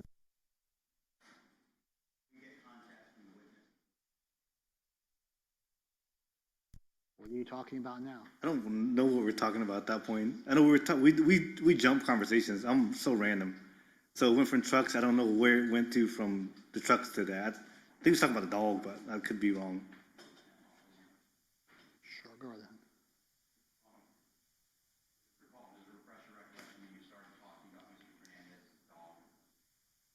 I think so, but I can't tell you 100% what that was. That's the only thing I was talking about, stretching out his back and stuff, because Zero was older. He's a big husky-sized dog. Okay. So yeah, man, he's doing all right. Yeah, that's good, man. Yeah, I just want to make sure you're calling no bullshit with that whole situation. Because Ruth had called me about it. I said, I don't news, but I'll call him. I'll double check on my boy. I'm pretty sure he would have called me if some shit was going to go down. Yeah, man, I would have told my people here, like, hey, like, you know, but you never know, bro. Like, I had mentioned this, because like last year someone told, bro, I had people apologizing to me because the way our family got painted, it was like they're looking at Shanna for obvious reasons, and then they're looking at me for obvious reasons. But then on top of that, they were like harping on stuff, and then like people, I had strangers apologize to me for media racism. Like people were on social media being racist towards me, and I don't watch the news, so I didn't pay attention to it. You know, it's like I was just like, well, you know, like all I could say was like, well, racism is real. You know, like I live with it, I understand it. What I don't want to happen is some bullshit for whatever reason happens, and then they look at me on just the inclination because I'm fucking Hispanic. Yeah. You know what I mean? And then all of a sudden I have to fucking go through this round robin circle of bullshit because okay, well, the military, you fit this profile and stereotype. So fucking now we gotta do shit with you, and it's just like like that's the one thing, dude. I haven't talked to Ruth in years, bro. Yeah, I know. How's she doing? Okay, obviously the entire call is played in, but I don't think the state needs to publish any more of that. We'll now go to the second call, and I guess I didn't make it clear, Mr. Fung asked a question. These calls took place January 24th and January 25th of 2023, approximately. Yes, sounds about right, yeah. We'll now publish State's Exhibit 189.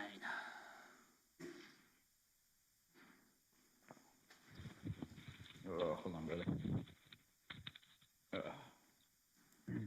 Hey, what's up, man? You in private? What's that? You in private? Yeah.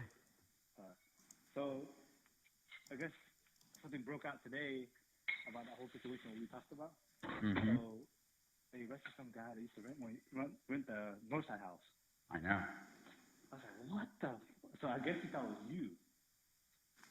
Because I think the motive was after you, not her husband. Her ex-husband.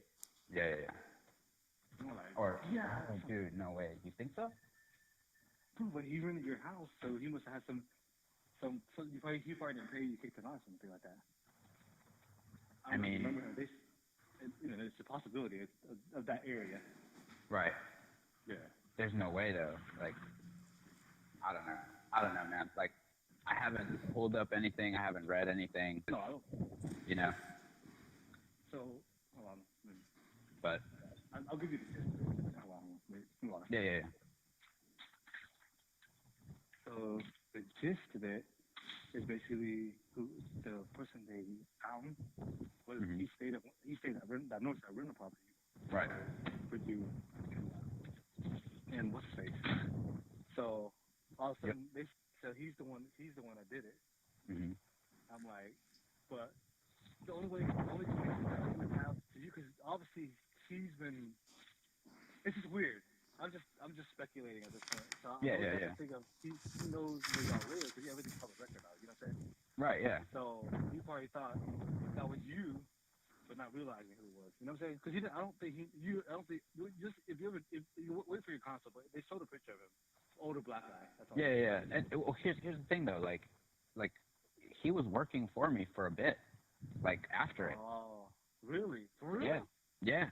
Like he helped me. Like that's a fucking quarter-acre lot, and like he did a lot of fucking work, dude. Like he fucking took down trees and shit and fucking mowed that bitch, and then he did roofing. Like, so I don't fucking get it. So between you and I, you never talked to him about Shanna. You don't know nothing about Shanna's ex-husband, right? No, like no. Like they're. I'm trying to. I mean, I'm honestly trying to remember, like, I have to like think of like any recollection of Right. of any conversations I'm gonna have with the dude. But it's like. But you wouldn't have any pictures of him or anything like that. You know what I'm saying? No. You know what I'm saying? He wouldn't know anything. Yeah, no, It's just fuck no. crazy.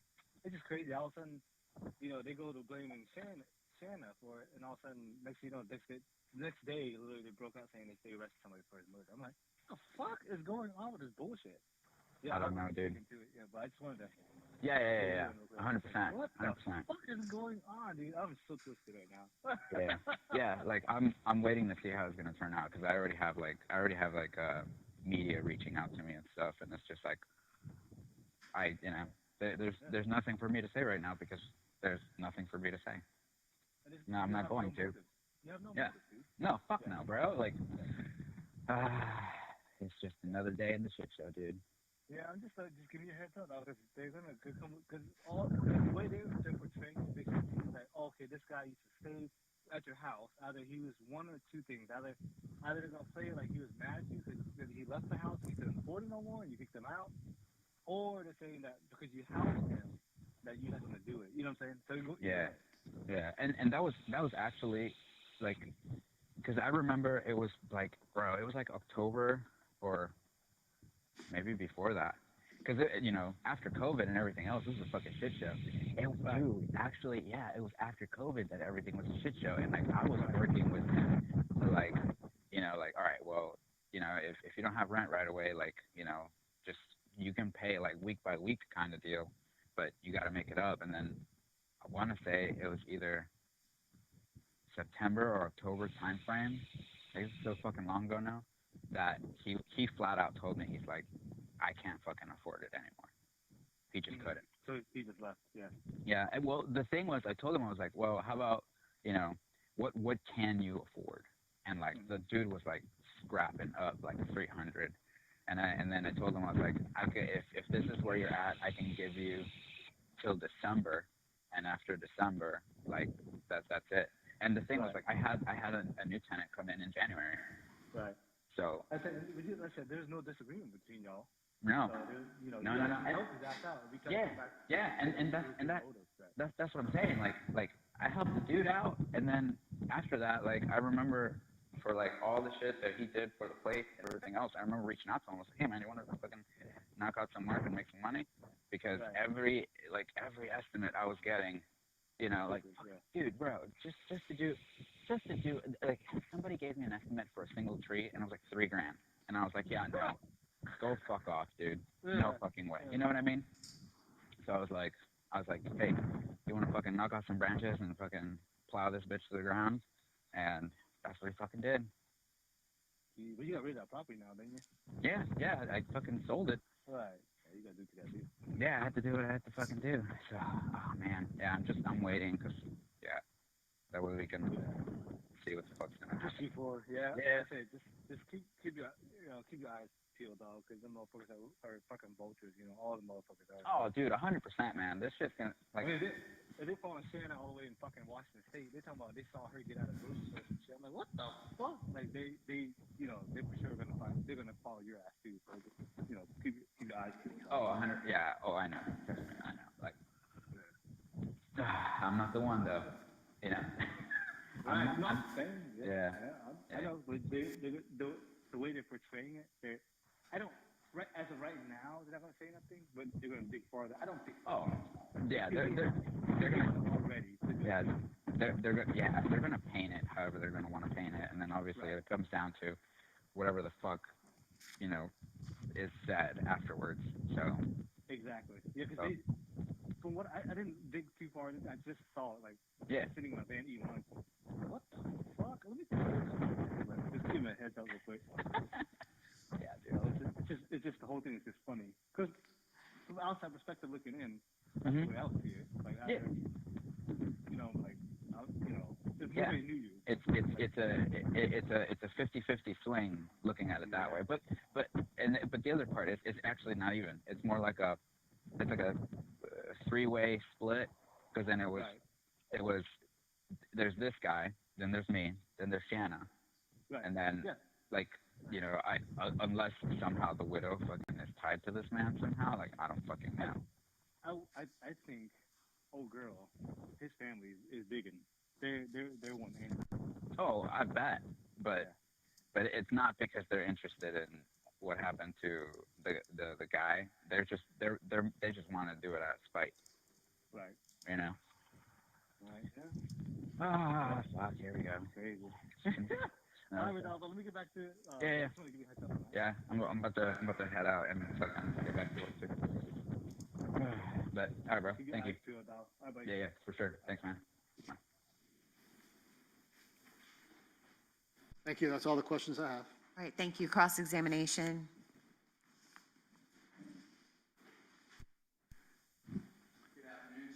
Hey, how's it going? Good. Oh, sorry.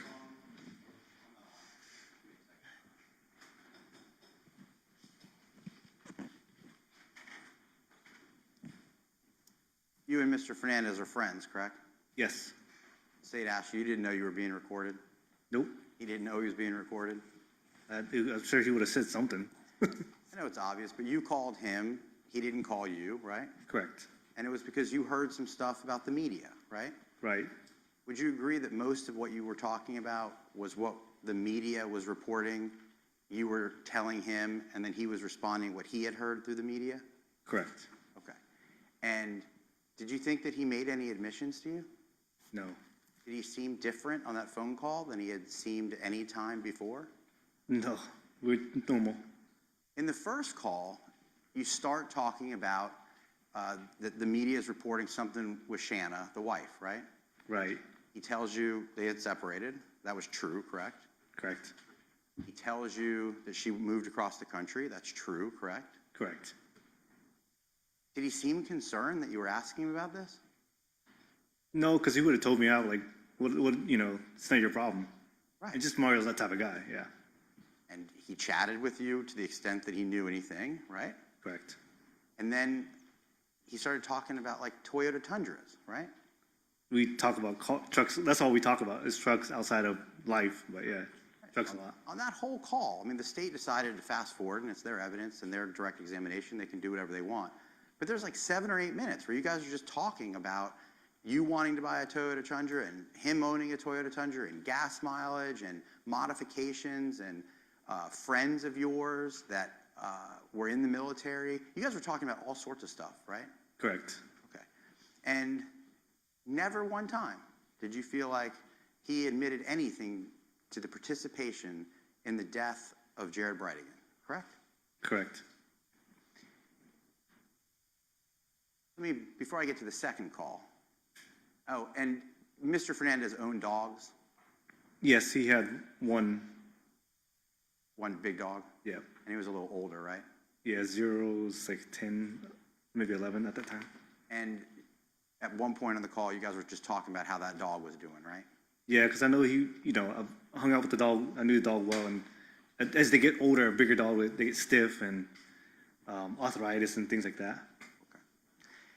Okay. And Mr. Mizrahi started saying that while you were friends, there were times or a time where you were around Ms. Gardner where she was griping about the co-parenting issues she was having with Jared Bridegan. Do I understand that correctly? Correct. But do I also understand that Mr. Fernandez never talked to you about that? I never cared to know his side of the story. I never asked. And he didn't seem to really care, right? To my opinion, no. I mean, he wasn't, in fact, you specifically said, he didn't jump into the conversation and start dogging Jared Bridegan, right? No. He just sat there and listened to his current wife griping about her ex-husband. Do I understand that correctly? Correct. You think that's unusual that an ex-wife gripes about her ex-husband? Or excuse me, a wife gripes about her ex-husband? Depending on how bad a divorce was, yes. And she told you it was bad, right? She did. Okay. She didn't hide that from you, right? Nope. Okay. So then there's a second call the next day. You had learned through the media that Henry Tenen had been arrested. Correct. And then you called Mr. Fernandez and you asked him, they're saying that guy used to live in one of your properties, right? Correct. Did he deny that to you? No. Was he like, I don't know this guy? No. Was he like, did he try to distance himself from Mr. Tenen? No. In fact, he told you that Mr. Tenen did work for him after the homicide, correct? Correct. You had no idea that you were being recorded, right? No clue at all. Mr. Fernandez, to your estimation, had no idea he was being recorded, correct? Correct. And he just happened, and this phone conversation is about 11 months after the homicide, correct? Yes, the time frame, yeah, sounds about right. And he just happens to tell you, man, this guy did some landscaping for me, right? Correct. Did you know that the checks, there's 3 checks in this case, that Mr. Fernandez wrote to Mr. Tenen? The memo line of one of the checks is landscaping. Did you know that? I saw it on social media, but he didn't tell me exclusively, no. But he did tell you that he did landscaping work. Correct. Correct. So 11, many, many months. The checks were written in March after the homicide. He told you he did work for him after the homicide, correct? Correct. And then he told you that he did roof work in the call, correct? Correct. Did you know that the checks that are in evidence that the jury will see in this case are for roofing? I didn't know. But that would be consistent with what Mr. Fernandez told you, wouldn't it? Correct. In a call that he didn't know he was being recorded on, right? That's correct.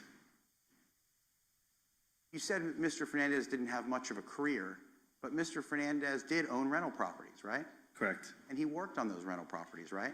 All the time. And in fact, on the very first call, he told you, I'm doing tile work right now, and you could hear the scraping. He apologized for the scraping because he was talking and working, right? Correct.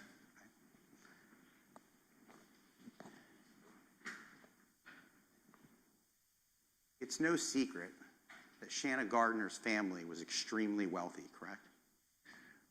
I honestly did not know that until all this came out. Okay. I didn't have a clue. So while Mr. Fernandez was married to Shanna Gardner, he lived a pretty comfortable life. Is that fair to say? Well, 100%, yeah. Okay. But he didn't brag about it or talk about it, or it didn't change the same guy that you knew from high school? Not at all. And you're still friends with Mr. Fernandez to the extent that you can be, right? Yes.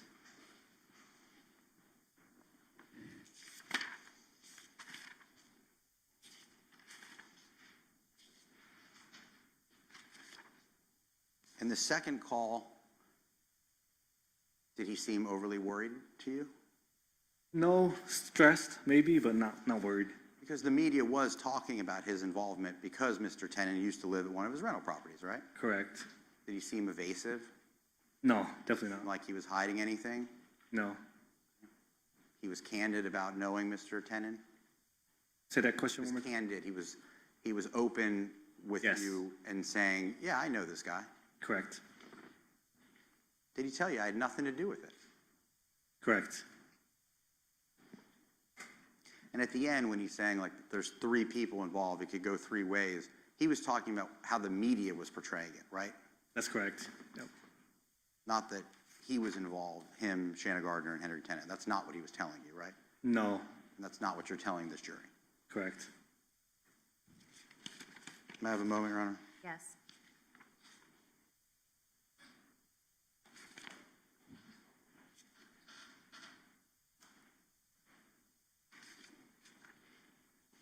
He also did tell you, I'm trying to remember, because it had been a long time, he didn't remember like every detail, right? Right. So if he didn't tell you every detail about his relationship with Mr. Tenen, it was just, he admitted, he's like, I'm trying to think back to my conversations with the guy, right? Correct.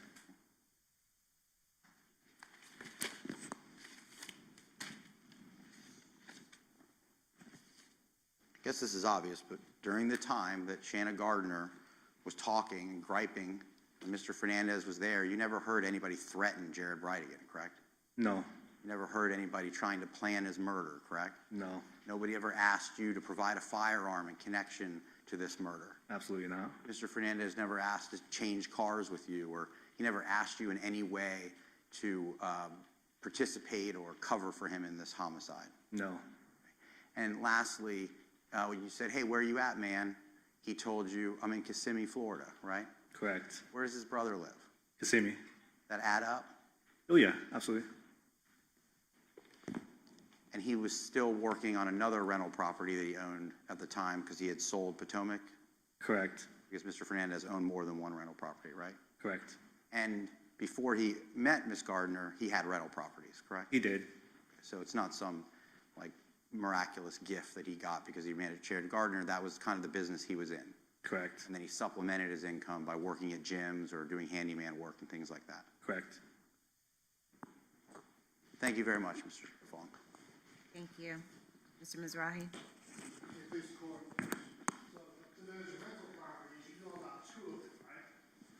Yeah, yes, correct, One is White Horse, which is in the Sandwood area, which used to be the defendant's parents' home. correct. And the other is the Potomac downtown. Oh, but I've never been there. I'm assuming.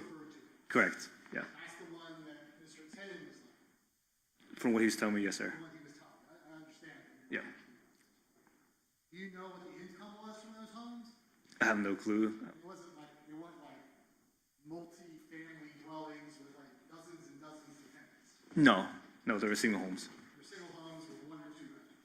Correct, And certainly he has to supplement his income by doing other hustle work, correct? let me ask that question again. He has to supplement his income, not listening to enough to support. Oh, absolutely, yeah. He had come up, side jobs, things like that. So, Mr. Dreiser asked you about the checks, the landscaping, and for roofing.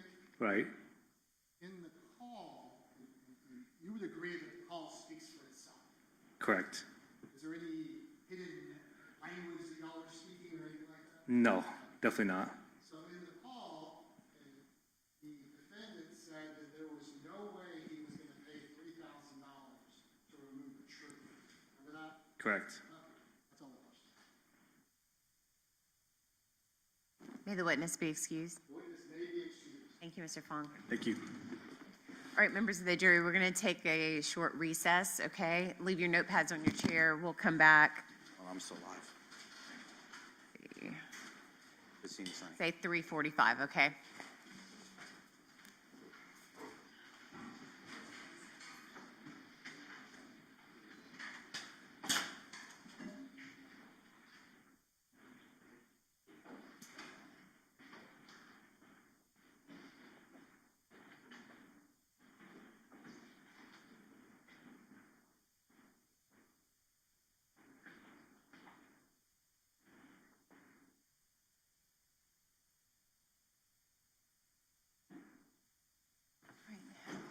Please let the record reflect the jury's left the courtroom. The court's in recess until 3:45. Thank you.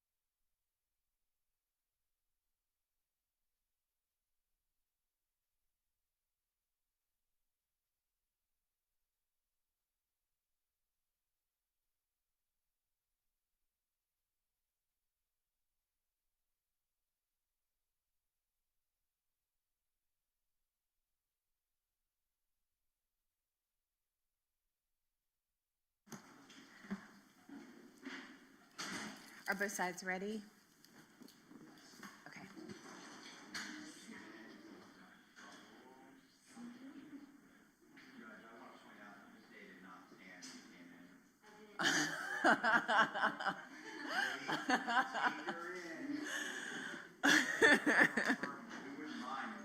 I didn't want anybody to stand. Sometimes I like to sneak in, sneak out. I'm telling you, if you could give Shannon any time away from our office and put her in jail, she'd probably take it. Volunteer submission. Do we need to get the gallery back in, right? Yes, sir.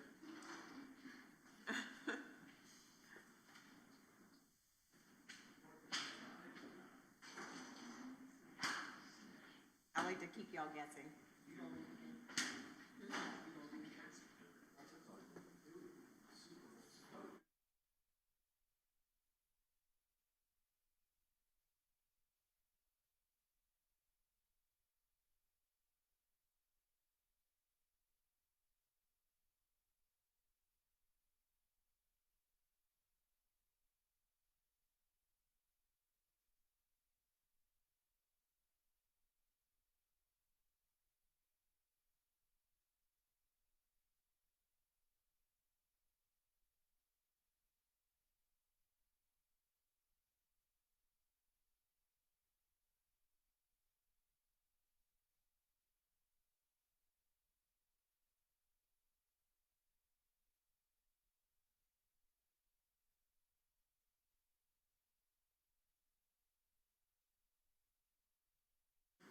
Need to get Mr. Holman. He's holding in the hallway.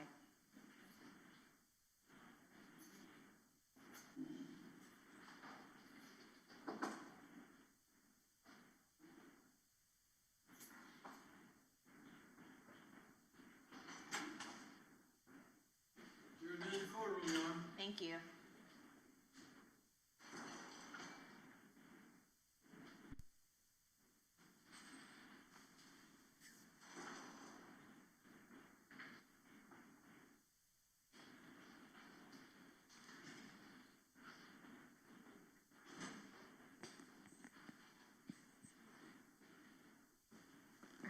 Welcome back, members of the jury. Everyone may be seated.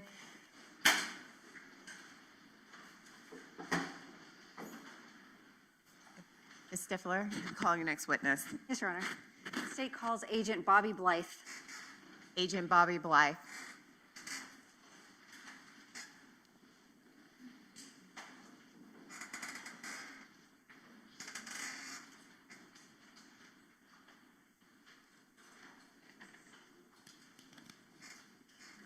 Good afternoon, Agent.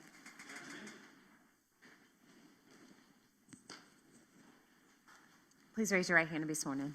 Agent, do you solemnly swear or affirm the testimony you're about to give will be the truth, the whole truth, and nothing but the truth? So help you God.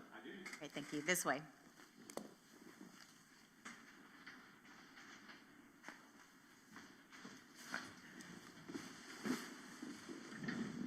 You may proceed. Thank you, Your Honor.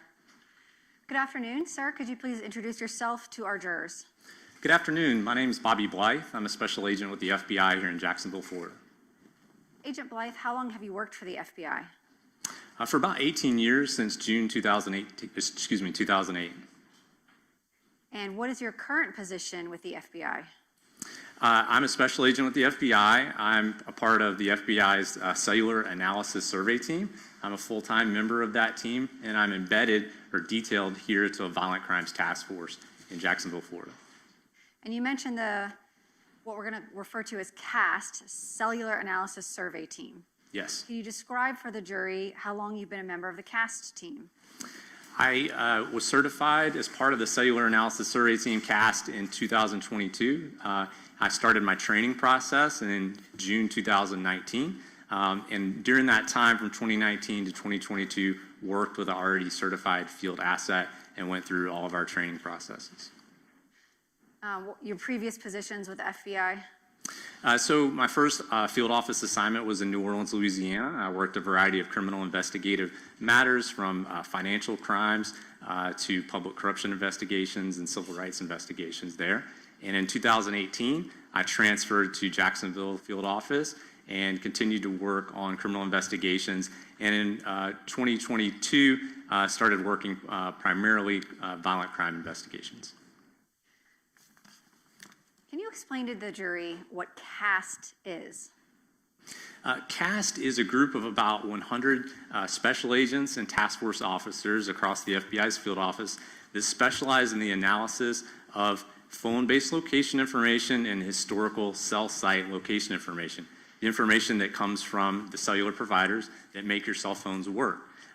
We train other investigators, state and local law enforcement, other federal agencies, how to do this kind of work, to use this technology to further investigations, to find phones and the people they belong to. We also help real time on cases to find people, whether it be suspects of crime, missing persons, such as a kidnapped child. And we also work on historical investigations looking back to see where a phone was or device was in relation to a set of circumstances. And we also provide testimony in court regarding our findings. You mentioned someone earlier testified about being CAST trained. Do you train other law enforcement agencies outside of the FBI in how to do this type of analysis? Yes, every year I teach multiple basic classes, a 2-day class to state, local, and other federal law enforcement officers and crime analysts on how to do this type of work, what kind of records you can get from the cellular providers and social media companies to obtain location information to help in an investigation. We also teach an advanced class to state, local, and federal law enforcement as well, and we're required to do so to maintain our professional standards. What's your educational background? I have a bachelor's degree in business administration from the University of North Florida with a major in accounting. I worked in public accounting for 3.5 years after graduating from UNF, and I did some post-baccalaureate work to be able to sit for the CPA exam, and I became a certified public accountant during that time as well. How did you get into this transition from that type of work with the FBI into CAST? So I knew an FBI agent that I met when I was in high school, actually, and kept up with him through college. I was recruited, went through the application process, and joined in 2008, and went through new agents training. In order to be a member of the CAST team, can you briefly describe for the jury what specialized training you have to receive related to mobile device location analysis, both historical and real-time? So we go through over 300 hours of classroom and practicals-based training, basically going from a basic class to an advanced class, a critical incident readiness exercise that simulates a command post environment. Let's say there's a child abduction or a mass shooting, and we're trying to identify a suspect device and track that device. So we simulate that in an exercise. We also go through a 4-week certification course that includes a class from a PhD professor from the Florida Institute of Technology in radio frequency theory as it relates to cellular networks. And we go through the technology from the infancy of cell phones, 1G, all the way to 5G, what's currently deployed. And what's special about it is we also receive training directly from the cellular providers, AT&T, T-Mobile, Verizon, and US Cellular, from both their network engineers and their court order legal compliance personnel to tell us about the technology they have deployed, how their networks work. We can ask them questions, and they tell us about what kind of records they keep and how to obtain them. Approximately how many times in your career do you believe that you have analyzed call detail records with location information, historical, I'll start with that, historical records? More than several hundred times. And have you ever in your career tracked successfully a suspect or missing person using these records in real time? Yes, numerous times. Can you give us an example? I know recently you tracked a suspect in a local shooting at the Players Championship course. Yes, there was a double homicide near the Players Championship this year. We were able to track the suspect's device to an area within a very short period of time of providing that information to investigators. They were actually able to locate the abandoned phone and see where that was located, and then we were moved on to exploiting other means to try to locate that suspect. I've also located missing endangered children, children who've been kidnapped, the suspects involved in those kidnappings, missing persons who've been deceased to find their remains.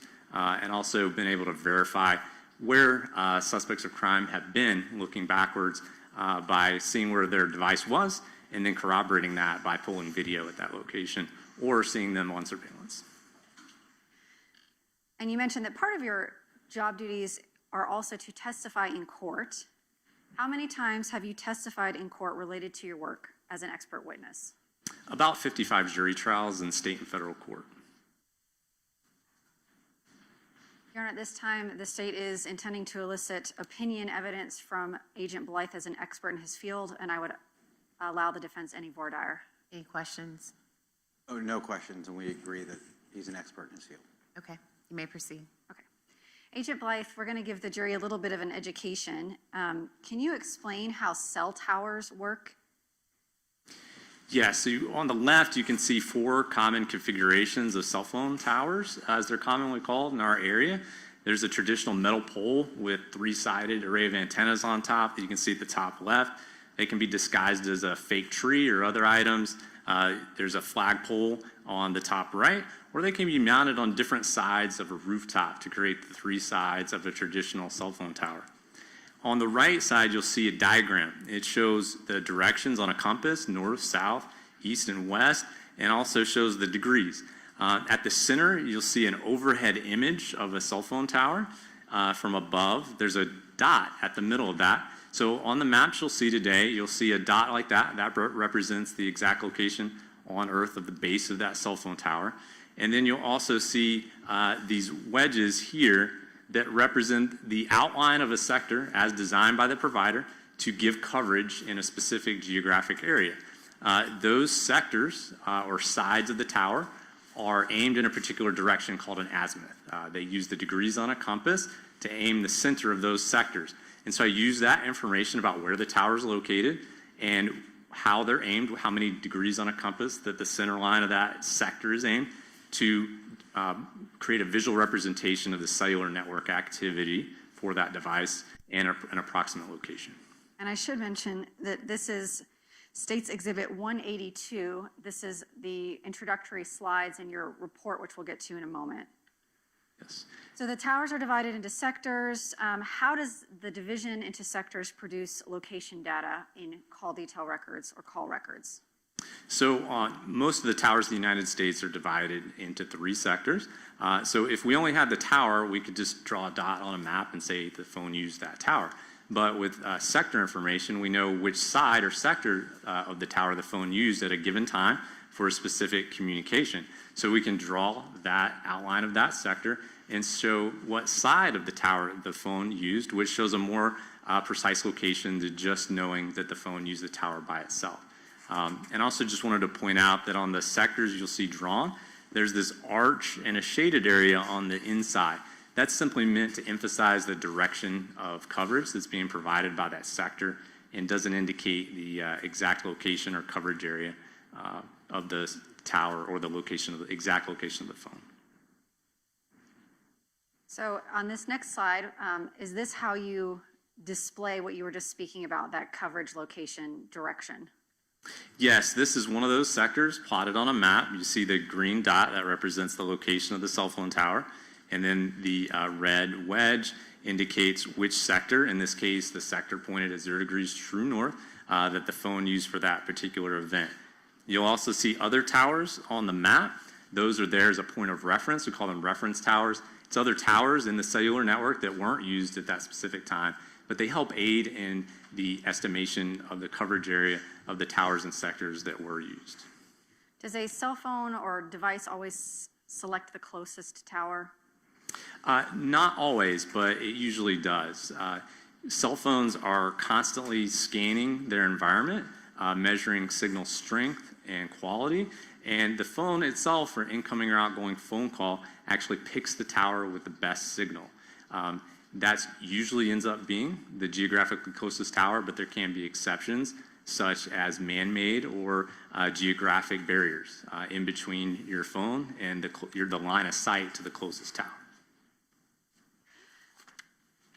What we're just talking about is what we would consider cellular location data. So can you explain to the jury what the difference between cellular location data is and something called timing advance data.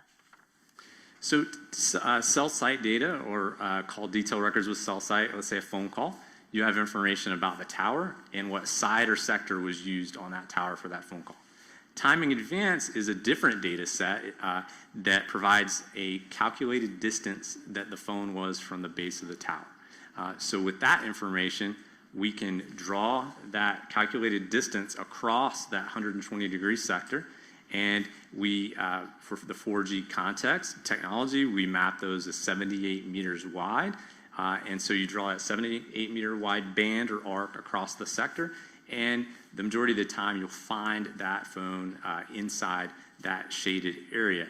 The way that it works is that the tower sends a signal from the tower to the phone, and the phone relays it back to the tower.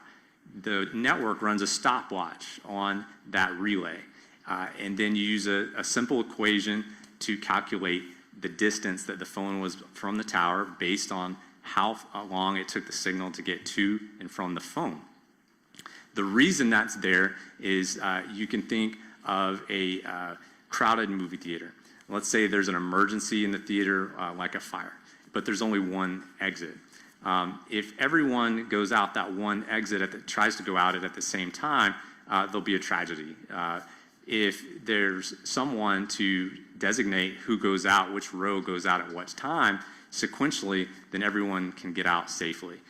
It tells the phones when they have to send signals so that they arrive within the right time window.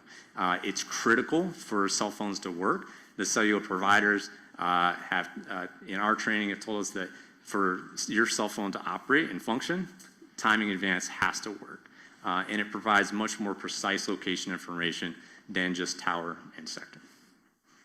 So I want to kind of break this down for the jury. If we're talking about cellular location information, does that require somebody to be actively using, meaning either sending or receiving text messages or making or receiving phone calls to generate data of which tower and sector is being used?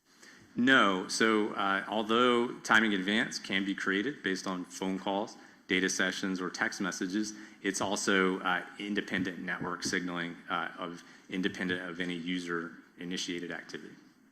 So if you were looking for active cellular usage, someone would have to be using their phone to create that activity. But if we're talking about timing advance, my phone can be sitting here without me doing anything on it, without receiving any texts or calls, and it still can be creating those timing advance measurements to the cell tower. Yes. Okay. When you are mapping cell phone data, what kind of records do you need in order to do that? So in the productions from the cellular providers, we need the call detail records with cell site, the data sessions with cell site, if it's available, the timing advance files, and we also need a cell tower list, a list of from the provider that gives the locations of all the towers and other information about the tower and the sectors, like what direction that each side of that tower faces. And in this case, and many of your cases, do you receive those records from the cell phone providers via a search warrant? Yes. The government or law enforcement, the state, we can't just subpoena them. They have to be through a search warrant issued and approved by a judge. Correct. The legal standard for quite some time now is that it requires a probable cause search warrant from a judge to obtain this historical cell site location information because it allows one to track the movements of one's device. So in this case, did you analyze both cell tower location information, meaning these maps here on page 5 that show what azimuth and what sector of a tower is being used, as well as timing advance showing that same information but with a distance from the tower? Did you have both types of data available to you in this case? Yes, for one of the devices. Do phone companies keep this timing advanced measurement data as long as they keep other cellular data? No, they don't. Do you know what the retention periods are for cell providers in general? I do, yes. And what are those? So for timing,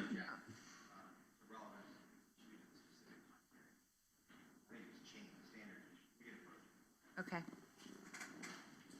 or do you want to ask it? I mean, I can ask it differently. Okay. Have the retention periods for these carriers changed since 2022? Yes. Do you know what they were in 2022? Yes. And what are they? What were they in 2022? Let's start with T-Mobile. What was their retention rate in 2022? For timing advance, it was 90 days. So if an officer does not get a search warrant for a specific phone number because they haven't identified it or it's not part of the investigation, 90 days after an event, timing advance would not have been available for a T-Mobile number in 2022. No. What about AT&T in 2022? In 2022, AT&T did not produce timing advance information to law enforcement pursuant to search warrants. They've since have begun doing so. Did you receive another type of data to analyze in this case, Google location history? Yes, I did. And can you explain to the jury where Google location history comes from? So Google location history comes from the phone's operating system, the location services function on your phone.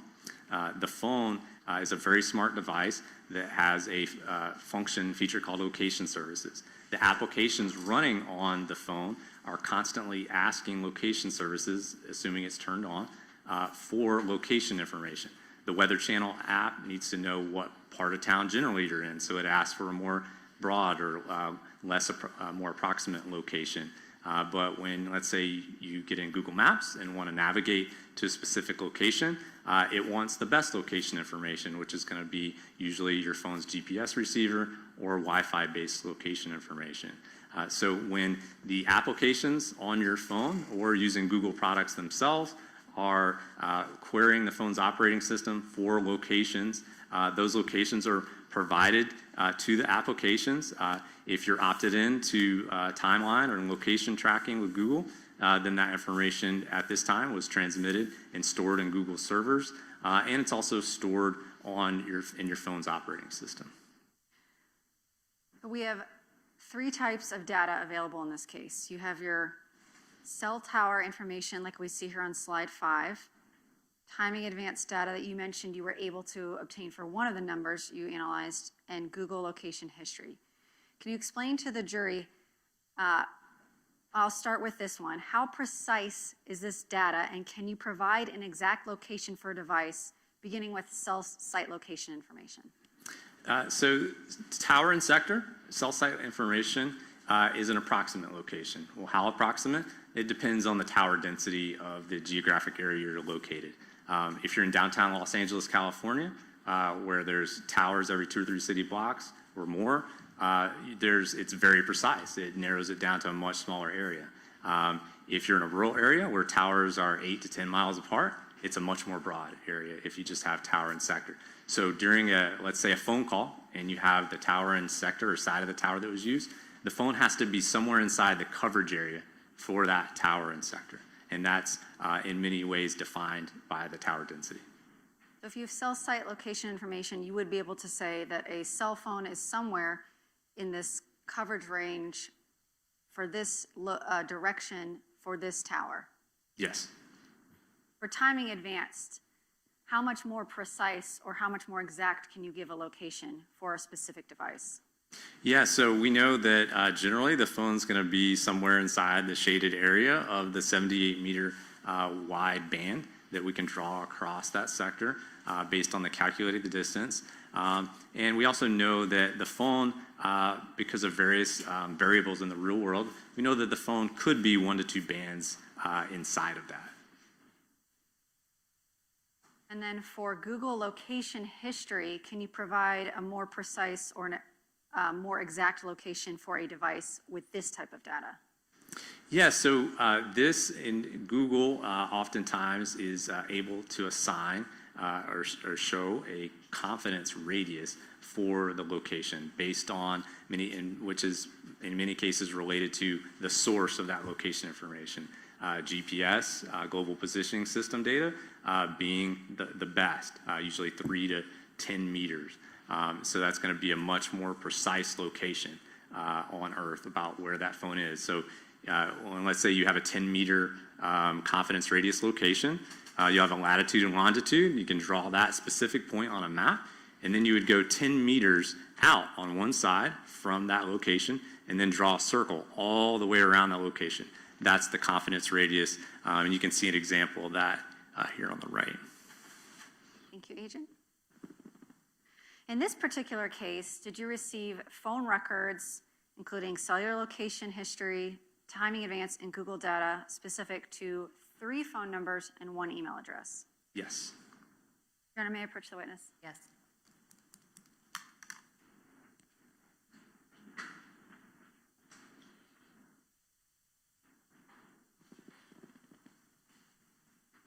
Actually, I'm going to use the evidence card for this. Okay.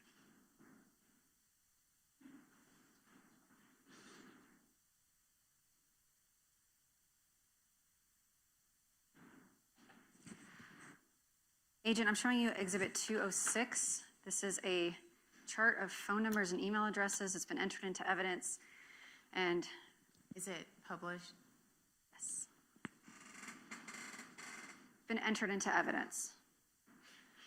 So we're beginning with, was one of the numbers, one of the phone numbers and associated individuals records provided to you, the phone number here, 904-566-2633, belonging to a Mario Fernandez?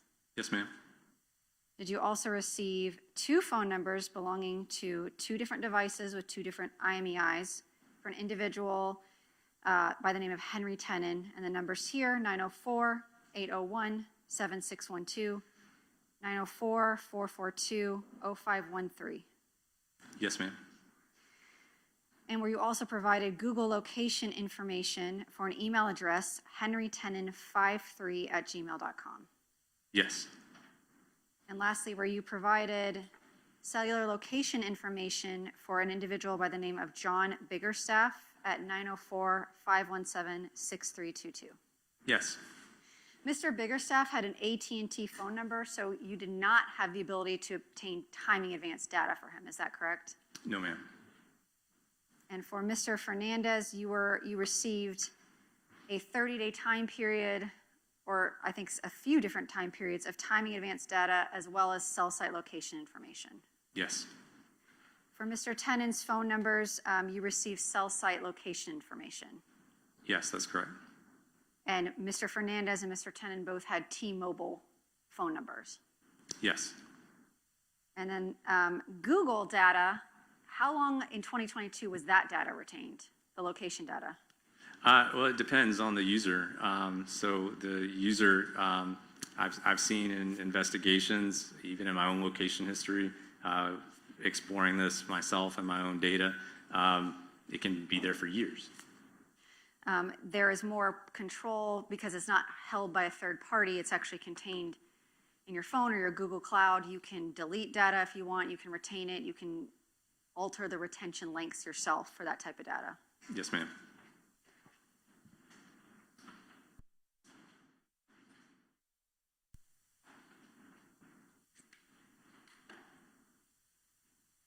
And I'm going to show you some items that were provided to you to do your analysis, beginning with State's Exhibits. Stickers are covered up. 180. These are, it's a disc with a letter from AT&T for toll records for John Biggerstaff. Yes, ma'am. State's Exhibit 179, toll records and a certification from T-Mobile for Henry Tenen.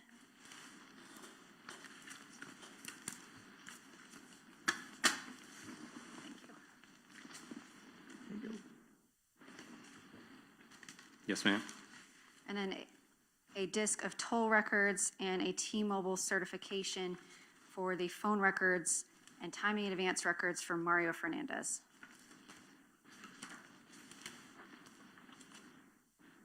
Yes, ma'am. And then you also received Google data, location data from a Google return from Mr. Henry Tenen, State's Exhibit 181. Yes. And lastly, the detectives provided you as well to include in your mapping some license plate reader reports from the St. Johns County Sheriff's Office for a specific date, January 29th, 2022. Yes, that's correct.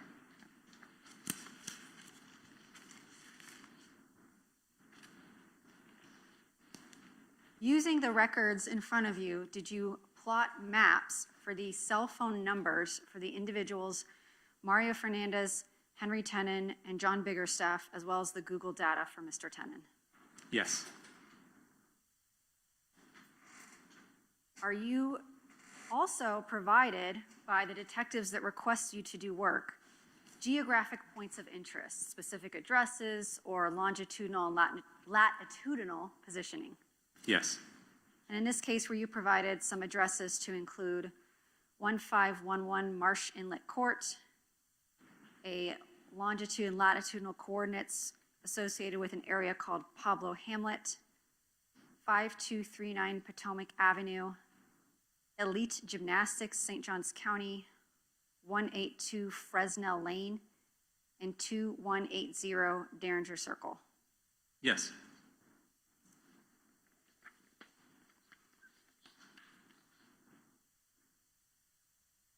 When you receive those phone records that you have up there, states 178, 179, 180, if the jury were to open them, they would see the time and dates of the cellular activity and timing advance is in something called UTC. Can you explain Yes. to the jury what UTC means? UTC stands for Universal Coordinated Time, for short, and you can think of it as being similar to Greenwich Mean Time. So to get from UTC time to local time here, this time of year we subtract 4 hours.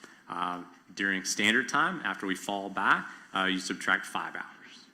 And did you make those adjustments when mapping this data? Yes.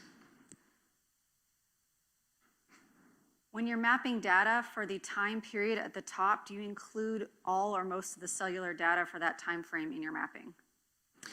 Yes, unless I indicate otherwise. And if there is no data for a specific time period for a phone, did you also indicate that on these maps? Yes, ma'am. All right, we're going to go through your report. It states Exhibit 182. Did you prepare these maps in conjunction with a request from the Jacksonville Beach Police Department regarding the murder of Jared Bridegan? Yes. Do you actually participate in the investigation of the cases that you're working, or you just look at data? So usually I'm brought in to look at the historical cell site or another phone-based location information to provide context and show where devices were in reference to specific places at specific times pertinent to the investigation. Sometimes I might be asked for advice about what type of location information can be obtained from certain providers, but that's usually what it's limited to in these types of cases. You don't participate in interviews or help collect evidence or make any kind of determinations as to how an investigation will proceed, other than maybe requesting additional data that you would need to map locations. All right, let's go through your slides. Beginning with slide 8, you were asked to map cellular location data for the phone number 2633, Mr. Fernandez. And I should say at the beginning of your report, the jurors will have a little easier time. You do them by color coding. So on this map, we're going to have Mario Fernandez is going to be indicated in pink, Mr. Tenon's devices in green and in black, Mr. Biggerstaff's device in blue, and then Mr. Tenon's are going to be those red little bubble dots indicating Google data. Yes. Okay, perfect. So beginning with slide 8, you were asked to map cellular location information for Mr. Fernandez on January 5th of 2022. First of all, were you provided with timing advance data for this time period? For January 5th, I don't recall the specific date it cut off, but later in January, I know there was timing advance, and in February, we had timing advance. And if the request for the data was made more than 90 days, like for example, if the police didn't realize this date was significant until 90 days after it had passed, there would not be timing advance available for you to map. Correct. So as soon as investigators learn of a device, they can only go back 90 days before that to get timing advance. So if there's a date pertinent to the case that falls below that, before that 90th day, that information is going to be have been purged from T-Mobile's systems. So it just won't be available. So in this map, we're seeing cellular data, which means that we're only going to have data points when a phone is communicating with a tower being used in some manner. Correct. So here we see Mr. Fernandez's device has 2 cellular activities for this time frame. Can you describe for the jury what you've mapped? Yes, this is a visual representation of the cellular network usage of target cell phone 2633 in pink. There's a incoming phone call that went to voicemail at 10:56 a.m. Utilizing the tower and sector just north of the Jacksonville Beach sign on the map, facing to the west. And at 11:51 a.m., the target cell phone utilized the tower and sector just north of the Baptist Medical Center Beaches sign on the map, also facing to the north and west for an outgoing phone call. And these other green dots that I'm circling here, those indicate the location of other T-Mobile cell towers back in 2022. Yes. And when you map cell location towers, towers can change, they can build new towers, move them. Do you always use the tower list from the year that you're mapping? Yes, we use the tower list closest in time to the time of the incident because the network changes over time. Moving on to slide 9, we have a map here for a phone number 7612 associated with Henry Tenon and Google location data for henrytenon53@gmail.com for January 5th, 2022. Before we get started, I want to ask about this box up here. That is in reference to Mr. Fernandez's phone number 2633. What does that mean? Yes, there's no mappable activity for the target cell phone during that time frame with tower sector information. So we can say this device, the data for this day that was available for you to map, we can say the device is in the Jacksonville Beach area between 10:56 a.m. and 11:51. For this time frame, we have no data to say where that phone's located. Yes, so cell site are snapshots in time. So they show an approximate location. I can show an approximate location based on those usages on the previous slide for those 2 specific points in time. So for Mr. Tenon's cellular device and his Gmail account, which was linked to one of his cellular phones, can you explain what your mapping indicates to you, in your opinion, based on your training and experience? So this shows the movement of the target device, the device using the Gmail account, and the target cell phone 7612 in green away from the Tenon residence, the area of the Tenon residence, 5239 Potomac Avenue, south and east, and then east towards the Jacksonville Beach area by 5:57 and 11 p.m. indicated here on the right side of the map. And this flag you have here corresponds with the legend. That was an address provided to you by detectives in the case. Correct. Same with what we're going to call Fernandez residence, the location of interest as Pablo Hamlet, and the location of the crime scene on Sanctuary Boulevard South. Yes. And we're getting a more close-up view of Mr. Tenon's Google location data on January 5th. Again, we see this box here. And can you explain again what that means as it relates to this slide? Yeah, so there's no mappable activity for 2633, the pink phone, during the time frame. And there's no timing advance available during this date due to the retention period and when the records were obtained. So no cellular data means that there's no user-generated cellular activity at this time frame. Correct, or incoming activity that would generate cell site. So 2633 is not making or receiving any calls, sending or receiving any text messages at this time frame. So with T-Mobile, they don't retain cell site for text messaging. We'd have to look at those records, but for the phone, there's no phone calls incoming or outgoing generating cell site during this time. In regards to Mr. Tenon's geolocation data, can you explain to the jury your opinion based on your training and experience what is indicated by this slide? So this shows the movement of the target device accessing henrytenon53@gmail.com, moving south between 5:58 and 6:06 p.m. along South 15th Street, and then turning on Fairway Lane. And these boxes indicate the time for this particular point, so these correspond.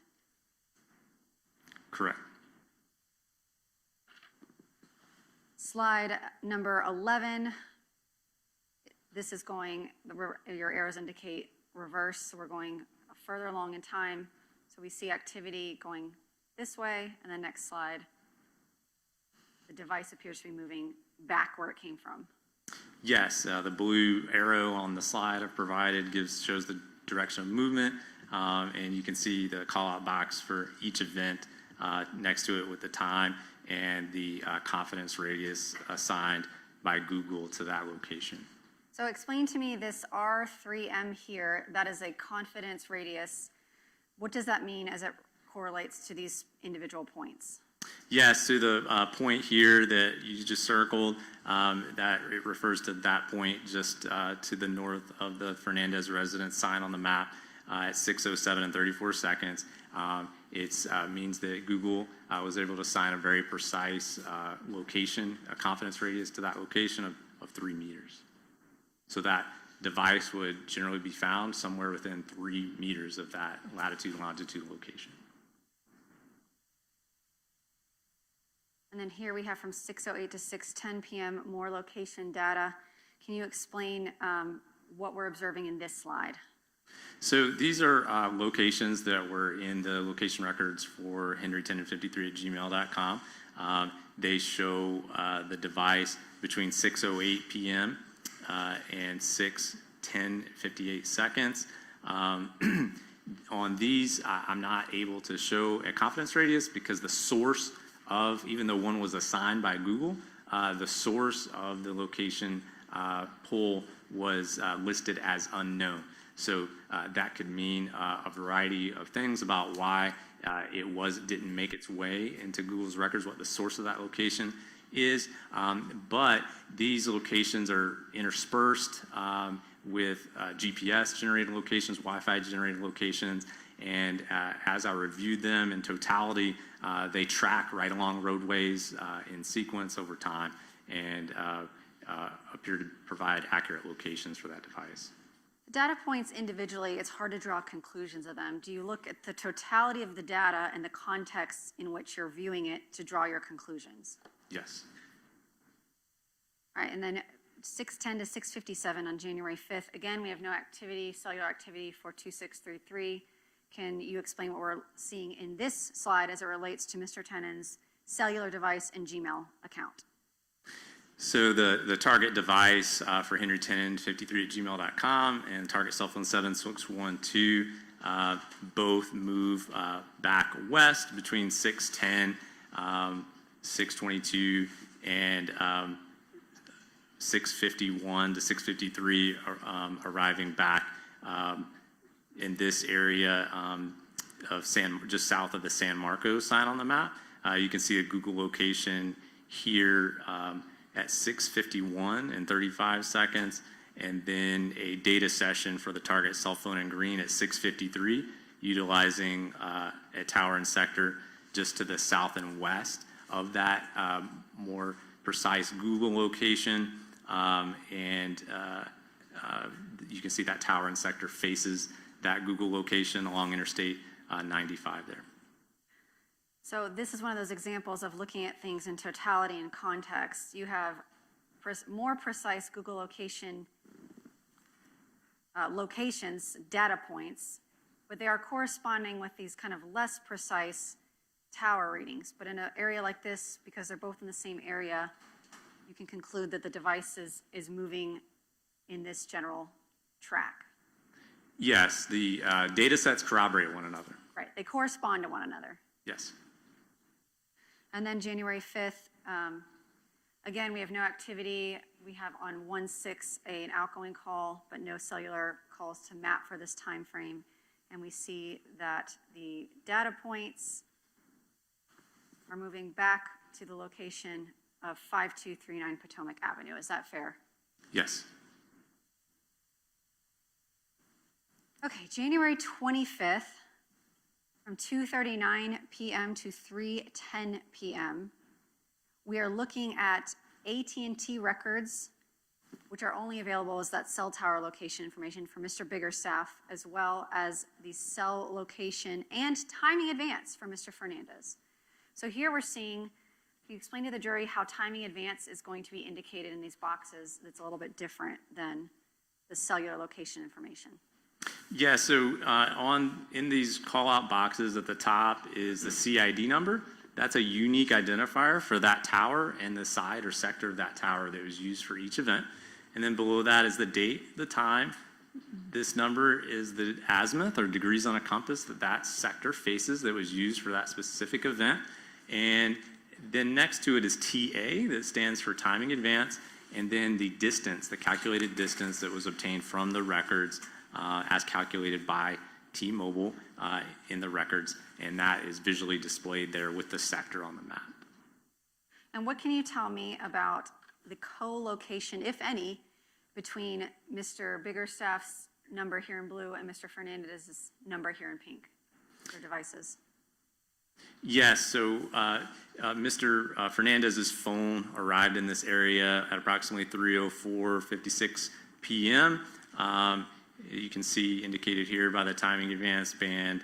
And meanwhile, Mr. Biggerstaff's phone between 2:42 and 3:08 p.m. utilized the tower and two sectors on that tower in the vicinity of 2180 Derringer Circle during that time. So then the timing advance at 3:09 and 3:10 shows a calculated distance for that target cell phone during that time that overlaps geographically with the Biggerstaff residence. So it shows potential co-location of those two devices in that area. And here on your legend, where you have these addresses labeled Fernandez residence and Biggerstaff residence, that is information provided to you by the detectives in this case. Yes. And here we go on January 25th. You've got a 3:10 p.m. to 4:24 p.m. and then we have a 4:26 to 5:56 p.m. I'm going to go through both of these, and what opinions or conclusions are you drawing as to the potential for co-location from these slides? Yeah, so remember, we don't have timing advance for the AT&T phone. We just have tower and sector. The blue or AT&T phone for Mr. Biggerstaff was utilizing the two tower and sectors located here in this area near McCormick and Monument Road, just to the east of the Biggerstaff residence at 3:26 and 4:24.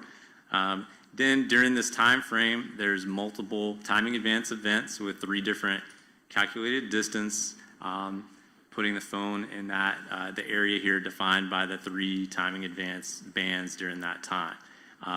So it shows potential co-location of the two devices during that time. I guess I should have specified this earlier, but this little blue dot indicates an AT&T tower, and this little green dot indicates a T-Mobile tower. So the T-Mobile phone would use this one, and an AT&T phone would use this one. Correct. And then we see here on slide 17, Mr. Fernandez's phone with a timing advance appears to be leaving what's been labeled as the Biggerstaff residence at 2180 Derringer Circle, and his path of travel is consistent with, in your opinion, a return via roadway back to the Jacksonville Beach area. Yes, ma'am.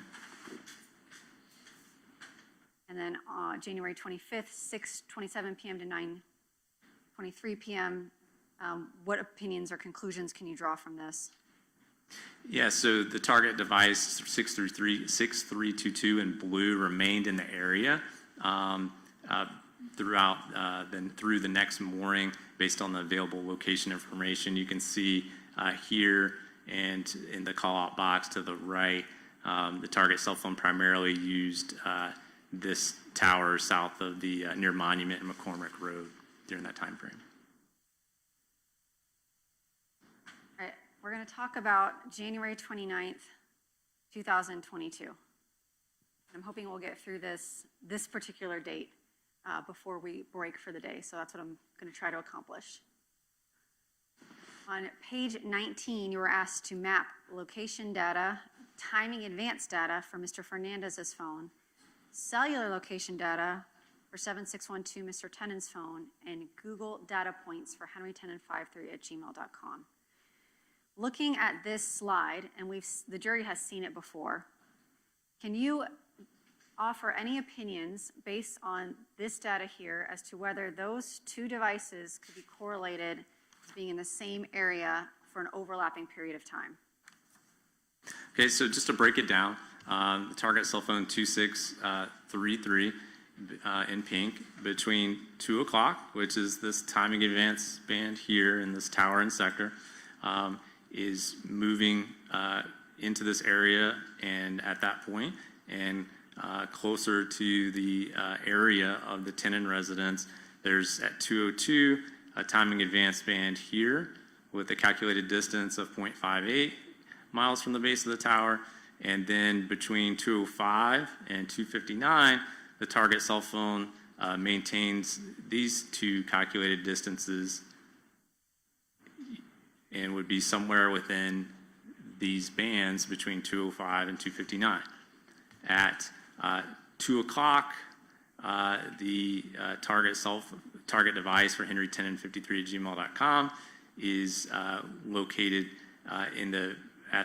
basically at the tenant residence location, or is consistent with being at that location. Then by 2:06 is departing that area and is at near the intersection of Old Kings Road and Edgewood Avenue. Then at 2:08, you see cell site usage for 7612 to the east for a data session, and then at 2:10, a Google location along Martin Luther King Jr. Farther to the east. So between 2 o'clock and 2:06, Mr. Tennant's phone moved north and east towards Old Kings Road, and between 2:02 and 2:05, Mr. Fernandez's phone moved into the same area as the tenant residence and is consistent with potentially being at that location. So we don't have data for every second or every minute here. The last known point for Mr. Fernandez's phone would be in this bar, or as you said, at 1 to 2 bands within that band Yes. at 2:02. And Mr. Tennant's geolocation data puts him here at 2 p.m. and then here at 2:06. So we've got, presumably there's 4 minutes in here. We don't have a precise location for Mr. Tennant's device. And between 2:02, perhaps within 2 bands, and 2:05, we know Mr. Fernandez is somewhere within this banded area. Yeah, so there's some possible overlap there for a few minutes during that Being short time. generous, we're talking 3 to 4 minutes. Being conservative, we're talking a minute, perhaps. Yes, approximately. So January 29th, we have some movement. We have the geolocation data for Henry Tenon moving south from the Tenon residence into, this is an overview into the Nocatee Greenleaf Village area. Yes. And is the times of these data points consistent with, well, you tell me, what does this indicate to you, the time between these data points, the distance and timing between them? The device was moving in a vehicle at a rate of speed consistent with highway speeds south and east from the Jacksonville area south to the Greenleaf Village area on the map. All right, and we're going to have a closer up view of some of this activity. This is slide 21. This also, you have mapped here a license plate reader report and location for that corresponds with some of these data points. And again, was this something that the detectives provided to you in this case? Yes, ma'am. And how is it helpful to you placing, some of these don't have that radius, confidence radius. How is something like this helpful to you in coming to conclusions about data overall? So it, those types of data sets, it's a location for a vehicle, that is assigned to a specific person. So they help corroborate one another. And looking at this map, what opinions or conclusions can you draw about the location of Henry Tenen 53 at Gmail on his device for this time frame? That it moved into the area at approximately 2:46 a.m. here near Racetrack Road, and then moved south, and then east along Nocatee Parkway, then south toward Valley Ridge Boulevard, and then south and east along County Road 210. And I'm sorry, you said AM, you mean PM? I'm sorry, PM. Slide 22, we have another license plate reader report, and that also corresponds with one of your data points. Can you tell the jury what conclusions or opinions you can draw from the data on this slide? So at 2:45 and 13 seconds, the target cell phone moves, and here is located here. It moves into the area, and so again, this is just zoomed in of the previous time frame we were showing the location of the target device. On this slide, slide 23, we see two areas of interest, and those were provided to you by detectives in this case. One is Elite Gymnastics at 175 Cumberland Park, and the other is an address that was advised to you to be the location of the deceased victim in this case at 182 Fresno Lane. Yes. And can you explain what the data indicates to you from this slide? So the device remained stationary for a few minutes between 2:56 and 2:59, just east of Interstate 95 along Old County Road 210. I'm sorry, before that, it moved from the north and east near 210 and Beacon Lake Parkway, here, south and west along Old County Road 210. Slide 24. We have here the area of interest indicated as Elite Gymnastics. Can you tell us what the data indicates on this slide? Between 3 o'clock, indicated here along Old County Road 210, where we left off on the previous slide, the target cell phone moves back north and east towards along Old County Road 210, and then turns south, moving towards the Elite Gymnastics location, moving south of it, and by 3:05 and 53 seconds, and then back north up the same route. And we see here this data point for geolocation as 3:05:53. The next data point, correct me if I'm wrong, timing-wise, would be this 3:06:40. Yes, ma'am. Here, so 3:05, 3:06, and then 3:07, 3:07. Correct. Coming back out this way. Okay.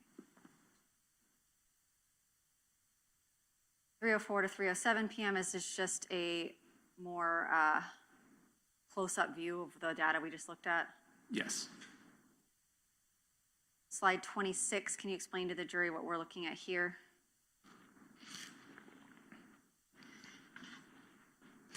So this shows the gross movement or travel of the device accessing henrytenen53@gmail.com between 3:08 p.m. and 3:47 p.m., moving away from the area of Elite Gymnastics and the victim residence north back towards the Jacksonville Beach area.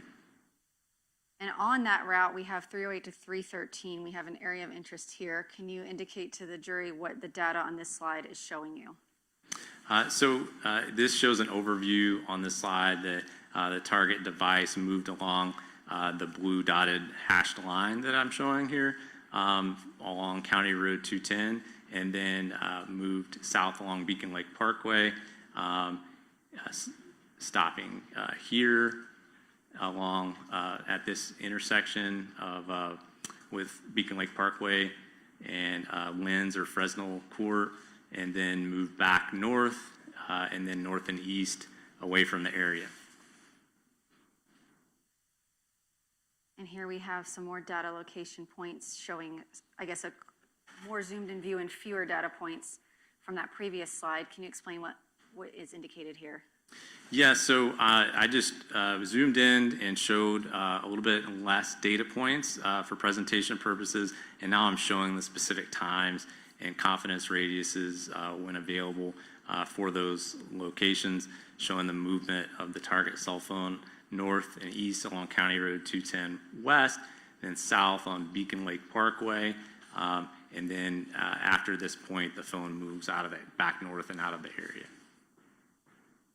And here we have in new time order, movement from 309 to 311:00, 311:02, and then here, coming back to this data point, 311:48. Yes. So 48 seconds later. Yes, ma'am. So back to 5239 Potomac Avenue during this time frame, we're looking at timing advanced data for Mario Fernandez's cell phone. Can you tell us what is indicated in this slide? Yes, a lot of data on the left, but this device was receiving a lot of timing advanced signaling during this time frame with 3 different calculated distances ranging from 0.39 to 0.48 miles from the base of the tower between 3:04 and 3:45 p.m., which overlaps geographically with the tenant residence location. And you can see the shaded area of those 3 bands. And here we see a bunch of timing advance recorded data, which means what we talked about earlier, your phone communicating without you generating any kind of activity with the tower. Was there any cellular activity, user-generated or user-received cellular activity for this time frame? No, ma'am, not during this time. And then here, Mr. Tennant's Gmail location data, again, corresponding with another license plate reader report. And this is in down here from Ponte Vedra for this LPR hit. And what does this indicate to you? So this is at 3:37 and 47 seconds on January 29th. There's a Google location nearby, very close at 3:37 and 45 seconds. And then that shows that the phone, the device accessing Henry Tennant 53 continued to move north along 3rd Street and then towards the red flag crime scene location. And here at 3:43 p.m., we have a Google location point on Sanctuary Boulevard South with a confidence ratio of 4 meters. So can you say with a degree of confidence and certainty that that plot point is in particular a pretty precise location? Yes, ma'am. Indicating that Mr. Tennant's device was at Sanctuary Boulevard South at this time period. Yes. And then from 3:48 to 4:23, we see, well, you can tell me what we see, but Mr. Tennant's device appears to be traveling back to the vicinity of 5239 Marsh Inlet. I'm sorry, 5239 Potomac Avenue. Yes, you can see that the target device and 7612 target cell phone in green, they appear to move together. 353 event here, 356 here along JTB or Highway 202, through 403 here near South Point at 95 and JTB. There's a Google location there at 403 as well. Then 409, there's an event from Henry Tennant 53 and also the target cell phone 7612, and then arriving back in the vicinity of the Tennant residence at approximately 4:20 p.m. During that time, target cell phone 2633 in pink utilized the same tower and sector that we were looking at before between 3:48 p.m. and 4:23 p.m. For several timing advance events. And during this time frame, although Mr. Fernandez's phone is recording those timing advance data, was there any user generated or received cellular data for that time frame? There's no phone calls to map during that time frame, no. And here we see that Mr. Tennant's device is located with a confidence ratio of 30 meters at this general location, and you've made that a little bit of a bigger data point. And Mr. Fernandez is in that timing advanced band from with a recorded data, at least at 4:20:30 and 4:23:34. Yeah, so within about 18 seconds, there's a timing advance band of 0.44 miles, which is roughly the same distance that the tenant residence is from the tower. And here we see, I guess, a more close-up view of that. Yes. We see that they are co-located, potentially the device is co-located for a time period of at least 3 minutes. And then here on slide 33, we see the pink phone belonging to Mr. Fernandez beginning to travel away from the residence. Can you describe for us the route of travel? Yes, ma'am. The phone moved south and east along Highway 23 through the downtown Jacksonville area, and then across the St. Johns River, the Matthews Bridge, between 4:25 and 4:37 p.m.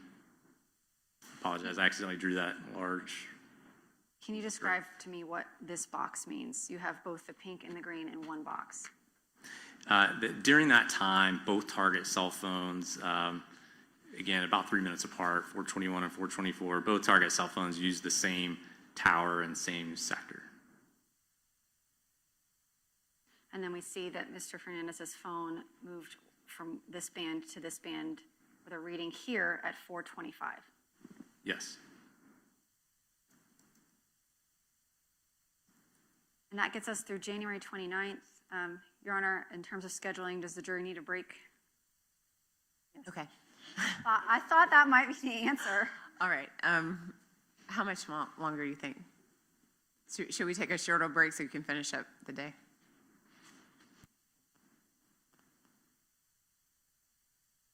Yes. Okay, we'll take 5 minutes, just refresh yourselves really quick, and you can buzz when you're ready to come back out.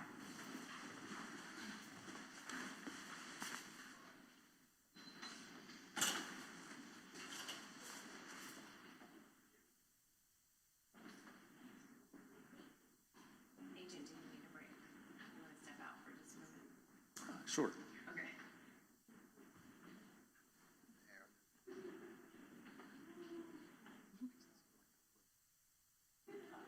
All right, please let the record reflect that the jury's left the courtroom. Agent, you can step outside real quick and refresh yourself.